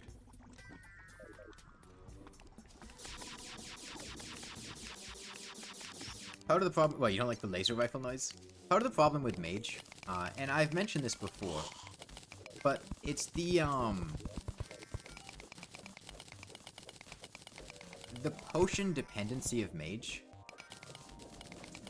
Well, I feel like mage is the only class in the game that's, like,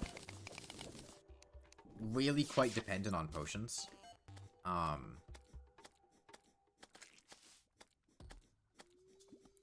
Because without,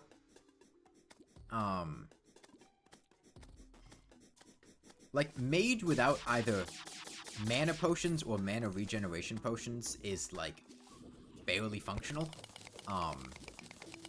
Because your base mana regeneration rate or mana recovery rate, like, you could mix that up with star statues or things like that, but, like, you can't really function, without assistance in terms of mana recovery, I feel like.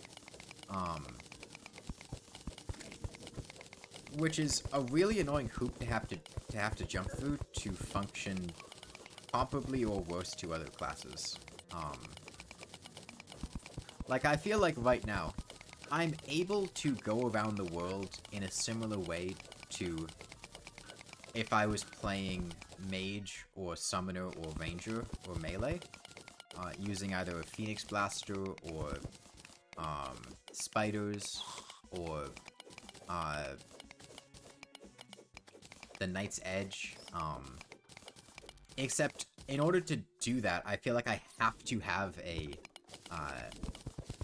mana regeneration potion, and I also have to periodically stop attacking, which, you know, compared to melee, which is just able to do it freely, summoner, which is also basically able to just function freely, ranger, who just buys, like, 10,000 bullets and can carry 40,000 bullets comfortably,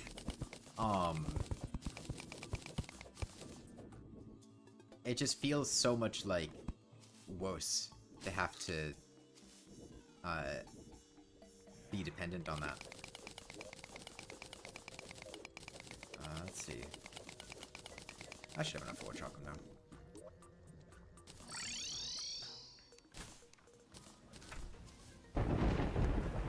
Especially because, like, like I mentioned, the payoff you get for it isn't that great. Like, mage weapons can function well, and there are some that are definitely quite strong, but it's not like other classes don't also have really strong weapons that don't require you to go through those hoops. Like, if I wanted to be about as effective as I could be as a ranger for the pre-mech stage, I would take this Ichor, I would make a bunch of Ichor darts, and then I would use this dart pistol, and I would be done. And I would basically be, like, the best ranger I could be.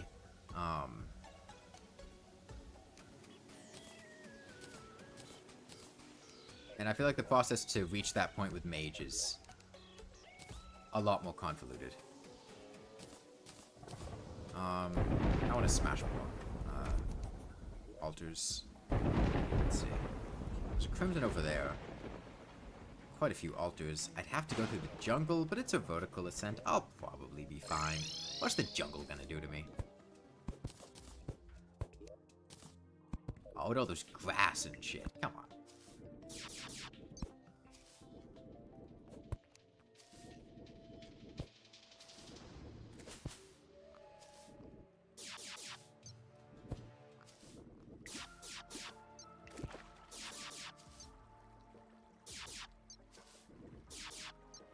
I don't like the fish.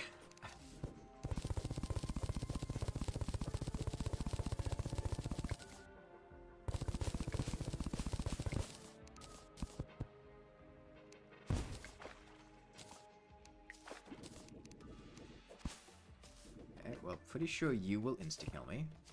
But let's not get hit by you.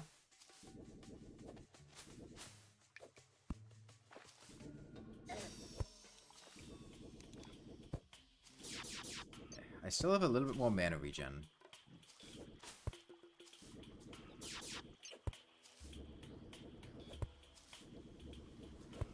Yeah, I was really feeling it in late pre-hard mode, where it felt like by far the most difficult wall of flesh fight of any of the classes. That is that's what we call a pro gamer move, by the way. That was about the most calculated turtle dodge that I could do. Just slide right under its hitbox, you know. That's the type of gameplay that only the highest quality Terraria players are going to give you.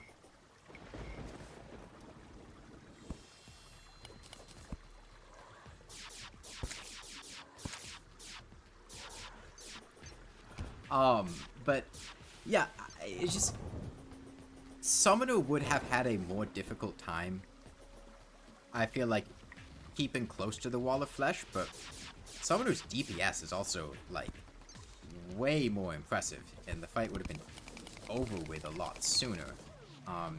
Melee just destroys the wall of flesh with a Knight's Edge, and then Ranger also just destroys the wall of flesh with either Hellwing or Phoenix Blaster or Quad Barrel or B-Nades, or Ranger really has a lot of options, although I wouldn't consider B-Nades to be destroying it. And then I was kind of just stuck there with the Demon Sight, like, staying away but not really being able to hit it consistently because the aiming is super jank, and... Okay, this is a lot of altars. I like this.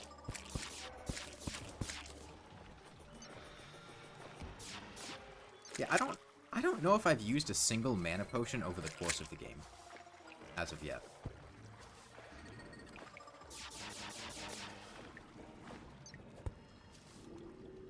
It hasn't even been like a super conscious rejection so much as it just hasn't felt necessary. Because I felt like my mana regeneration with mana regeneration potions is more than sufficient.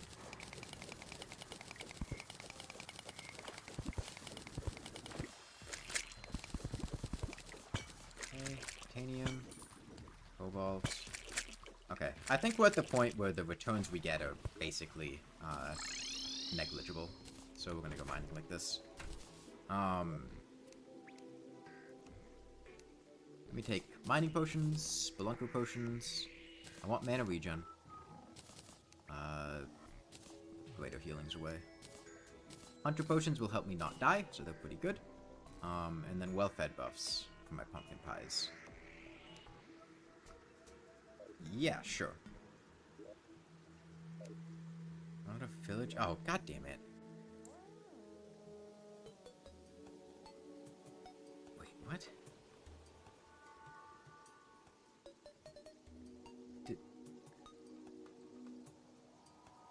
I didn't realize it was that bad.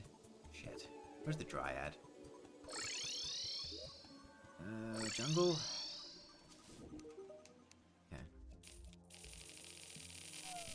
We can do some emergency save the pylon maneuvers.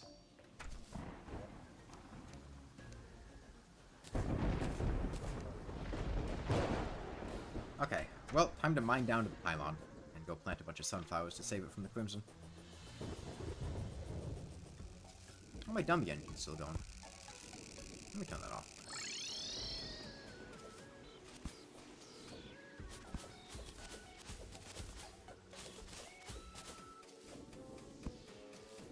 Okay, on the bright side, it looks like a desert got hollowed. So it should hopefully be easy to get the shards that I need. That's a plus. I think I'm gonna go for adamantite armor. I feel like that would be the play. Or maybe...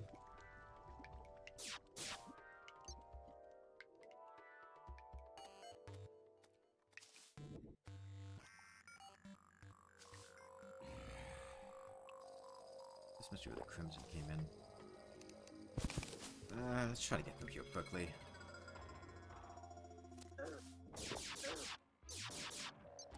Okay, well, we're gonna stay inside of walls because I don't really want to be exposed to ichor stickers. Oh, and it's a blood moon too. That's nice. I don't think blood moons actually buff spawn rates underground though, so.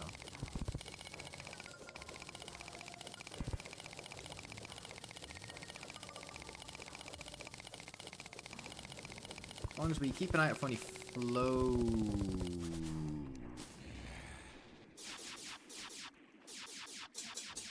growths or crimson axes. We'll be fine. Floaty growths. I want to stick around. We're just gonna get more of them. God, a second axe? Jeez. Wait here.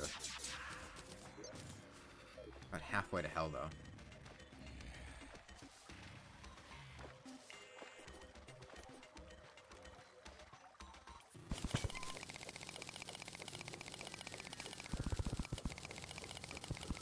Oh, the ghost is following me. Deal with it here.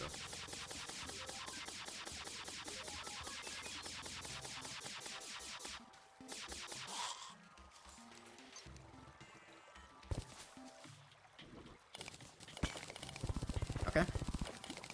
I have to get past a Medusa, probably. Yeah.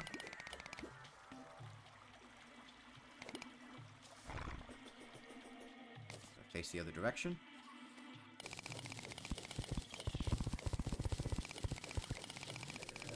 Okay, good. We have an opening to do with the floaty growths. Bit of titanium.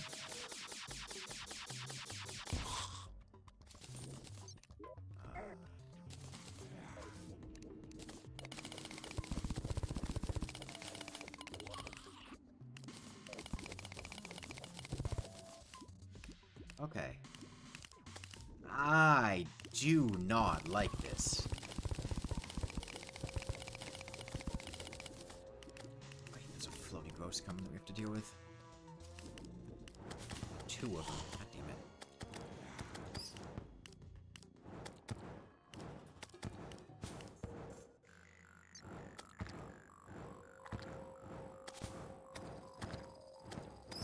Maybe I just... I don't think the ichor sticker can hit me from down there.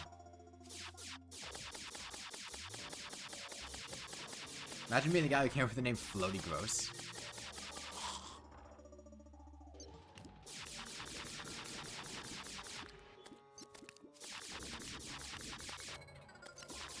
God damn, why are there so many?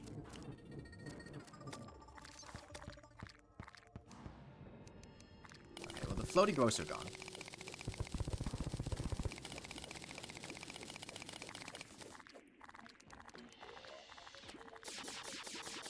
Well, I should at least be able to get the stuff I need for a golden shower and some souls of night from this.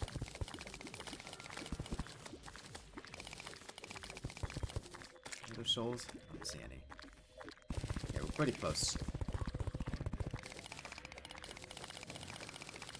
So what I'm about to do is a,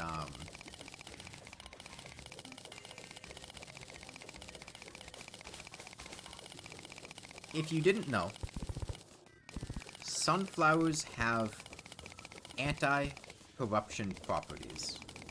And I don't just mean that the tile they can be on can't be corrupted. I mean sunflowers existing in an area causes an area to count as less corrupt than it actually is. So, by putting down a bunch of sunflowers, I didn't take my axe of regrowth, and I don't have a potion of return. I can't actually plant these sunflowers. Whoops. Okay, well, I can kill this mimic, and then mine titanium, and then reflect on my poor decisions.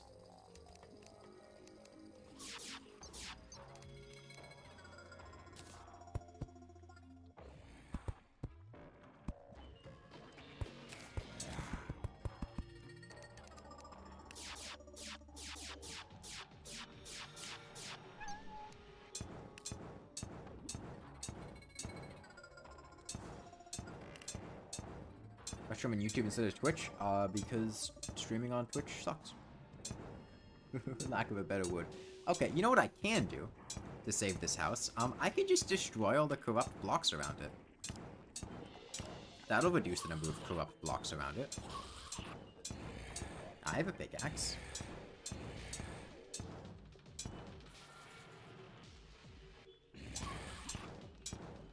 If I get a magic dagger, that'd be pretty cool, because that's an actual hard mode mage weapon. Okay, now a cross necklace.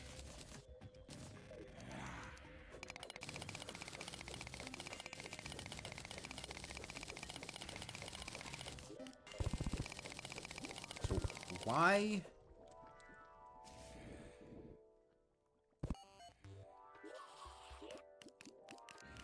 Oh, it's not even the fucking corruption, it's because of the orichalcum ore that I had to mine.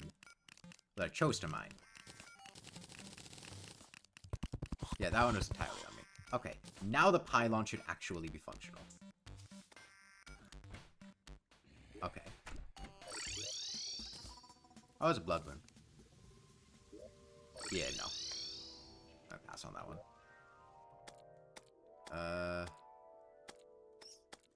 Actually.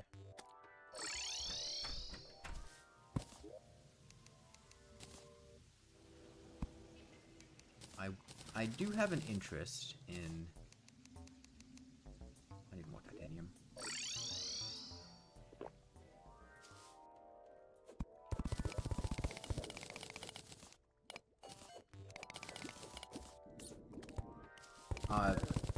So that since I don't have an ancient chisel, I do think it would be worthwhile to make a titanium pickaxe to give me a bit of extra mining speed.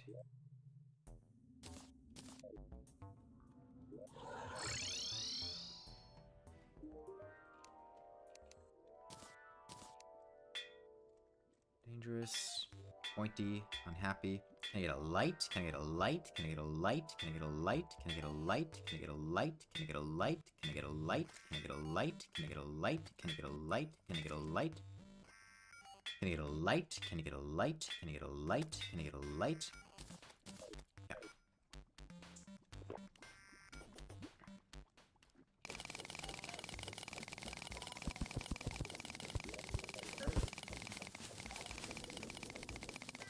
It's a bit of extra mining speed.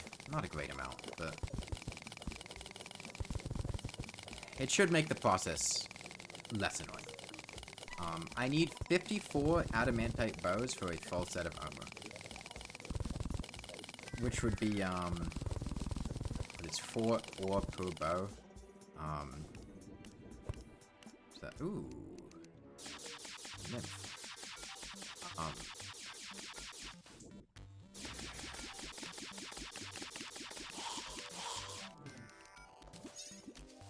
Yeah, fuck off, buddy.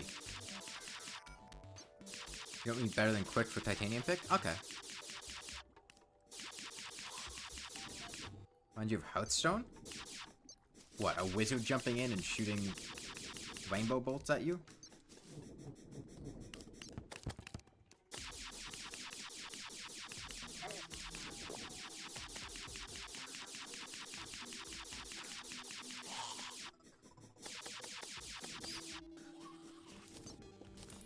Oh, no, can I get a light? I don't play Hearthstone, so I don't know what it is. Leave me alone. Go away, go away, go away, go away, go away, go away, go away, go away, go away, go away, go away, go away, go away, go away, go away, go away.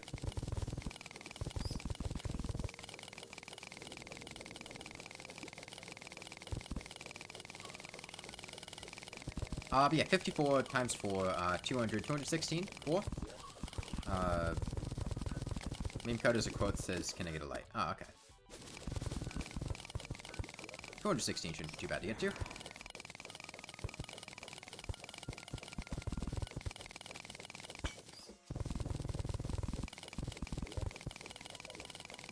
Already over halfway there.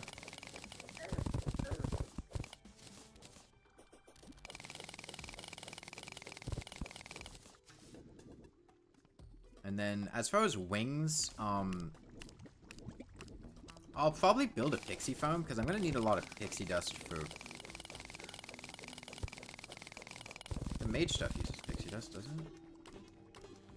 Played Hearthstone in the past, don't recommend it. I just never really was interested by it.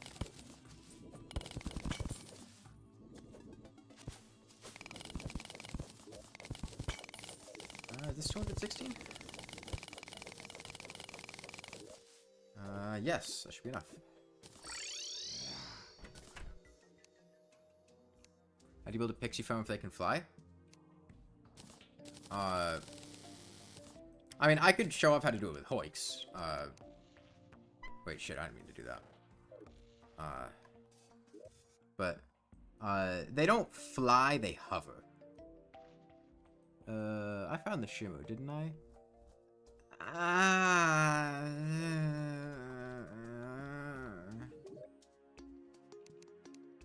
I don't like the shimmer being in the middle of the jungle very much.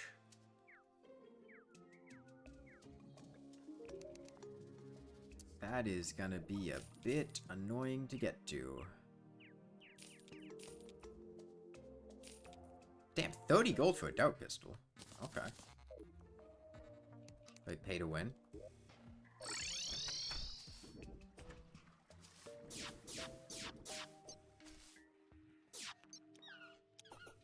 I still have my hunter potion? Okay, I still have a hunter potion going on, so... Jeez, okay. It's not a long trip, thankfully. We just need to watch out for any tortoises and jungle creepers. This is a tortoise area. This is a tortoise area. I'm gonna get tortoise to hell. I'm gonna get tortoise to hell.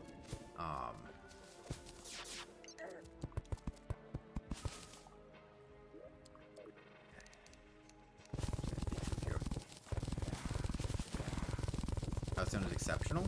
I mean, what makes it exceptionally pay to win compared to other card games? I mean, needing to buy the good card seems fairly difficult. That aeroplane was totally gonna clip through a block and kill me.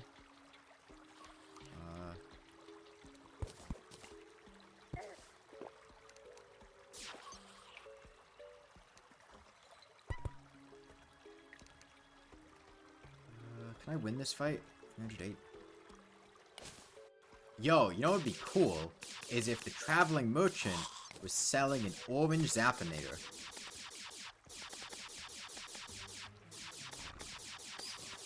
Hey, fuck off, Medusa. Either give me some head or go away. Like the Medusa had the weapon. Like the mage. The mage weapon. Because they drop it. How's mage so far?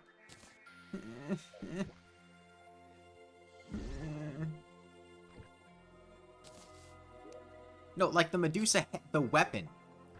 Medusa head. Because it's a mage weapon. Okay, time to figure out whether or not I used an arcane crystal. I did.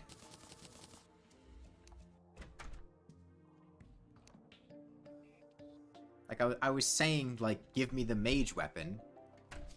Medusa head. It's magical.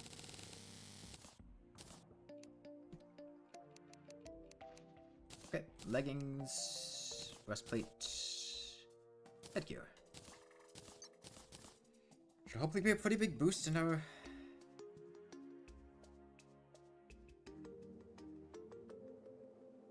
What is that? 27% damage? No. 24, 32, 39% damage? Pretty solid. Roughly 39%.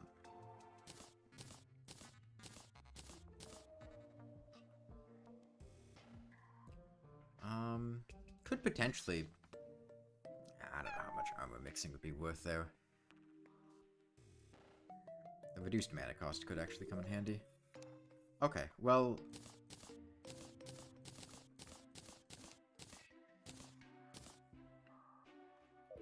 I'm gonna have to get rid of this Deathweed. Because I don't want hard mode Crimson enemies spawning up here.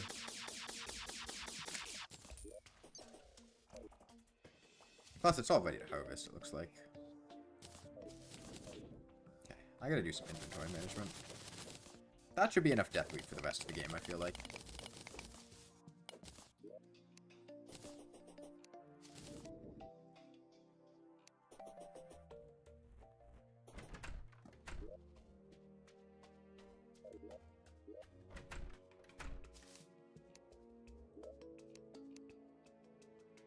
Okay,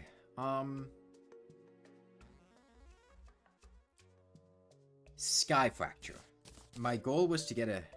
I played CSGO. I've played CSGO briefly.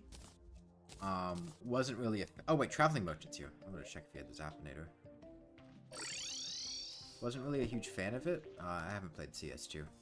Okay. There's the Mystic Robe. Yeah, nothing worthwhile.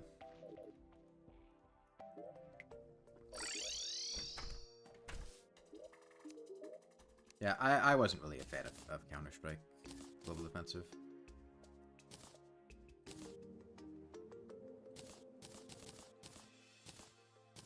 Don't need this hammer anymore. Don't need these chests. Silt would go in here. These. Ichor can go in here. Flame Lash. I think I'll just stick with the laser rifle for now and get rid of the rest of these. I'm gonna get Out Nightjourn, Campfire, Trash Meat Grinder, don't need Bottled Honey. And Cross Necklace can go away. Okay. I wanted to... Sky Fracture. My goal was Sky Fracture. Let me get out the Magic Missile.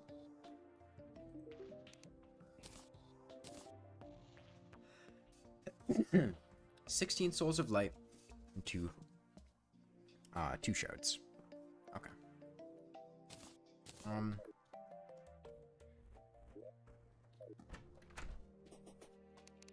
I kind of want to show off a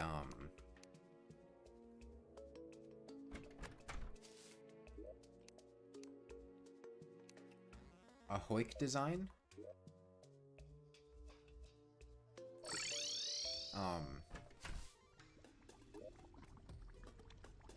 That I had come up with for farming pixies and stuff in the hollow.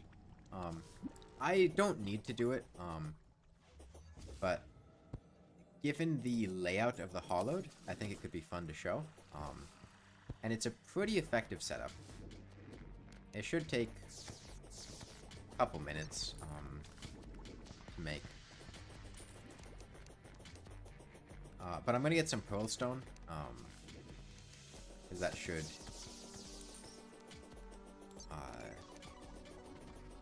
help with my efficiency.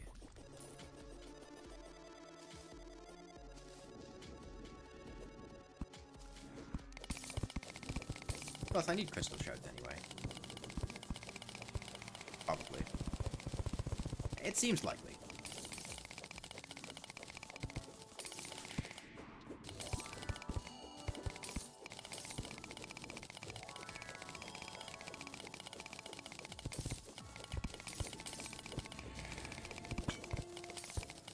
I also have a new and improved Queen Slime cheese that I made with Quasar's help. That is considerably more efficient than the old Queen Slime cheese, in the sense that it actually works in her second phase. Take a minute here. Okay, let me show off. I want the mechanic.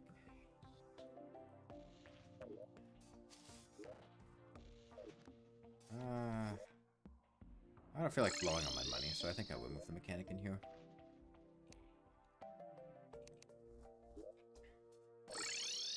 I'd also like... You know, I think I'll add an extra house in here. Still valid? Yeah. Because I need the wizard to move in somewhere.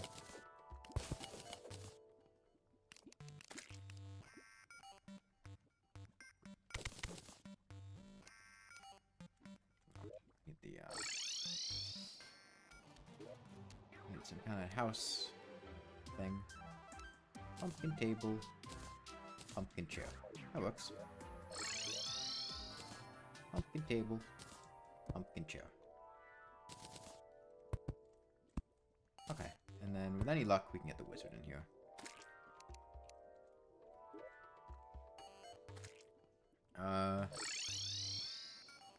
Okay. I'll show off how to do this. Build it live. So the basic idea of what I'm going to do here is that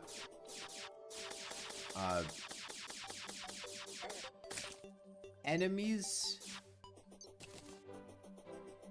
can only spawn on solid blocks regardless of whether they're able to move above those solid blocks afterwards, with the exception of harpies and wyverns. And a rapidly activating hoik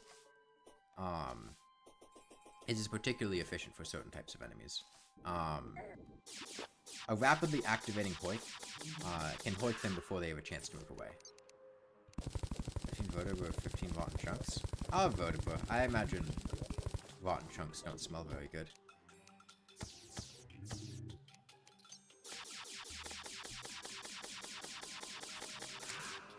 Damn, I would like a clinger staff. I like the clinger staff a lot. Okay, well, we're gonna go over to the hollowed, and we're gonna try to find a...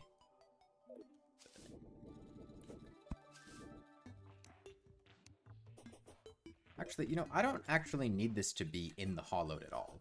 Because I can just bring the hollowed to me. Now that I think about it. I'll just do it in midair here. Should be high enough up. Okay. We are going to make this all pearl stone. And we're going to make a spot in the middle here where we're going to kill the enemies. Okay, we have a spot in the middle here where we're going to kill the enemies.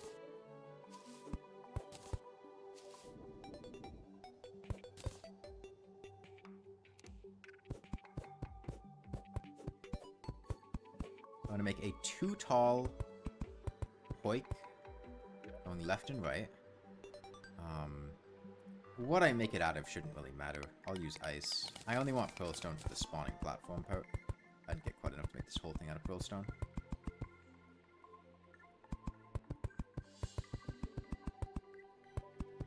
And enemies spawn, I believe 61 blocks away, which is basically just off screen. So you really just want the area just off screen to be,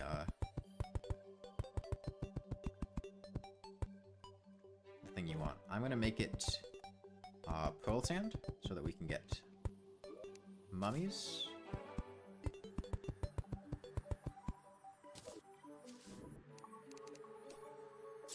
I'll have to deal with these things as we're building it, but that's fine.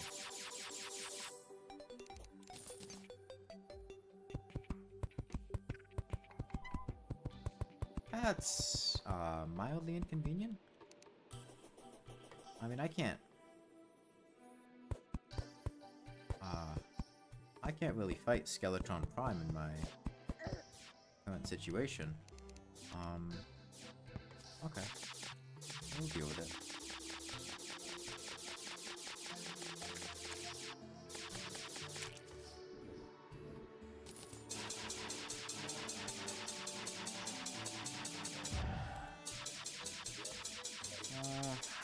We have some time. This is for the worthy, so I'm really not keen on having a random Skeletron Prime spawn. So I'm not going to. The mech bosses spawn at 8:51 at night exactly. If you are underground at 8:51 at night, they won't spawn. So we're going to take advantage of that.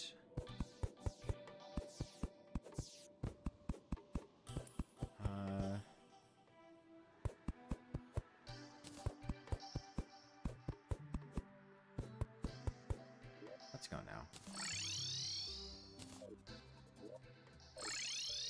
Okay. And he's gone. But yeah, not really in the Skeletron Prime mood, not gonna lie.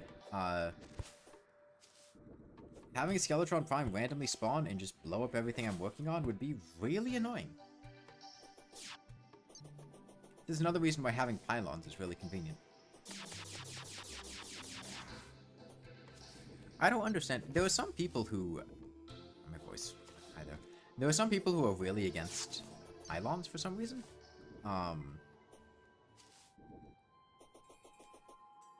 And will just, like, refuse to build them. And I don't understand.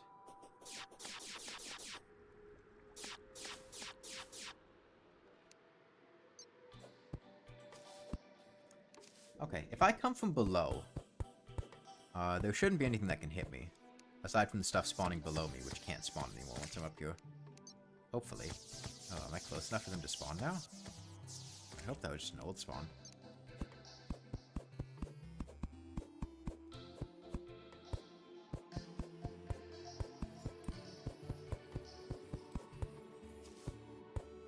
Okay, well, you could use this as a judge of how long it takes to build this farm.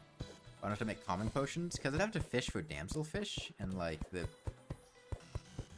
It's not like calming potions remove enemy spawns, they just reduce them. And having to fish for damselfish to just make something a little bit... a bit less common is not really something I want to spend time doing. Like, if calming potions was something that I could make without fishing, sure, I'd make them, like battle potions. But given that I have to fish for them, I'm not keen on that.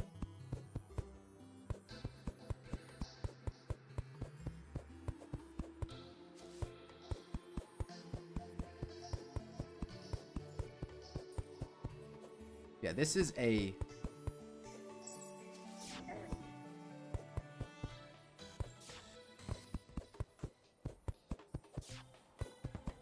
a Hoik-powered foam that, Did you stop shooting me?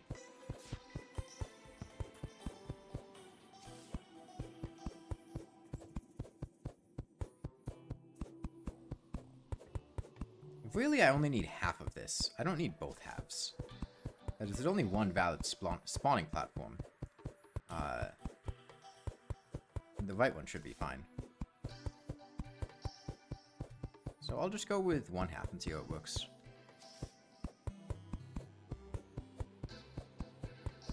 This will also be a good way to get unicorn horns, which I'll need for the rainbow rod. And, restock on gel, I guess. What happens at night? I just bring a lava bucket. And then, yeah, we'll get to work with this. Hammer these last couple of blocks. I hope this all works the way that I intend it to. I've built this foam once before, and it worked well. But that wasn't a completely different world. This is basically going to work out like the imps, where the enemies immediately get put in the hoik and are very quickly sent into a small, compact area where I can kill them and collect their drops. I do, however, need to hammer this top row here, too. Oh shit, there were 2 gastropods there.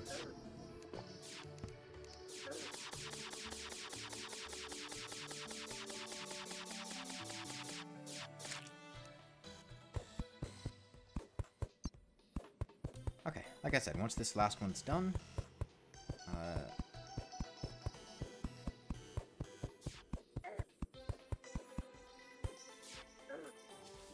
okay, let's go with that. Okay. I need wire. Not how much exactly. I feel like that should be enough. Some actuators. Get some more wire just in case. Okay. And I'm gonna come back here, get my grand design. Get a water candle, which is something I hope I have. Okay, I'll go get a water candle. It's apparently I didn't get one from the dungeon, but there should be plenty down here. Won't be too long. Take these 2 just in case.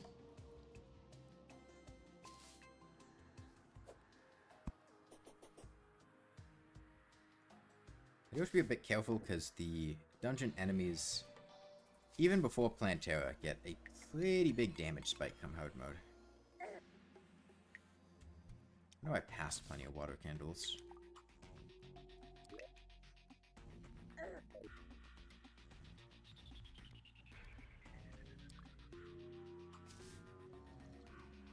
I think I passed plenty of water candles.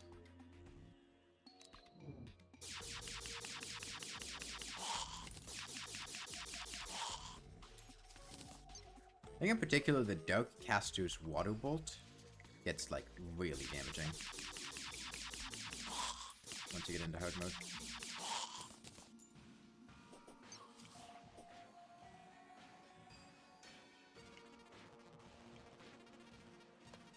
Can I get a water candle? I know I can craft a water candle, but I don't think I have a wizard. So I can't get a crystal ball. Oh, speaking of which, I should get a crystal ball. I don't have the wizard, right? Yeah. On the bright side, there's nothing in here. On the downside, there's nothing in here.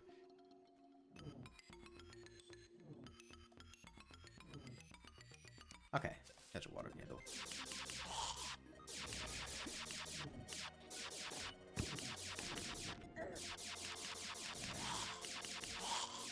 Fight my way to the water candle. What does the celestial emblem take? Does it need an adventure emblem, or can I make one now?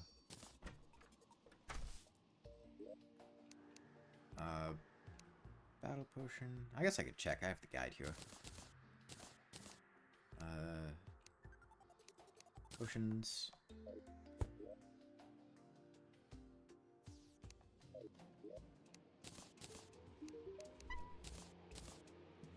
It does need an adventure emblem. Okay.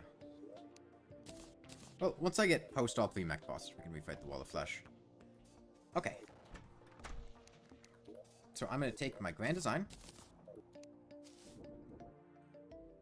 I'm going to take this red wire, and I'm going to send this over to the firm. I'm going to activate this.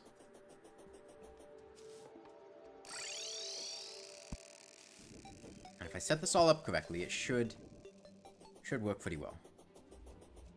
Was it entirely unnecessary and convoluted? Yes. At least for the sole sake of farming pixies, but it is something that I made to show off, so.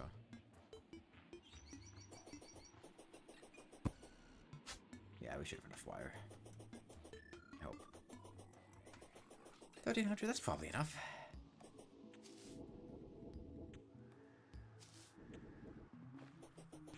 Hopefully.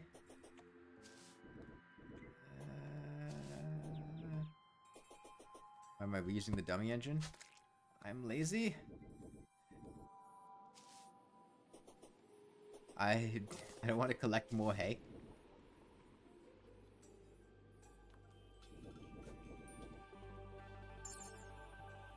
Grab the rope. Shit. I didn't grab the rope.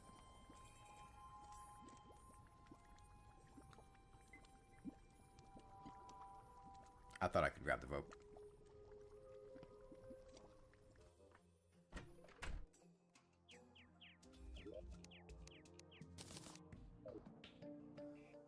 I have to walk back here.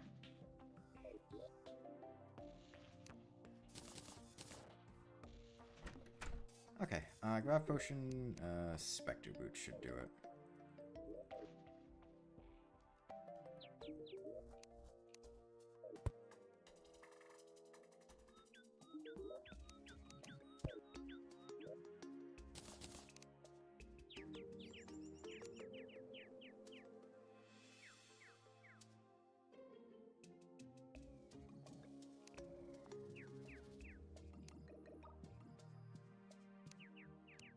May be a dumbass.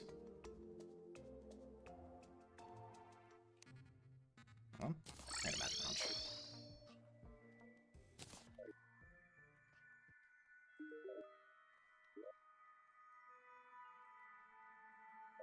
Okay. We solved my being a dumbass by going back here. But always keep a magic conch on hand to avoid soft locks. Or just, like, don't throw your pickaxe away, but I live life on the edge.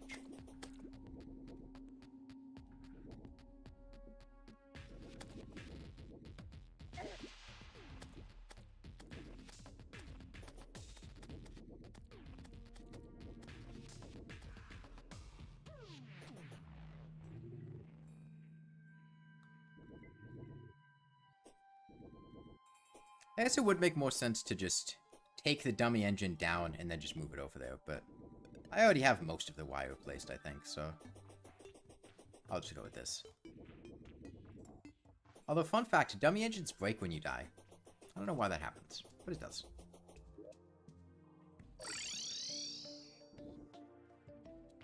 The real solution, of course, is just to not die. Okay, back over there. We'll get this set up and sort it out.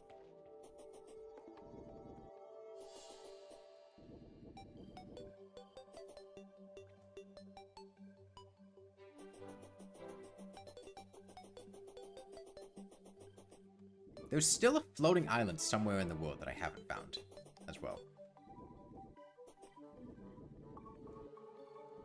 And it does have a balloon on it, which I do kind of want, because balloons are pretty cool.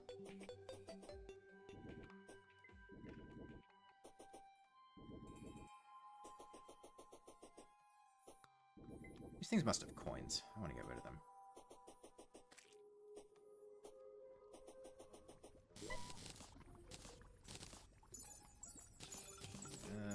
Yeah. Dex, boots.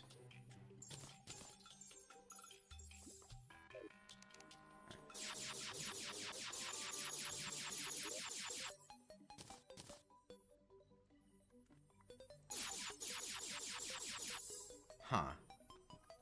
I am gonna need, like... God.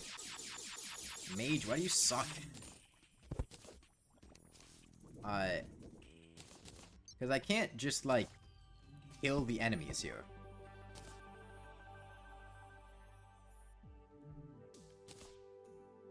I have to, I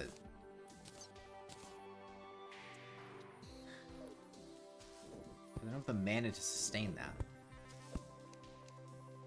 Okay, well, let's actuate these.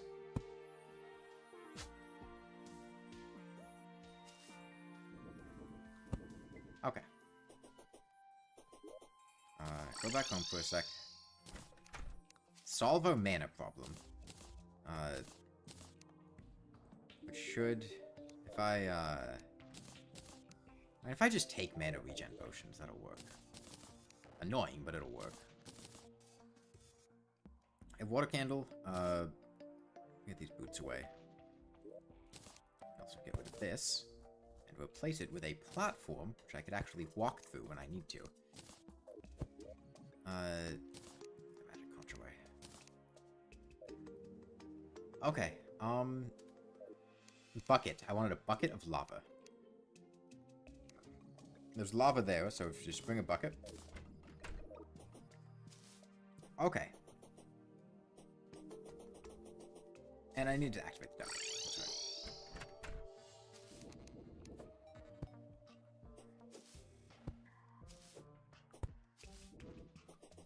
right. Okay, so this, like I said, should be a pretty efficient pixie farm.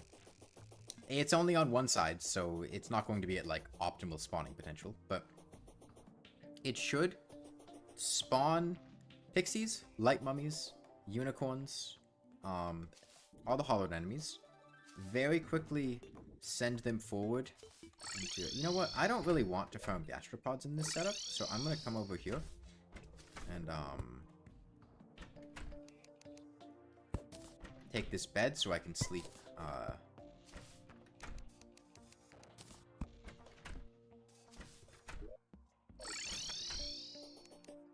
so I can sleep to pass through the night. I think that would help. If this also ends up being a blood moon or something similar, we could kill the blood moon enemies. I don't know what that would achieve, but I guess blood moon. I can't think of what a mage would want out of a blood moon.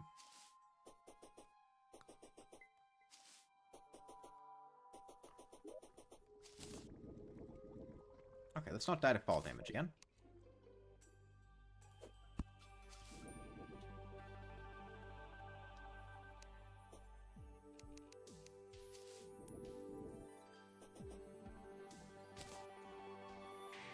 Hold on. I don't know. Shit. That was entirely my bad. I planned to the end today? Oh, no. That was entirely my fault. I thought it wasn't working for a sec, but the reason it wasn't working is because the pixie spawned before the spawning platform because I hadn't gotten close enough yet. Which then led to me just walking on top of it as a unicorn went through. Alright, take 3. I should get another grappling hook because I need to grapple my... Actually, no, I can go there from the bottom. I noticed the stream's dropping a few frames right now. That's unfortunate. I mean, I'm not sure how much longer I'll be playing. I've already been streaming for 5 hours, and I do want to finish the Hoik video I've been working on. Which shows off designs like this, where you can put yourself at the front of a unicorn and then have a unicorn sent in front of you. I butchered that sentence. You can put yourself in the path of a unicorn flying at high speeds to instantly kill you.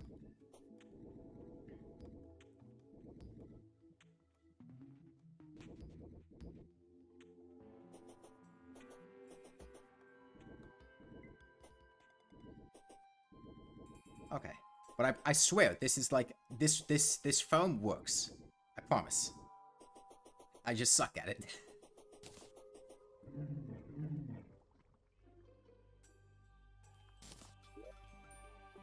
It's not the foam that's bad, it's me.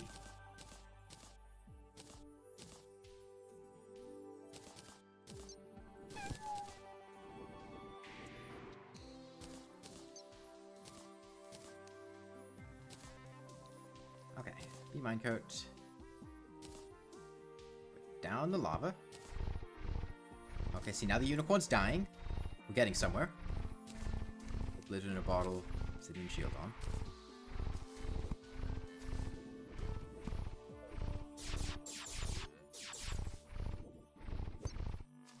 Those should despawn. God damn it, I forgot to reactivate the dummy engine.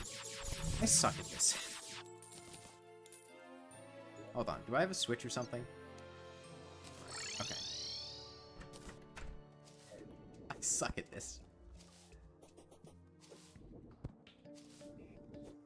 Yeah, I go, oh, this is why it would be a good idea to just remake the dummy engine over there. To which I respond,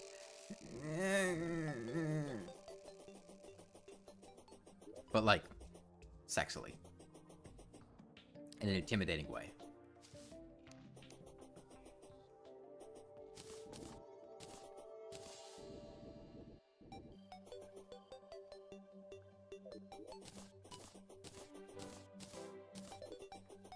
Okay, you know what? I think I'll end the stream once we get the Sky Fracture.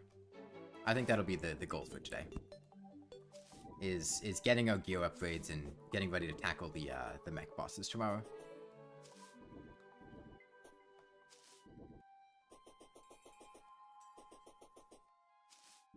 Okay, but now this time the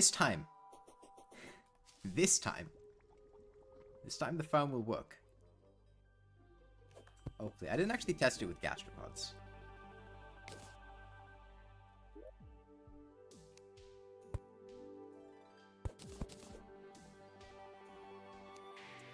Look at that. You see that pixie? You see that? Hey. Fuck off, buddy. Hold on. I think I need to make a funnel. That's right. There's one other piece of this puzzle. You... I should do it.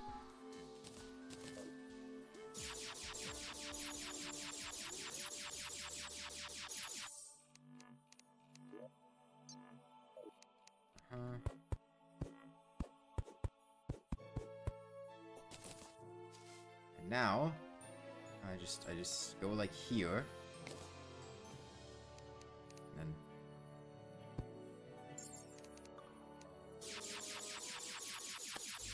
okay, I think I did it. God damn it. Hold on. If I bring this out to like here.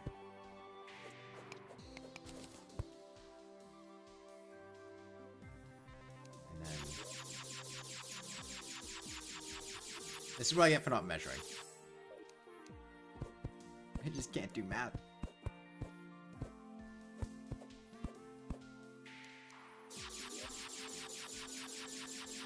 That should catch pixies. And then add on some more actuators. That'll probably work. Stand here. Oh! Hold on. Is just this the problem? I'm not going to fight.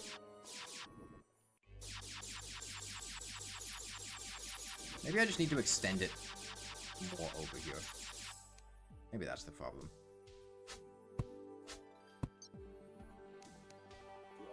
If I do this...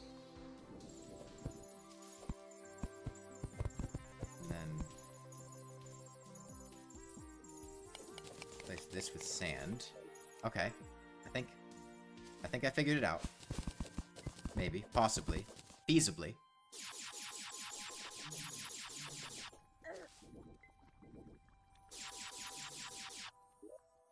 I could have easily gotten the amount of pixie dust that I want. But... no, stop it. I need to put things in there. Go away, gastropod. Jesus Christ, why does that do so much damage?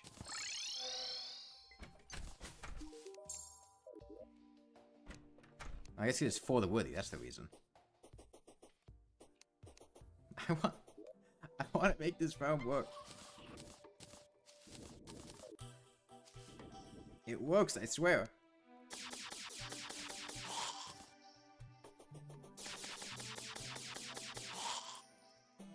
I definitely built something that's like somewhat like this and worked. I just don't remember how I built that thing.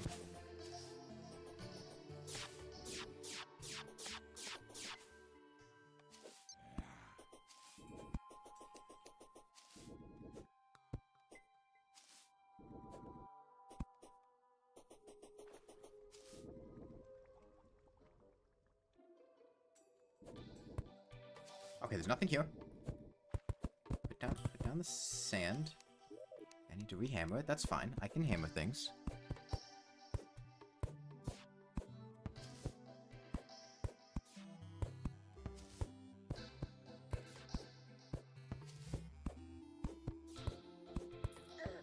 What is going on with this thing?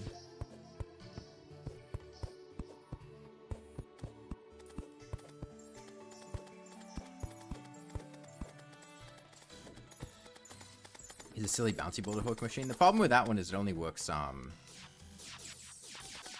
for a minute, because bouncy boulders will always despawn after a minute. They have a limited amount of juice. I don't think this works with gastropods. Okay. I didn't test it with gastropods, so I guess it's good to have confirmation.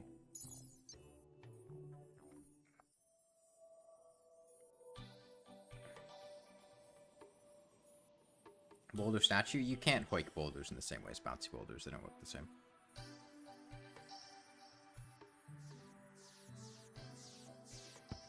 Let me just... I want to bring the ceiling down here. That or just...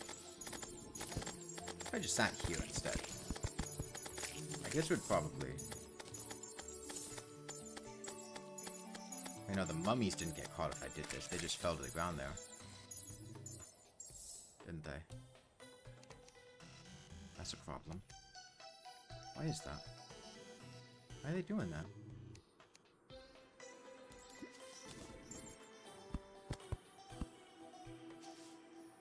If I did like this, though. I think that would potentially work. I'm ironing this out as I go. I don't... I like half built this setup a while ago.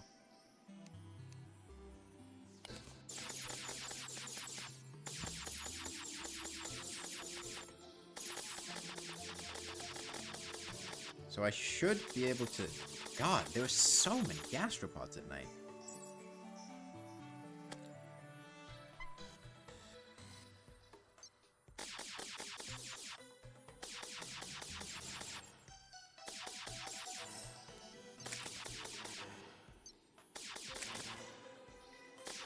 Why did this work so much better the first time I did it? I guess it wasn't nighttime. It's probably just nighttime that's messing with things. I also had the slope. Maybe the slope helps out a lot. No, they're just not getting caught at all. Why are they... Hold on, do I need to just... Okay, let me put the slope on first. The slope just funnels enemies into the hoik, so it helps catch the flyers.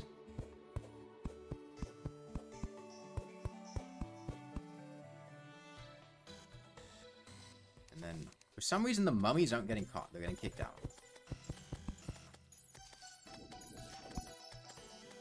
Do I get kicked out? Going to die again by doing this. I recognize that. Okay, no, I fixed it.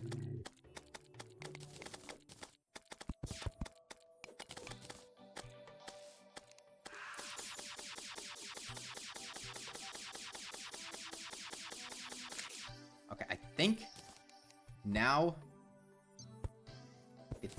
it's done.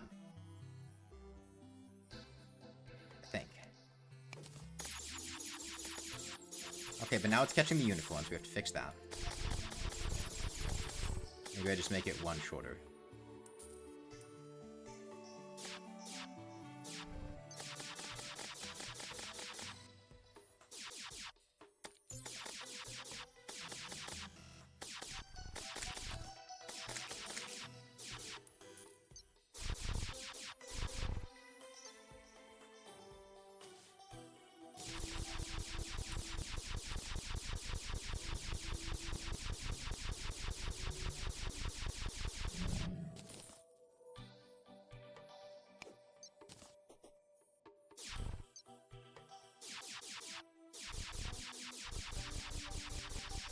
I think this is a desync issue. with the dummy engine. That's why that unicorn isn't getting put in here correctly. Let me see if they get hooked correctly now.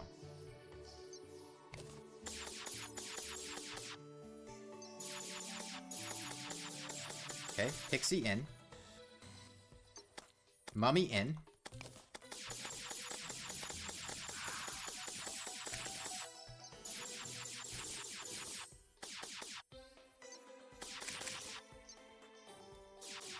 Gastropod can fuck off.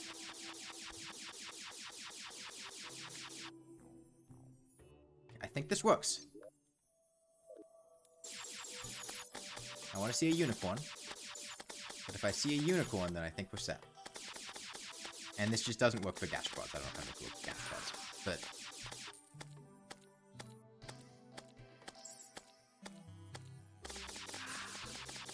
show me the unicorn. Show me the unicorn.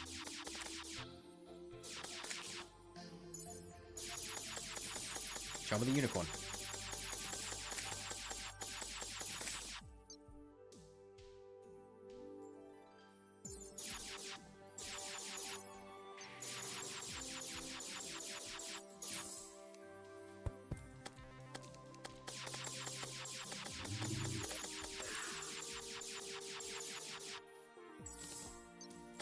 Gosh, there was no, there's...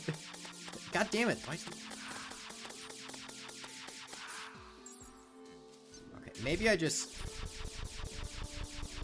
accept imperfection. I don't know. I built this with unicorns, and it worked in the past.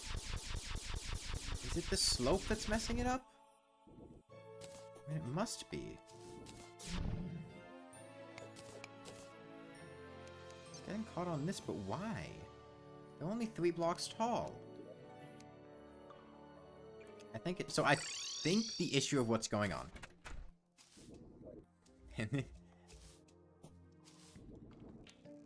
Okay, let me just make the executive decision to move this thing closer. Yeah. I think it's a desync issue because I added some of the actuated slopes later. So if I bring this closer...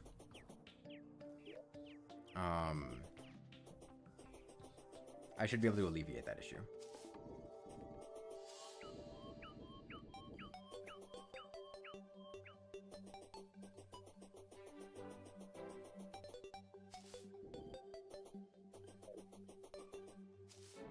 Take the switch. I can use a pressure plate.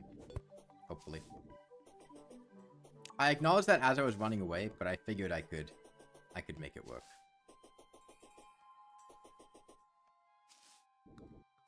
And worst case scenario, we'll have one that activates every 30 times a second instead of 60 times. Okay. I'm gonna build this thing down here so we don't have to listen to it. They're kind of annoying to listen to.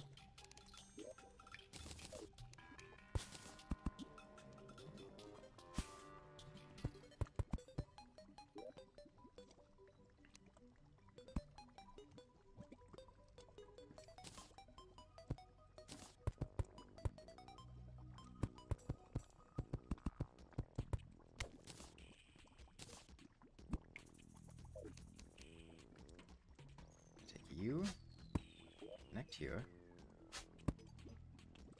What's up here?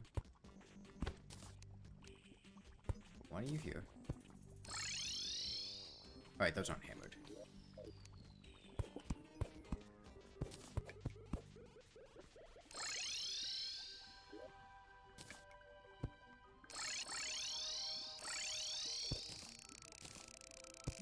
There we go. It worked out.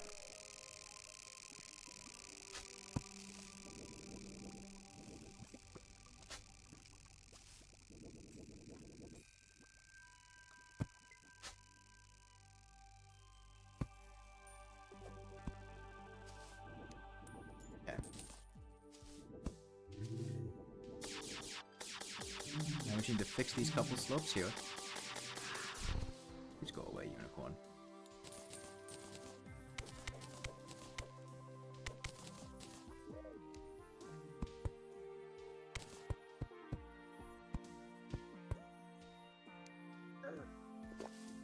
Please go away.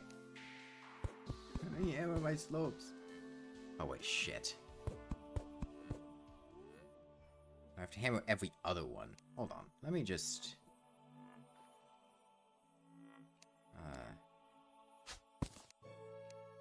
take the actuators off of this. All these. And then if I connect this, I got about a 50-50 chance each time I disconnect it.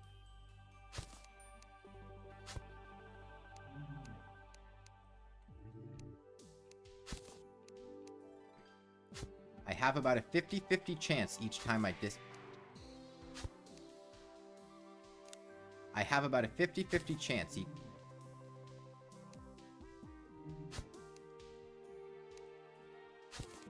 Okay.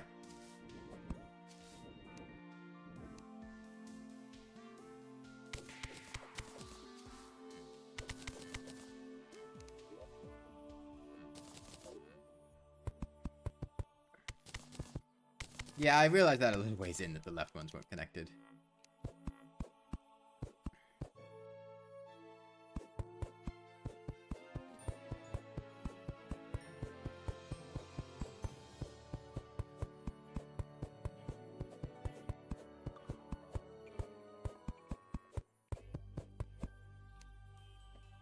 Okay, but now...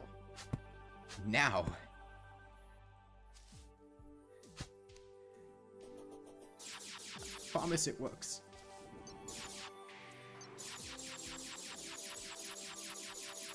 I swear.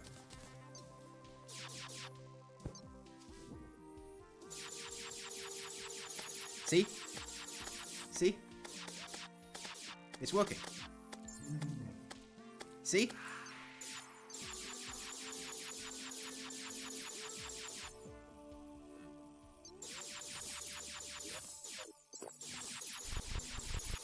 See? I told you it works. It just took me like half an hour to get right. Also would function drastically better if I was playing like literally anything other than mage.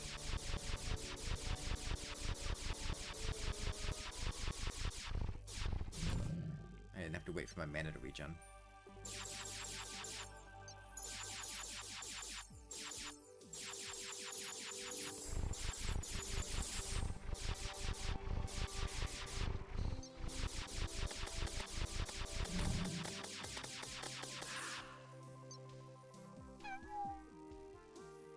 Hang on. Looks like a couple pixies don't want to come in. Maybe they have to hit it at a certain angle. I think they just have to hit it at a certain angle. Okay, what am I actually doing here? Why did I make this? Light shards, that's right. I wanted light shards. I wanted light shards for the Sky Fracture. And I think pixie dust for pixie wings.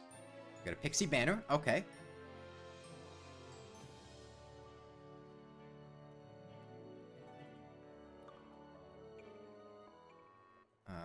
There we go.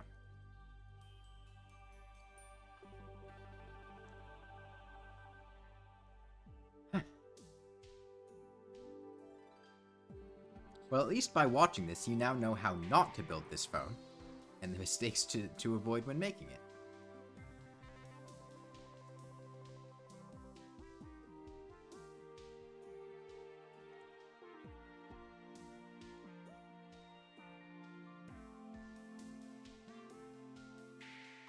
I mean, this is really efficient.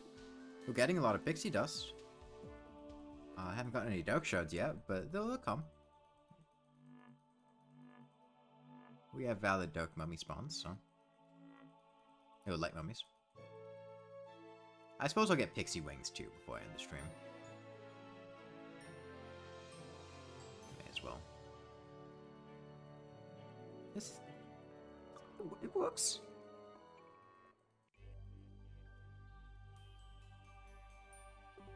Works well.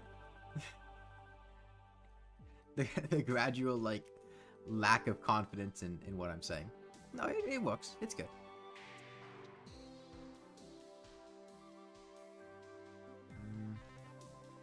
Still no sign of any light shards, which is mighty unfortunate.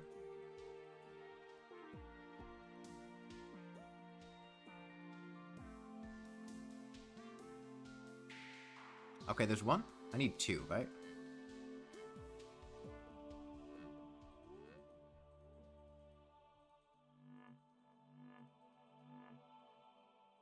Hey, Lunar Studios.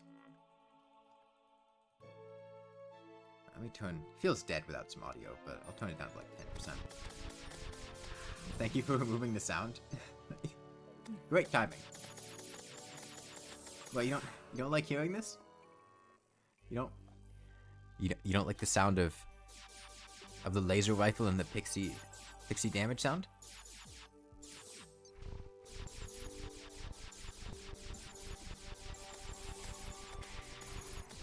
Okay, I'm getting annoyed too. By the way, I've been playing there's a tabletop game by the name of Monster of the Week that I've been playing with some friends. Maybe playing again with them in a couple hours. It's been quite fun. It's like it's a tabletop RPG, pen and paper. We've been doing it online, but you essentially are like a group of monster hunters, following like, it's themed after shows like Supernatural or Buffy the Vampire Slayer or Stranger Things, where there's like a weekly mystery to solve, or Scooby-Doo. I've been having a lot of fun with it. Yeah, I didn't make a great showing of this here, but now that I actually set this up correctly, it should be evident that, like, this is a pretty good farm. I would say this is a much better farm setup than, like, your standard pyramid trap.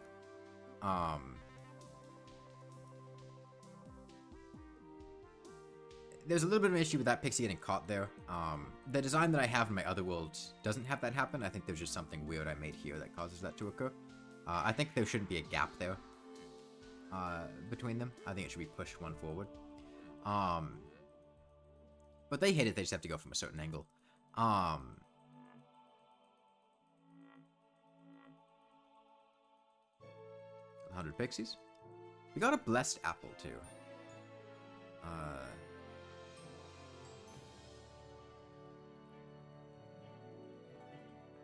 But yeah, this is a very versatile farming setup.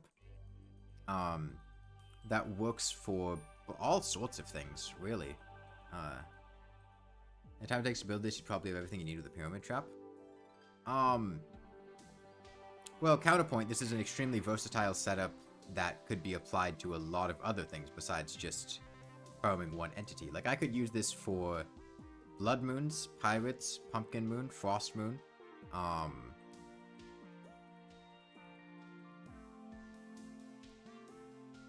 I could change the surface to different types of sand, if I needed to farm different types of mummies.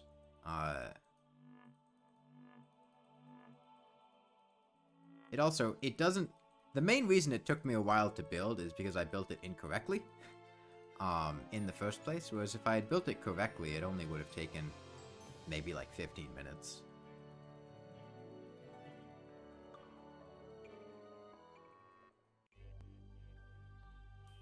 It was more the fact that I made it wrong than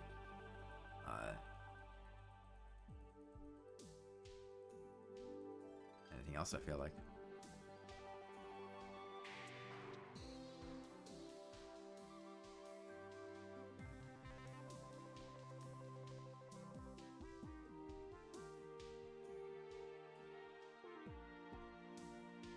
Alright, we're at one light shard.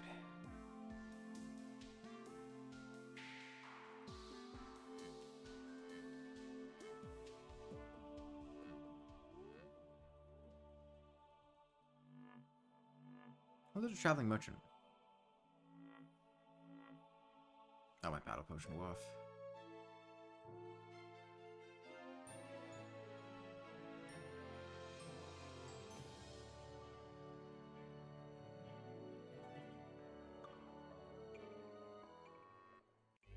Can I get my second light shard, please? Would be pretty cool.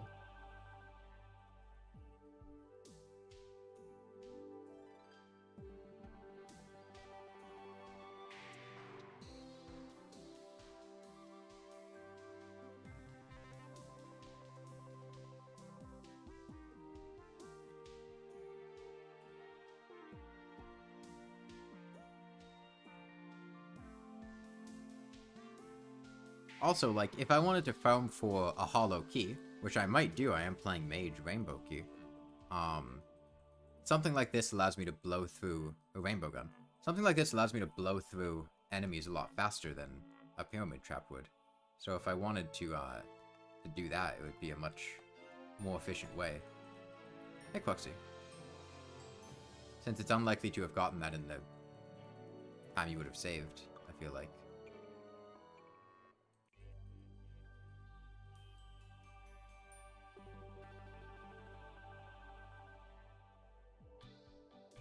Get a second dark shard? Damn.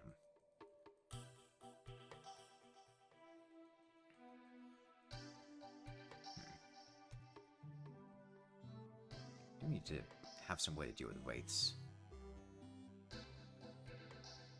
It's a work in progress setup. Gastropods really fuck this thing over. I think honestly I just sleep until... How about the weights? I mean, it's a source of gel, if nothing else. And once I get a gastropod banner, which I'm honestly probably not that far off from, they become a lot more manageable. And like, even this is working fine for gastropod. It's just reducing the amount of pixies, unicorns, and light mummies that I kill. I was hoping I would hit the weight.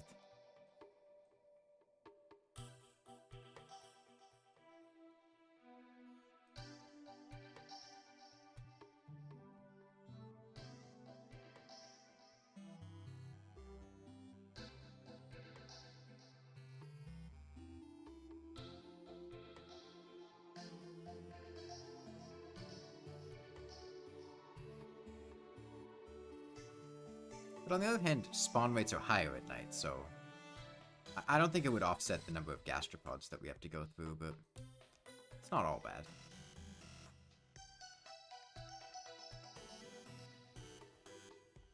This would also be a lot better if I had a better weapon. And not a laser rifle. If I had like a clinger staff. When I was doing this in testing, I usually just put down a clinger staff and it would just auto-kill everything. And that worked really well. God, really bad RNG with light shards today. I mean, I'm glad I built this and I didn't just farm the light mummies naturally, because I've already gone through 50 and I've only gotten 1.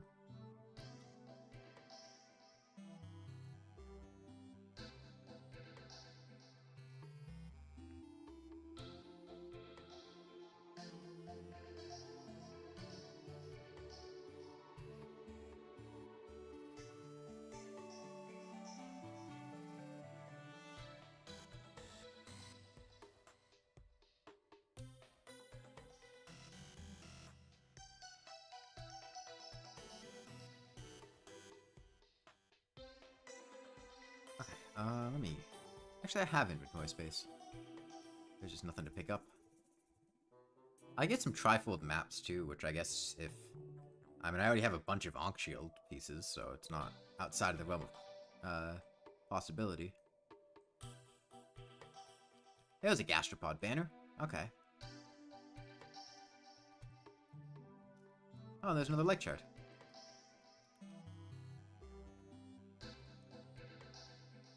Okay, yeah.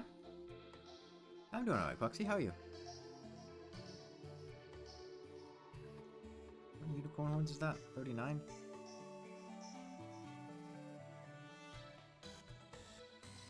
Okay, let me turn this thing off.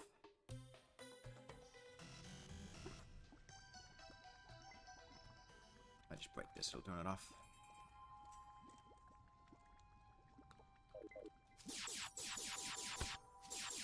Okay, we're almost at the point of being able to use a different weapon that doesn't sound like this.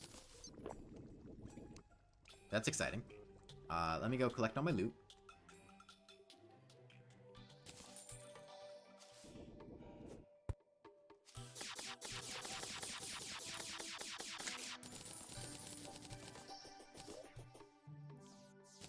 Okay, personally, I was happy with that performance. I think that went well. Put you away. I will need to get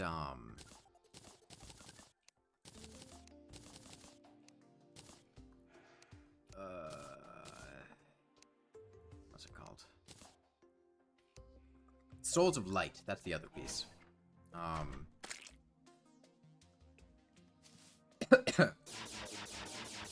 Oh, my throat itches.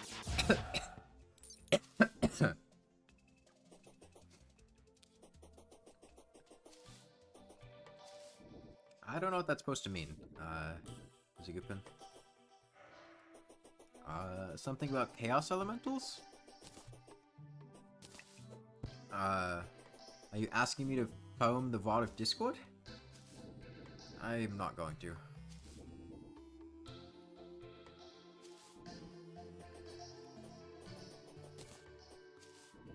Water Candle. It was 15 Souls of Light.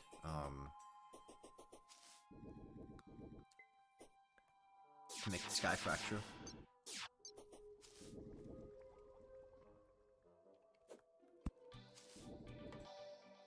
Take this too. I don't, I do have water candles. Okay. 16? Okay. I thought it said 15. Must have just misread it.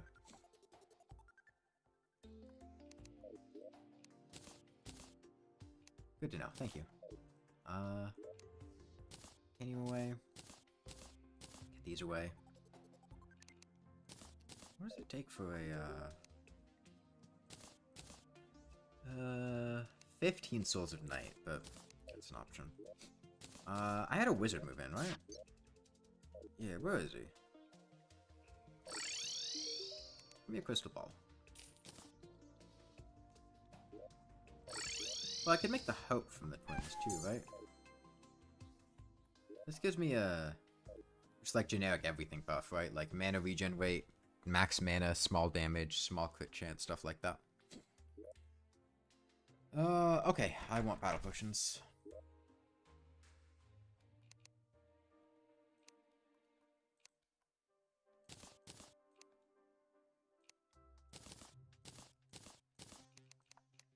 Okay, and the Underground Hollow was down to the left here. Let me reforge my laser rifle. I have money now. Plus damage minus mana cost. I'm a fan of that. Just play get fixed bowl with more drop chance. Even if it had a higher drop chance, I still wouldn't farm for it or use it. It's a clutch item.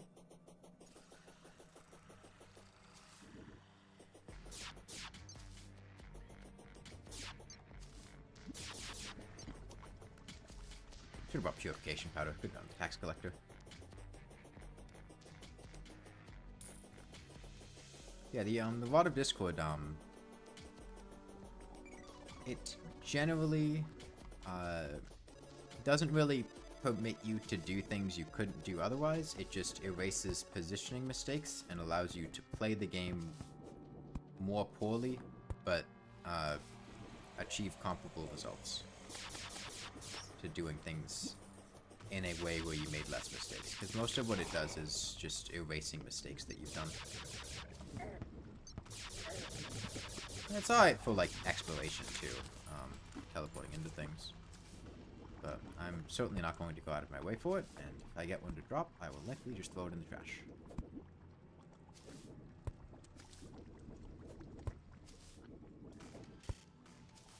Great out of combat? Yeah, I mean, I used it a lot during the,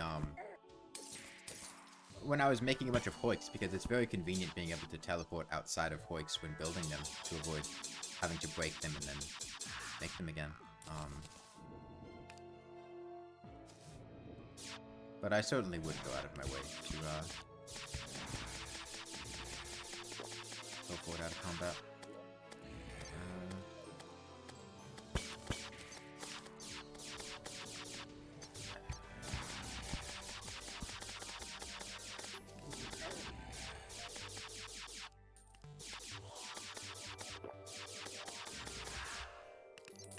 You have my boss? No. I don't think we're going to tonight, unfortunately. The plan is to get the Sky Fracture, and then put ourselves in a position to do so tomorrow. I don't like having to deal with these bats. I want to find something else to kill. I'm not fun to shoot with a laser rifle. Was that a hollow mimic? Okay, no. Yo, give me a magic dagger. Give me a magic dagger. Give me a magic dagger. Give me a magic dagger. Give me a magic dagger.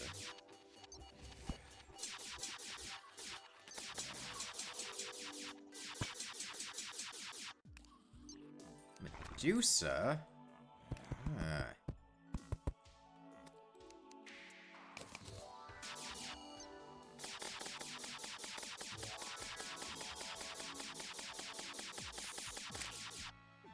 Legendary mode, you can defeat it with tank build. With Moonlord is impossible without Rod. What? I wasn't really looking at what's going on. This is true. As everyone knows, it's simply not possible to dodge the Moonlord's laser. It's a very unfair attack with no warning or telegraph that he puts in at any part of his combo.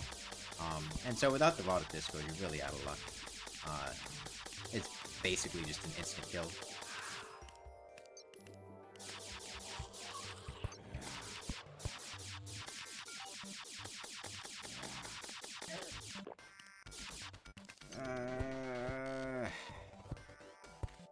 Don't like...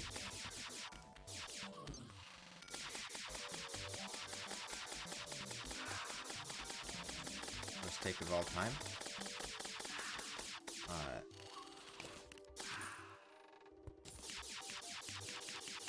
No, I mean, what they said is true. I mean, guy on an internet said that it's impossible to dodge Moonlord, so, I mean, that makes it true. It's kind of internet law. Unfortunately, there's really nothing you can do to avoid him at the end of the day, except for write a complaint to Relogic, ask them to fix their game.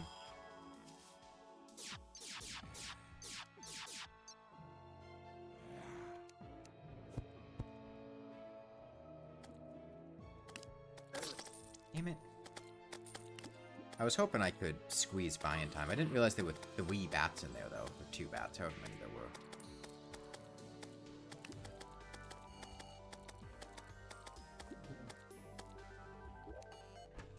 I thought there was just going to be the 1.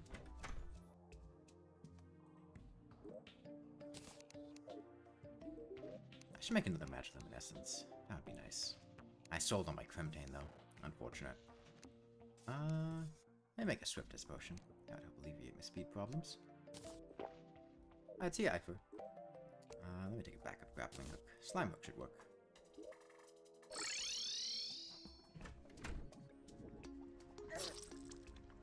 Oh, there was a cave bat in there. I didn't even see him. I still don't see him. I'm not even convinced there is a cave bat in there.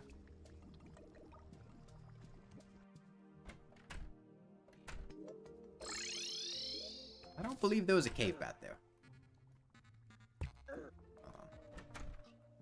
Let me heal to full HP first. Hello, nurse.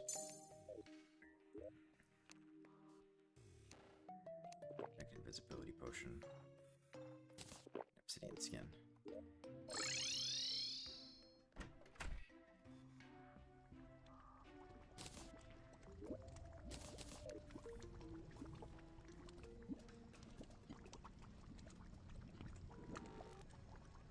I still take issue with there being a cave bat there, because I don't know where he was. We'll see.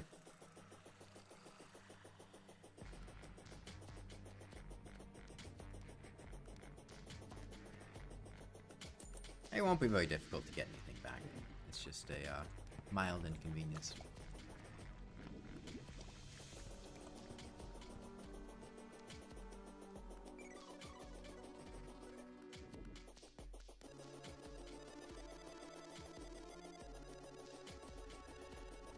I think we're at like 2 Souls of Light. A couple more and we should be fine. But also from Souls of Light and Hell. That might be the play. These hollowed enemies are really not fun to fight with a laser rifle. I miss my... Oh, fuck off. God, you jackass. He almost telefragged me, too. Okay, he didn't teleport again, which means we should be able to get far enough away from him. Please don't have a thing with my... Yeah, we're fine.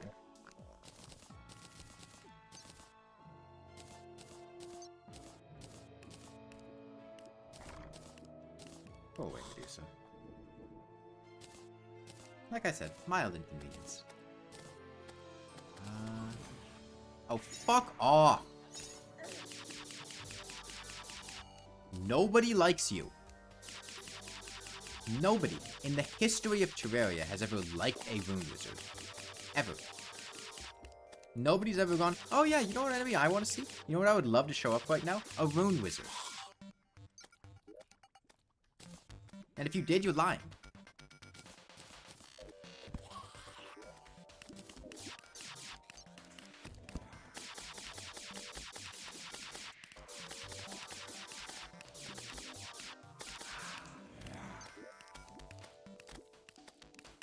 I still can't believe get past those bats up there, though, is the thing.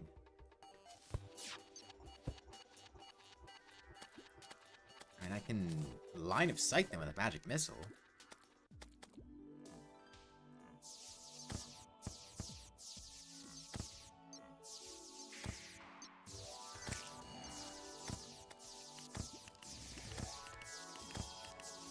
I mean, this works.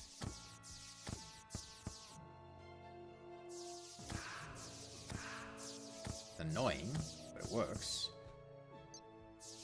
Yeah, if the Rune Wizard, like, set was functional, or if it dropped something of value, maybe it would be more exciting to see, but...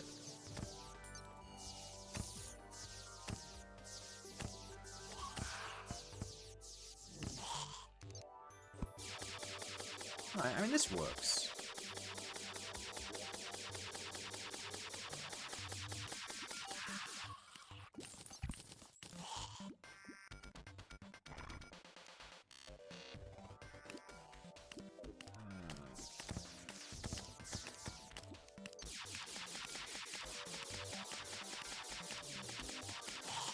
Please die, please die, please die.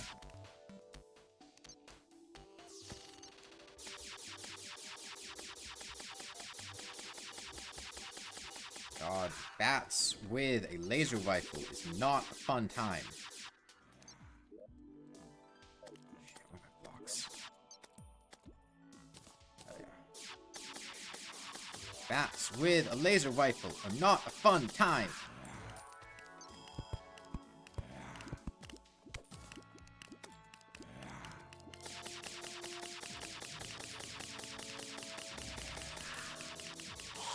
You quote me on that one.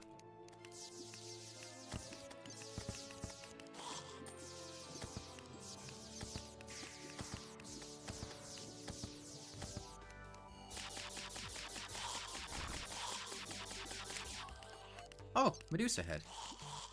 I guess we did end up getting head after all.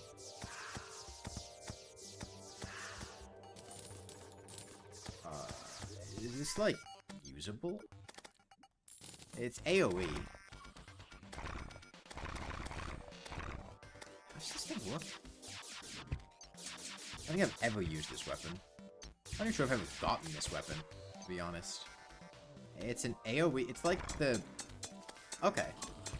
I think it does well against the Destroyer.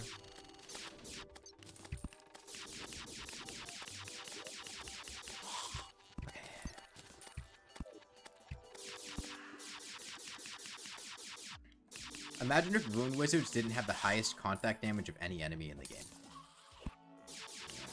That didn't insta-kill you like the Dungeon Guardian or Empress of Light. That'd be wild.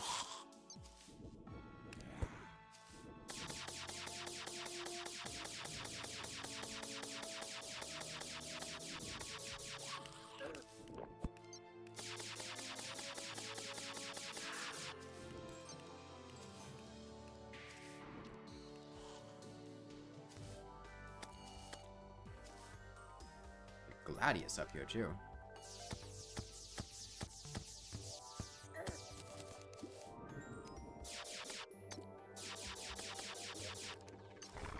Where is my magic mirror?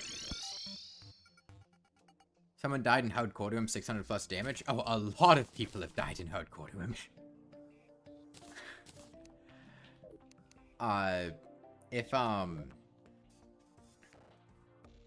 If you've played a good amount of Howd Core, chances are you are familiar with the fact that the Rune Wizard telefrags you for...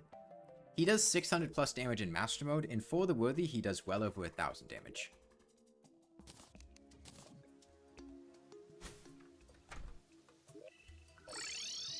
And they fixed the telefrag, but they can still, like, show up in front of you, which is, you know, it was happening earlier where I managed to react in time, but there was a good chance I could have just not noticed the Rune Wizard was in front of me and then ran directly into it and then died.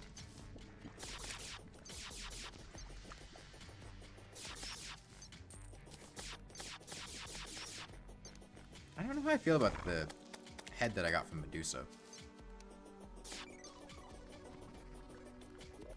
It should be a good way to kill wyverns, at least. I wanted to get pixie wings before the end of the stream, so... That would, it's a good weapon for that, I guess. I just...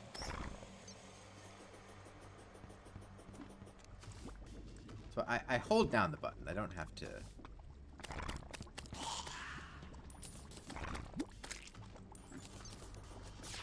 Put the move button in rage state.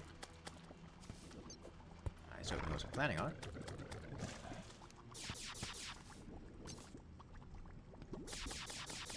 Space in nighttime.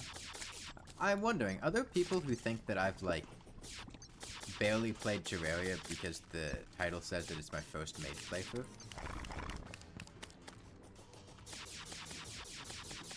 That's really entertaining to me as a concept.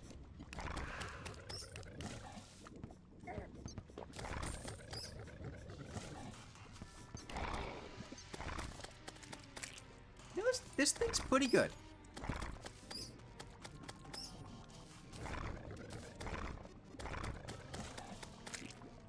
This is a solid, like, actual, weapon. It works, it functions, the range on it's kind of annoying, but this is workable.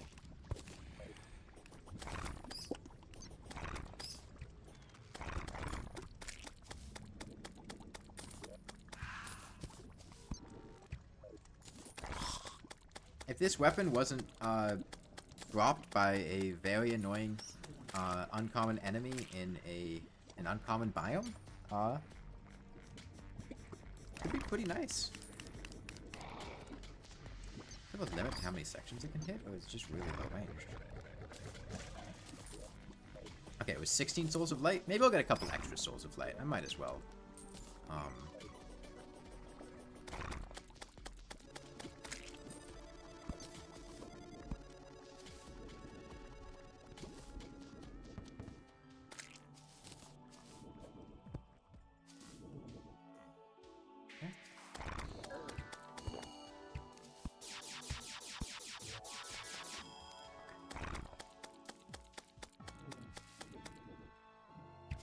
Oh shit, I'm out of mana. Oh, I'm out of mana regen potions too, shit. Maybe I won't get a couple more.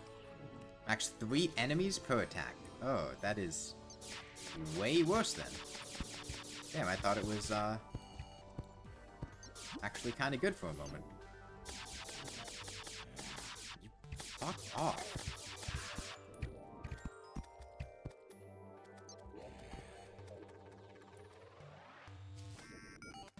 Okay, well, there's a 16th Soul of Light. So, it's the... what's my piggy bank? No, I put it right here. Light shards, and then I have the magic missile on me. Okay. Sky Fracture obtained. Actual, hopefully functional mage weapon. Let's kill some wyverns.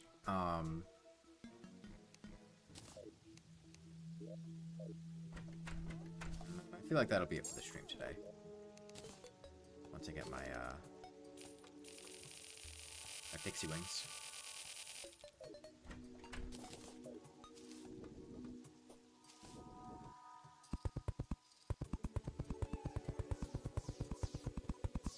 Okay, well, I'll see how it feels against the wyvern. I mean, max 3 enemy. Oh, I should get a mana regen potion again. This last one. Oh, I didn't make more. Hold on.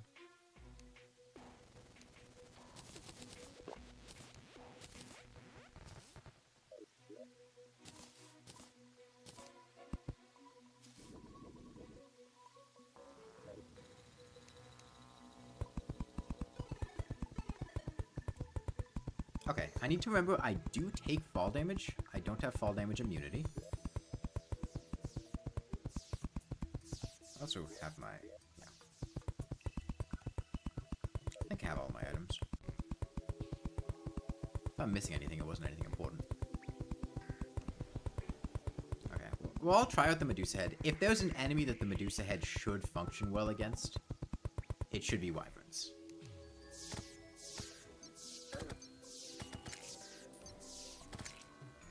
Are these...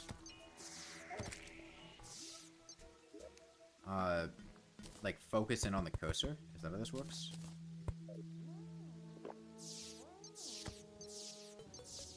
Or do they just, like, go in the general direction?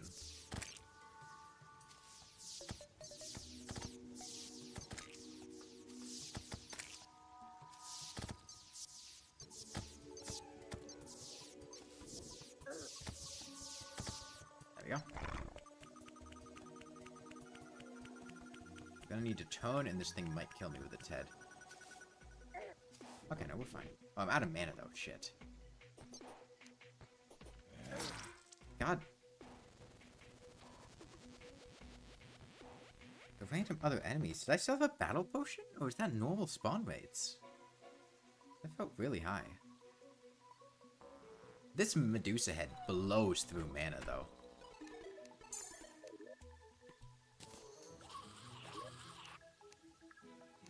Maybe I'll just do this at the daytime instead of at night. Spawn rate should be lower then. Also, use my,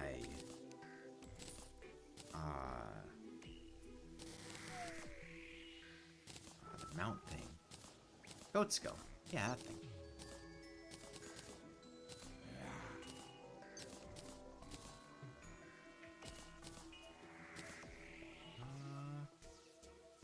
What time is it? 11:28. Now we can probably just go for another wyvern. The vertical mobility of this should help with getting over it. I'm not used to doing this without a balloon. I found Flying Dutchman. There's not anything from a Flying Dutchman that I would get that I'd be particularly interested in as a mage. Plus pirates in general are kind of annoying. Gladius. Okay, let's do this again.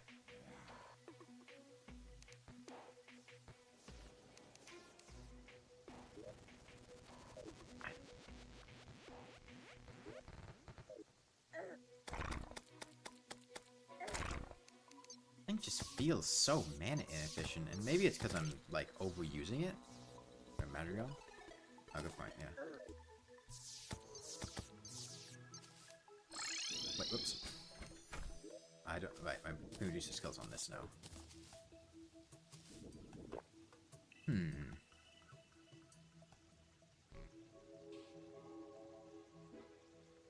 A bigger area for wyverns would be cool. I also probably have the stuff to make it. Hold on. Do I have the stuff to make a meteor staff? Please don't take souls of light. Please don't take souls of light. Please don't take souls of light. Please don't take souls of light. Please don't take souls of light. Please, fuck.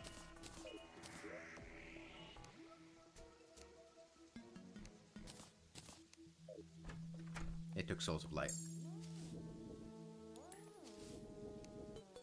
Let me... I'm going to extend this platform a bit. Give me some more space. That should help with fighting the wyvern, because I may need to use more horizontal strategy than vertical one, because my vertical mobility is kind of bad right now. So something like this might help out. Plus, I'll need to have it bigger for the twins anyway, which will probably be the first mech boss I fight for the Hope and the Rainbow Rod.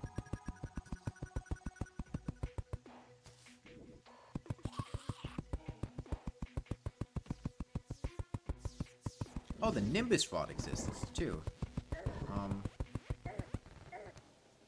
I could.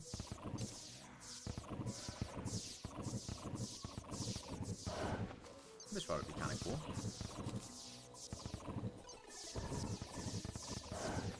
Yo, Nimbus Rod. Okay.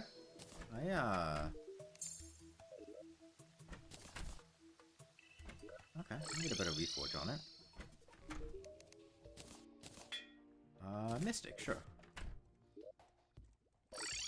That's Snow Pylon. I don't think there's anything I would want Frost Cores for as a mage. Yeah, no, there's nothing.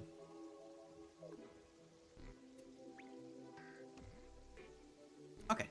Oh, hello. You, unfolded right on top of me, huh?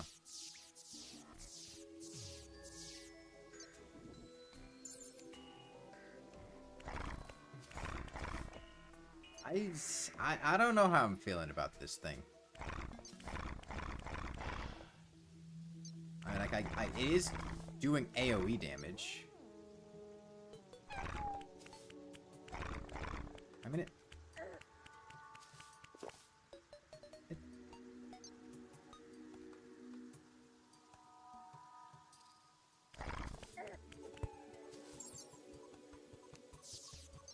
I don't know if this is doing better than just shooting it with the Sky Fracture, is the thing. I feel like having to get as close as I need to hit it with the Medusa head is kind of inconvenient. And it's much easier to do it keeping my distance. Oh, I'd see a gym. So he'll stay one of these days to watch? Oh, don't worry about it. About 2 Nimbus Rods at a time, though, right? I don't know. I just...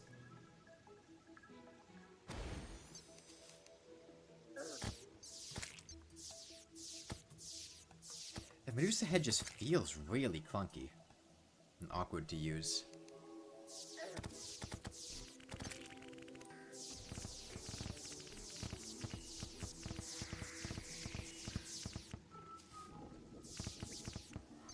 And I feel like I'd have better luck just... I mean, I can loop this thing around in... This is about as efficient as I'll be able to make the Medusa head. And, like, this is working, but the Nimbus Rod is also putting a lot of work here. And, like... It's like a lot of effort for what I'm getting out of it. Giant Hopi Feather Farm? Nah, we got plenty of pixie dust to make pixie wings.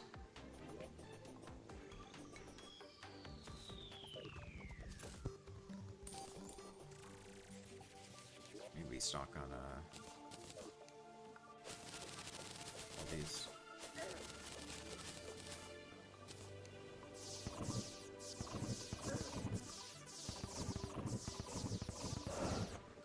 Okay, well, our weapons are a lot better than what they were a little while ago. And I should finally actually have fall damage immunity now, which is great. Okay, my pixie dust is in here.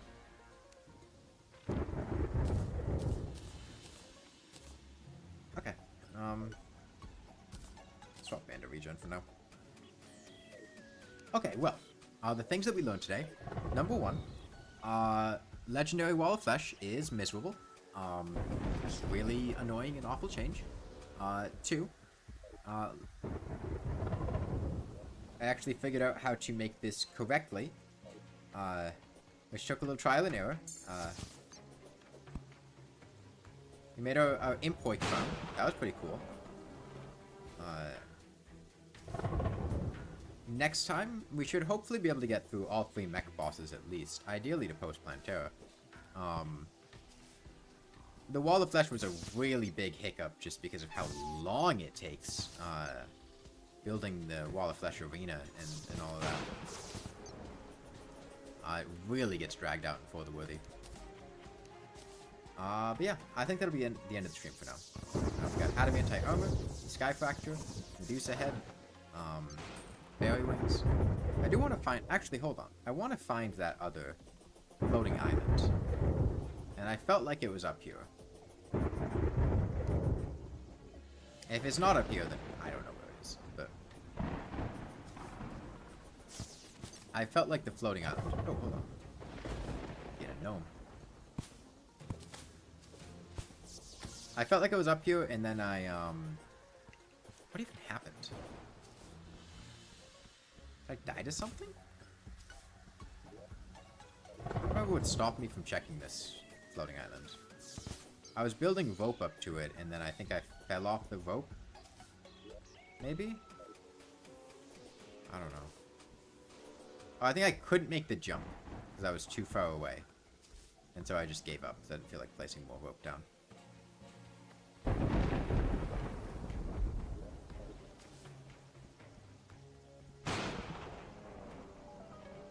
There should be a balloon on a floating island that I haven't discovered. Yeah, I know why I was checking for it. Oh, it doesn't look like there's an island up there. Because I would see rain droplets from the cloud.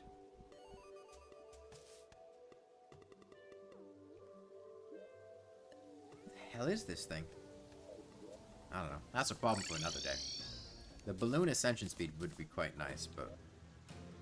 Checking the skies with wyverns, I mean, there's... I can check this one too, I guess. Legendary Moonlord have more damage? No. The only change that Legendary Moonlord has... also, Boulders are not Legendary Moonlord. Boulders are a Get Fixed Boy exclusive. Legendary refers to the For the Worthy difficulty increase. For the Worthy Moonlord does not have Boulders. And no, all he has is more HP. His damage doesn't scale. He is one of the few bosses that is unchanged in For the Worthy. Aside from HP. But yeah, I will be continuing this tomorrow. And hopefully making it to Post Planetara. Yeah, good night everyone.